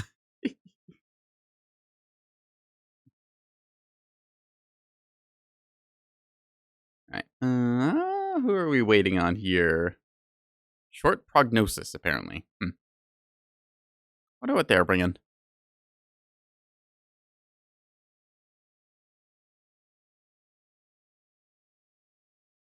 Well, knowing our luck, it's going to be a 100-ton assault mech, because it seems to always be a 100-ton assault mech when they just kind of, nope, never mind, it's a Viper scale shot. We got this. We're in the game. Woo! Talking about some of the audio things breaking for Nekowarrior line. If I remember right, the Windows thing than VoIP anything thing else. is different than the actual in-game audio. It's like Online. two why different my things that kind of headset awkwardly has bundled two together, so different speakers, sometimes it works, sometimes it doesn't. but it All does. systems Anyways, nominal. enable O override, and we'll go into Seattle. So we're deploying here, they're deploying there, so it's going to be a long fight between these zones. We want to get at, ideally, 403 meters, according to our targeting indicator. In reality, we want to be close enough that our shotgun blast hits entirely one component. Now, that can vary depending on what we're facing. Still want to be over like 300 meters, so SRM's our guys. Not sure what that guy said, I was rambling, and I don't care. So. That was probably that herb face feeding you too. Probably. Incubus there with, Override looks like, check. large lasers and ER mediums. Nice pairing. Oh, we do have jump jets. Excellent. Alright, yep, they're just running off and doing light mech things. Like I said, light mechs do light mech things. Don't question when you see one of them running around the map. They have a plan or some course of action that they're very much needing to undertake. So, they'll show up when they need to. That or die solo. It's not your problem either way. Viper scale shot. Again, scale shot kind of wanted to do what we do. That said, the scale shot is not like able to engage beyond its meter. What's it, like 300 meters? Yeah. So, it's oops all SRM mech and has been kind of typecast in that since the inception. Was very overpowered for a while there. Then they got around to finally nerfing it. Now it's like, it's still good, but it's not as like colossally game defining. So there's that. Oh, I think we saw some shots coming after us there for a second. Saw brief flashes, probably about a cannon fire. I'm gonna wait until he comes into the valley. Ooh, hello. Oh, that's interesting. So it's Hellbringer with a bunch of lasers. Does not have the head laser, but does have a Hag in the side torso there. So that's kind of cool for big damage. Probably a Hag 40 just for the maximum value. Anyways, we got a Hoops All PPCs rifleman there. I bet those are like 6 light PPCs. That's kind of fun to run. We fired in a left-right swing. Range quick and skill nose, think it can still hit at 391. I think you can, maybe? But engaging with SRMs at that range is really inviting a lot of your shots to miss because of the spread and stuff with it. It's like, even though like I've got effective range to like hit these guys technically with my projectiles, it's not going to do any damage there. Hanging up an F7. That said, SRMs are like, does full damage or doesn't, so yeah. A lot of it is dictated by the spread. Flanking Echo 8. Anyways, that guy is just kind of chilling there. This is a bit of the standoff that happens. Hello. Arty strike or air strike? Arty strike, okay. So that's a little bit of artillery raining down. Again, my job is just to kind of chill. I don't really need to bleed armor here. No sense in me peeking. I took a look, saw what the enemy was, saw where they were. Now I have all the information I need, and I'm just going to chill and hang out and keep myself fresh for the rest of the game. Because when it comes time for me to do my job, I want to be as healthy as possible so that I just run in and clobber through mechs that have already been wounded. That Direwolf now choosing to push up is excellent. Right on the right There's a level. Warlord as well, so we'll be counter-rotating him. Hello, sirs. Not my job. Fuel at Wow. 25%. No, okay, unfortunately can't pop-tart there. We take a little leg damage, but that's alright. Had to be aware because a Warlord could come around that corner and hit me with AC-20s and snubs, and I don't want that. Sorry, I think they're sufficiently trapped New in that target valley. acquired. Gonna be choosing to peek a little bit here and there, just taking a look to see where the enemy is. We know they're low ground and grouping up. So the Ultraviolet and Warlord come over. New You know, there's target probably a few acquired. of them still on the backline hills there, so we're gonna just peek this corner cautiously. Yep. New There's a target, acquired. light mech, and a heavy as well. Target spotted. Target spotted. Take a look what they got. Yep, so They're you see being our light facing mech us. Watch out, pack dude. deciding to go after them there. They're Have to waiting on be us. careful that they... Target Yeah, so... spotted. What the heck? What is that build? Large X Pulse, light machine guns, and SRM-6 with Artemis and light PPCs, all with laser AMS. That's the dog's breakfast right there. Goddamn. Target spotted. Target spotted. Just, hi. Whoop. New target. Okay, that's the thing. acquired. Ow, that's rather annoying, actually. Critical He damage. distracted me thoroughly. Well played. So yeah, now I'm gonna give ground here because I don't want to get shot. Just gonna... Target spotted. Yep, he's gonna get pushed off, so now I need to retake that ground. Otherwise, I just get drilled in. He's gotten jumped on by our other medium packs. Target Yeah, destroyed. we're doing a really good dispersed gaming right now. That said, the New enemy knows that target we're dispersed as acquired. well, so they Oh, should be able to blackjack overwhelm us 07. in one area. So I just need to be careful and not let them get a New target like that. acquired. See, they're now getting kind of drawn out by all the lights here. That Vindicator is overchasing. Vindicator kind of similar to the loadout we were running before, has MRM-40 and then medium lasers instead of these smalls. New target. Hello, Mr. Warlord, sir. Target This is spotted. a ideal target. I'm gonna present the back just a little more. Might just gonna go for the side shot here. Target Ooh, we do spotted. take the left torso, and gonna plaster that here. He has silver bullet gauss, so we're just gonna drive forwards and then big flank New overload, Gulf target 7. acquired. Gulf Direwolf, good target. Strike. Call the shots, as it were. Going for the CT on this thing. Hello, Mr. Destroyed. Direwolf. Goodbye, Mr. Direwolf. Acquired. And now the Gulf 7 flank is overloaded. We're gonna see them all come around that corner shortly. So we're gonna kill off what we can, where we can. You, for example. Yeah, we got a lot of stuff in 8. Betting your left torso is where your danger is. 7. Gonna open that up like a tin can, and then this guy's trying to jump over me. We're just gonna counter rotate like so, and then he's gonna go down. Never mind. I was gonna kill him there, but my allies already took care of it. I did take a lot of damage though, because a bunch of them cross-fired me. Hello, other catapults. How are you? Can't really see much of that direwolf husk, unfortunately. Need Use some assistance. cover fire. All right, so that left side getting heavily rolled. We're gonna just do a little bit of NASCAR with our team here, trying to Damn, guys. catch up stop and find their rotating. backside. Acquired. The catapult there with LRMs. Gonna try and punish that ideally. Peek the middle here, see if anyone pokes over, which they do. Fuel at 25%. Less than stellar here. So yeah, gonna try and be aggressive with our fast movers here. Catch anyone who is behind on their rotation. Switch the thermals. Check. Unfortunately, not able to get that. Is being captured. They're getting our base, which is not a big deal. It means that they're just kind of nearby it. They need to sit on that for a long time. So again, oop. Okay, that's a very good peek that he did there. It means that he's able to get damage into me without me returning it. Acquired. Target spotted. Echo Warlord left torso missing. Base is being captured. Roger, Roger, pushing them. See if he peeks here, he's gonna be in for a bad time. Critical damage. Okay, we're gonna put up a UAV now. There we go. A lot of snipers set up. We should rotate. Acquired. You are a dervish there. Oh yeah, so Hit him as okay, they don't peek. push that line. Don't push that line. Bad line. Base is being Don't go Gulf captured. 9. We're just gonna try and win across the top here since they have snipers in the back. Gonna look see around. Target Target acquired. spotted. Okay. What can we do here? New Hello. target Lima's up top. Acquired. Sorry. Base is Fall being back. captured. New target Left side. acquired. Double back. Fox 7. There's snipers Base watching. Gulf 9. Don't push it. captured. Yeah, we're just gonna counter rotate here. So when you see the enemy has a gun line waiting for you, you don't dive into it. Instead, you go for the places they're not and try and drag them out. They are putting us on the clock by being on the base, but we're able to pick them apart slowly, piece by piece here. This blackjack should pop as soon as we get that side torso. Blackjack's ready. So, see if we get it. Oop. No, just barely Center. missing. New target Center kilo. acquired. The Sun Spider did not know where we were, so we are gonna pick Torso him off for damage. free. Target spotted. Oop, into him.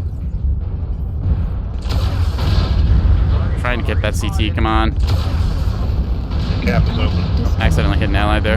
Bravo, Blackjack, side torsos. LBXAC destroyed. He's a light engine, that's unusual. Oh, crap. Okay, so now I'm getting Torso picked off here. critical damage. Need to try and find low ground that I can hit them with. No! Unfortunately, I don't have enough health left. Darn. Only 293, but still interesting engagements there. I was able to get some chip damage into targets. Already the Take a look base. at our fast move and see what they can get. Target destroyed. Yeah, Blackjack goes down from Okay, being dropped an along. already on the base. Light New engine, rather. target acquired. Hotel Warhammer running cord. They're just Well, that's chipping away at fast. the base here with arty strikes and whatnot. Going that urban mech going in here. But Hotel Warhammer. Trying to call a shot where I can. Guy's kind of piecemealed here, trickling in. A bunch of their heavy assets are still alive. Well, it's reduced to just most of our light stuff. Might not win this. They managed to take a pretty good position there, holding. Skate is still very healthy, though. He just needs to get into the fight. Where is that guy? He's something. There he is. Yeah. Problem here is that our team is engaging a bunch of different targets at once, so they're kind of getting piecemeal, taken apart. Cyrus is doing pretty good, though, with pulse lasers. Even though he's facing a large laser guy who should just be able to watch his legs. Yeah, like that. There you go. So, unfortunately, we're down to just the cicada now. Stuff. He'll probably get this quick draw if he hits this last shot. Oh, maybe not. Nope, he missed his shot. Rip.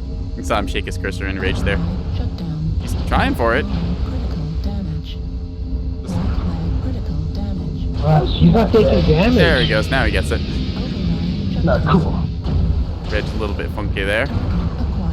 Guys trying for it. Respect to him for gaming it, but still, there's only so much you can do against such a force. Pop, pop. It's going to be GG, 8-12. I think they're all CT. Alright. Still, very close match. A lot of them were incredibly stripped out. We just lost a couple of our mechs kind of going there, so yeah. Tried to do a bit of comm work where we could. Unfortunately, yeah, I did end up hitting an ally there, which I feel kind of bad about, but yeah. That was a weird one where he's trying to PPC snipe that quick draw. I don't know why his shots weren't registering. Maybe he just like hit the leg or somehow managed to like swing through both legs. Strange. All right, either way. Let's see. Feel like I'm kind of winding down for the day, so we're just gonna play something a little less aggressive skirmishy. What do we want to go with? What do we want to go with? Plan side something. Could go for surgical laser. You know, I don't think we've done like, well, we've done like a blood ass laser vomit, but we've not done like the Ebon Jaguar laser vomit. Let's bring up the Ebon Jaguar and do a little surgery. That sounds fun. All right, that was a very fast one. Let's go for a Vitric Station Assault. Yeah, that was fun.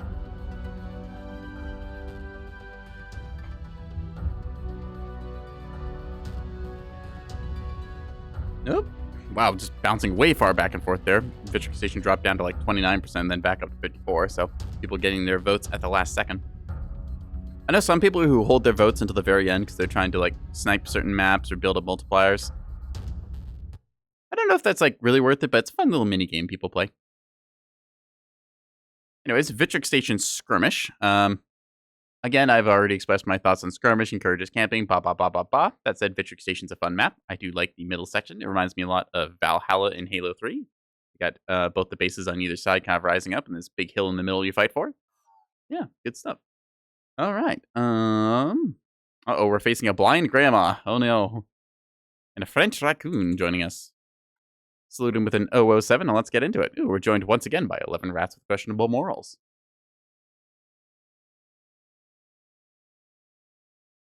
So, with our laser vomit build here, our goal is to pretty much find like a component on the enemy mech that we don't want there. Well, we basically just look at something that doesn't need to be there anymore and then remove it. And usually that thing that doesn't need to be there anymore is whatever's the biggest component on the mech. So like if it's a hunchback, we take out the hunch. If it's, say, a Atlas, then we try and take out the side that has the most weapons in it. Stuff like that. Or, you know, you look at something like, what's a good example? Mad Cat 2 with its Daka arms, usually. Online. Try and knock those things out. Sensors online. Weapons online. All systems. All right. Oh, override engage. Let's drop in and get them. Let's pick this side. I don't think it makes too much difference, but we'll go this side since we want to stack right anyways. We have a laser up to our top left here, which goes zap, zap, zap, zap, like so. Yeah.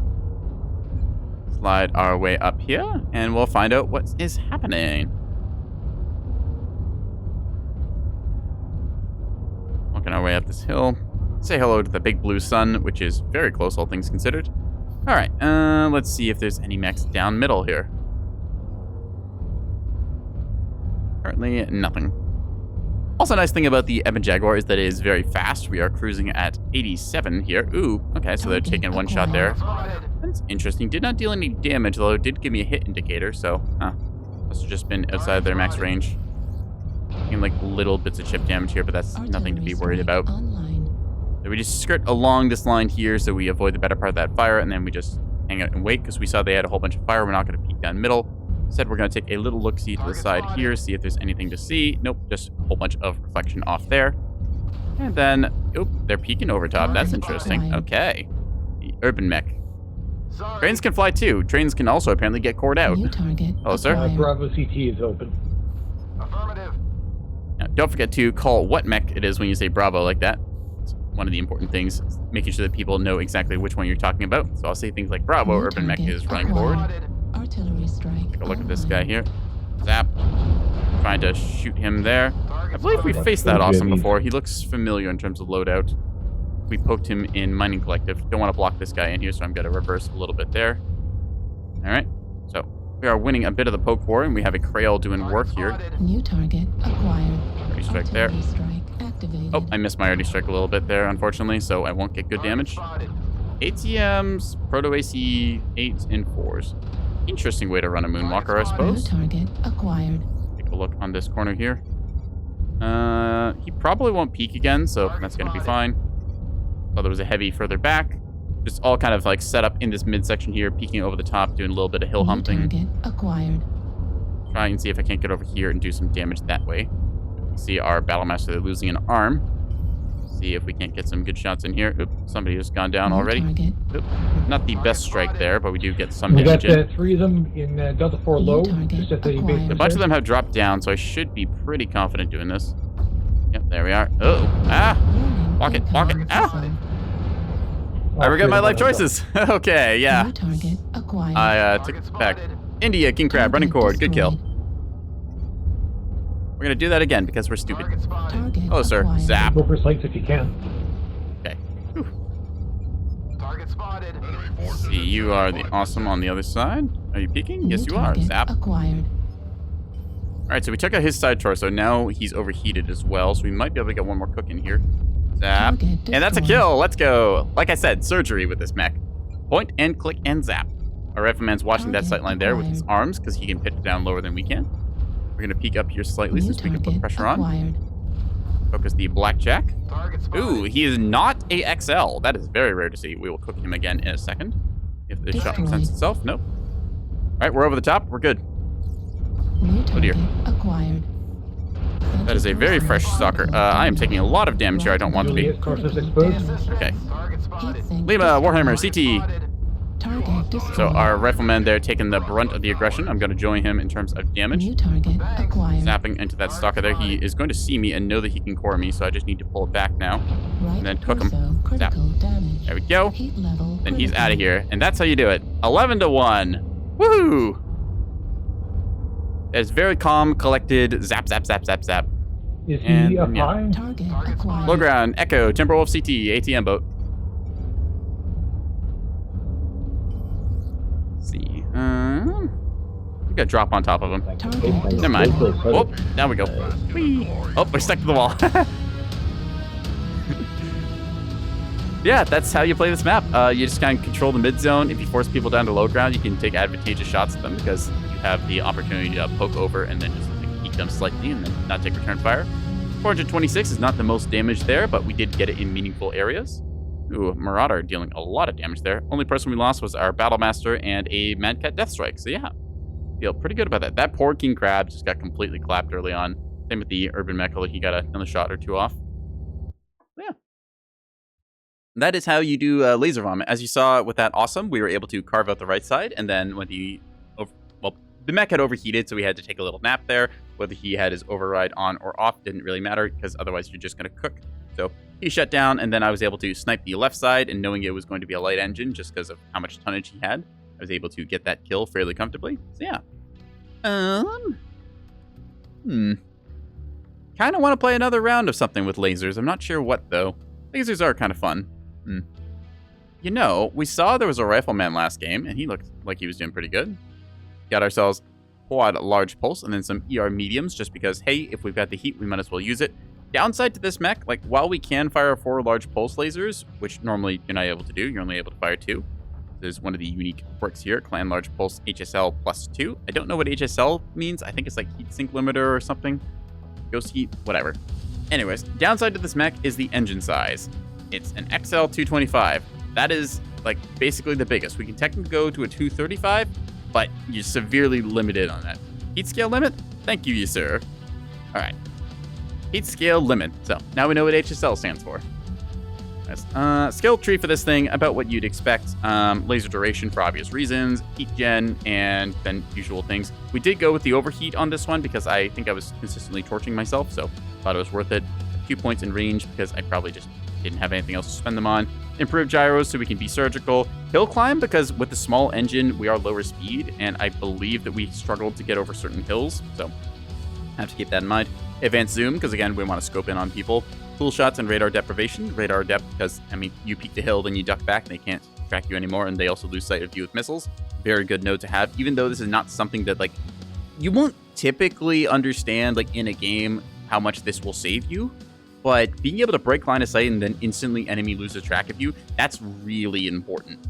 Information is power. So, we're going to go ahead and load up our little cowboy gunslinger here. And I always call mechs that have weapons in the arms cowboys. It's just, you put most of your tonnage there, like it's something like a Phoenix Hawk or whatnot. It feels like I'm just a cowboy with 2 6-shooters going pew pew. I don't know if anyone else has that terminology, but that's what I use for it. I guess with the rifleman, it's a little higher up and you are just, you know, a base defense turret. That is pretty much what the rifleman kind of amounts to be. It's like, what are you? Well, we needed an anti-air gun, and I'm what you got. Other things like the urban mech are, well, those are just literally base defense turret that grew legs. All right, searching. You know the magical ear wiggle will get us a match. Come on. Yeah.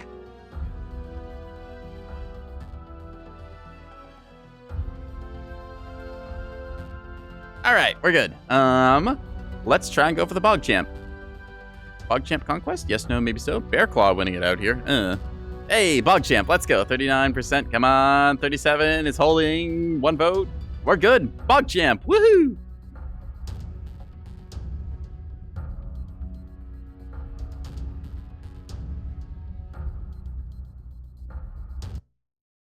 All right. I think that this might be my last one for the night because I am getting very hungry and I do need to go make myself dinner and stuff. So probably try and go for a good one. Might do one more depending. I don't know, but we'll be wrapping up stream shortly after this. Yeah.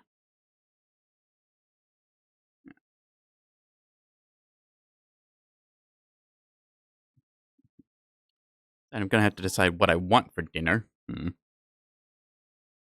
always that moment where it's like you feel you're hungry, but you don't really know what you're hungry for. So you have to kind of try and like interrogate yourself. You're like, okay, open the fridge, look at what you got. It's like, do I want like hamburgers? Do I want hot dogs, pizza, something like that? Do I want to like make a lasagna? I don't know. There's other times where I'm just feeling a little peckish, so I'll just like cut myself a little piece of cheese, and then like maybe later on I'll have like some lunch meat and then maybe some grapes or something, just kind of grazing. All right. Everyone is connected. Let's get it going. Fire in my laser. Blarg! Reactor online. I don't know what they just said. Online. Sounded like background noise to small children. Online. Or it might have been a puppy. Hard to say. All systems. Honestly, huskies and small children share a lot. There's a lot of screaming and yelling and whining. It's really hard to say what is the difference. Anyways, we'll wiggle our arms up and down here. Yeah. Anyways, zap goes that. Zap goes that. That's the way our lasers work. Yeah. Oh, that's a very pink mech. Huh. Hellfire VO. Whatever that means. So, I will say this, with the riflemen, you kind of have a narrow field of view. Like, your left and right side is a little bit kind of, like, focused in. Like, if you zoom in like this, it's no issue or anything, but you do have a lot of verticality as well, which is very nice when you're trying to shoot down UAVs. Yeah. As far as mechs go, like, the only downside to this thing is that it's slow. Besides that, rifleman feels very good. 4 large pulse lasers is pretty good. Zap, zap. You can also just do this. Yep.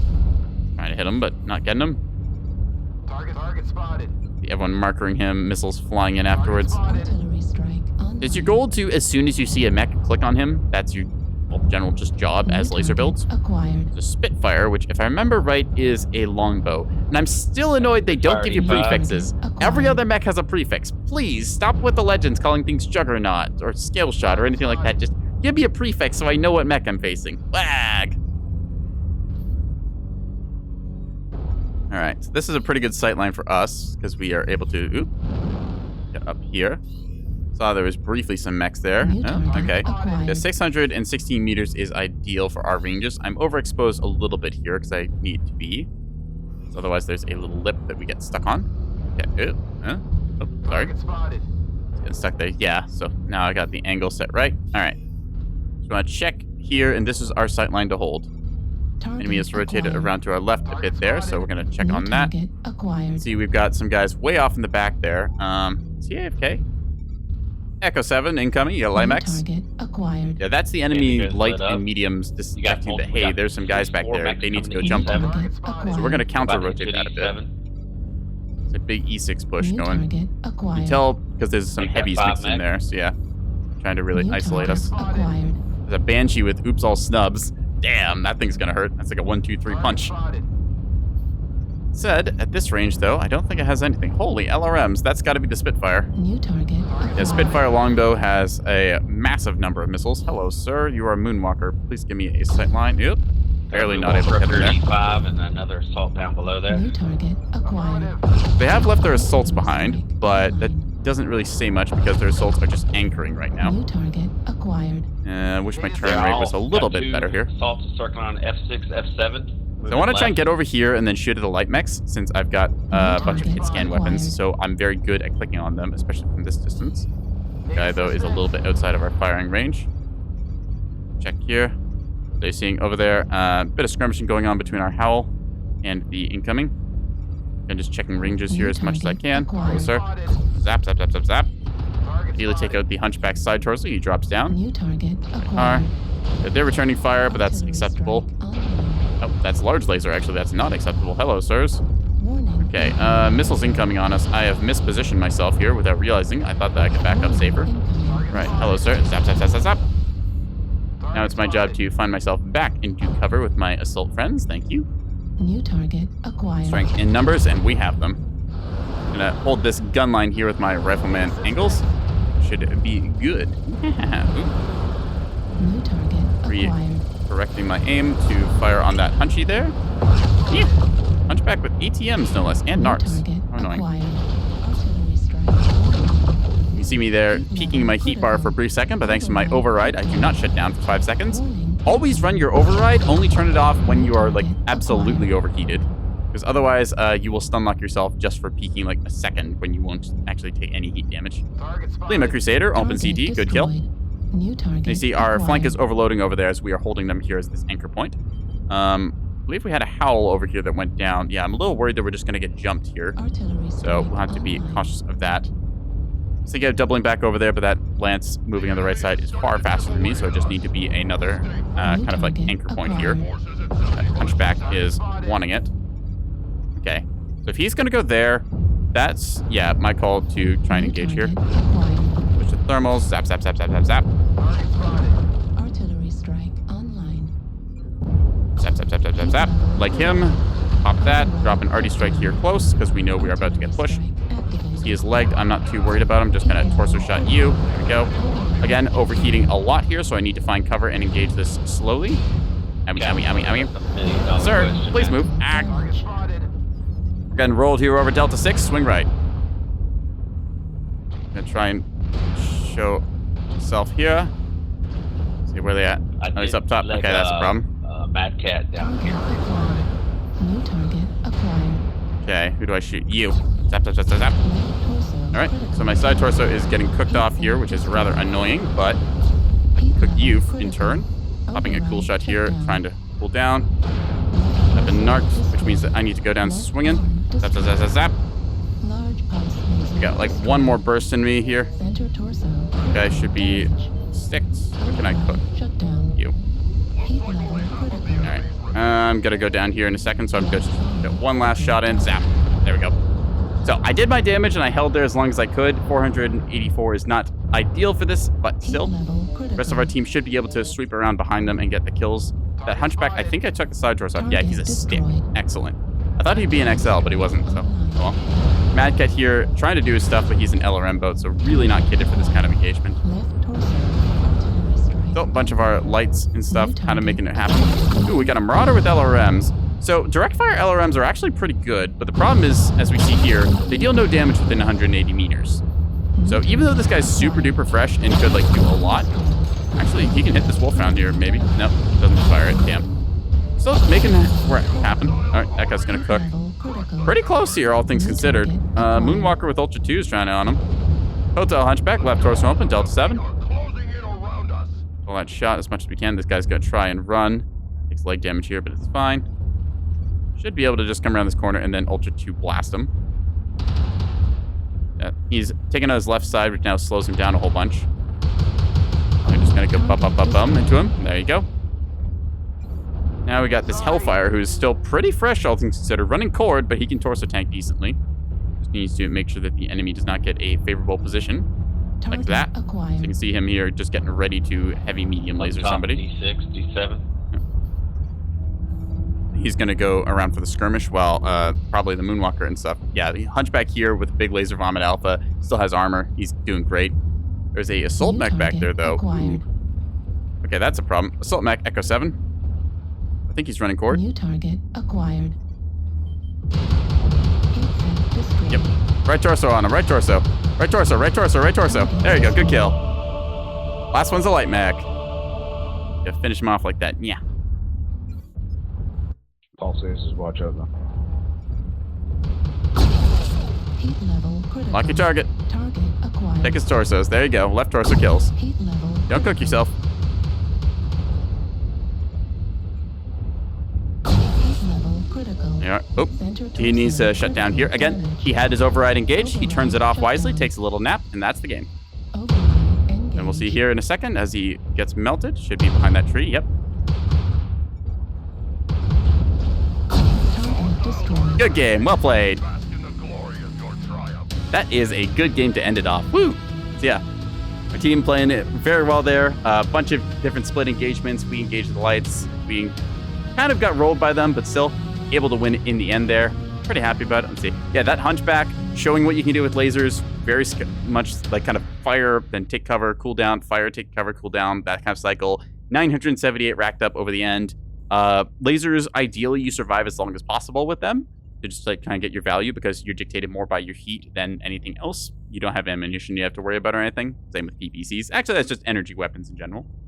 Yeah, very good game showing a lot of the kind of like interesting split fights you can get. One of their scale shots got like 1,000 damage. So yeah, goes to show just how much these things can slap for still.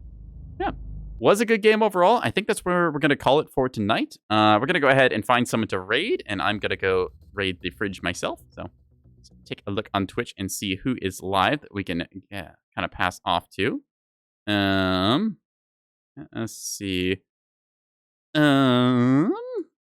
Let's see. Anyone I know streaming right now? Meow, meow, meow, meow, meow.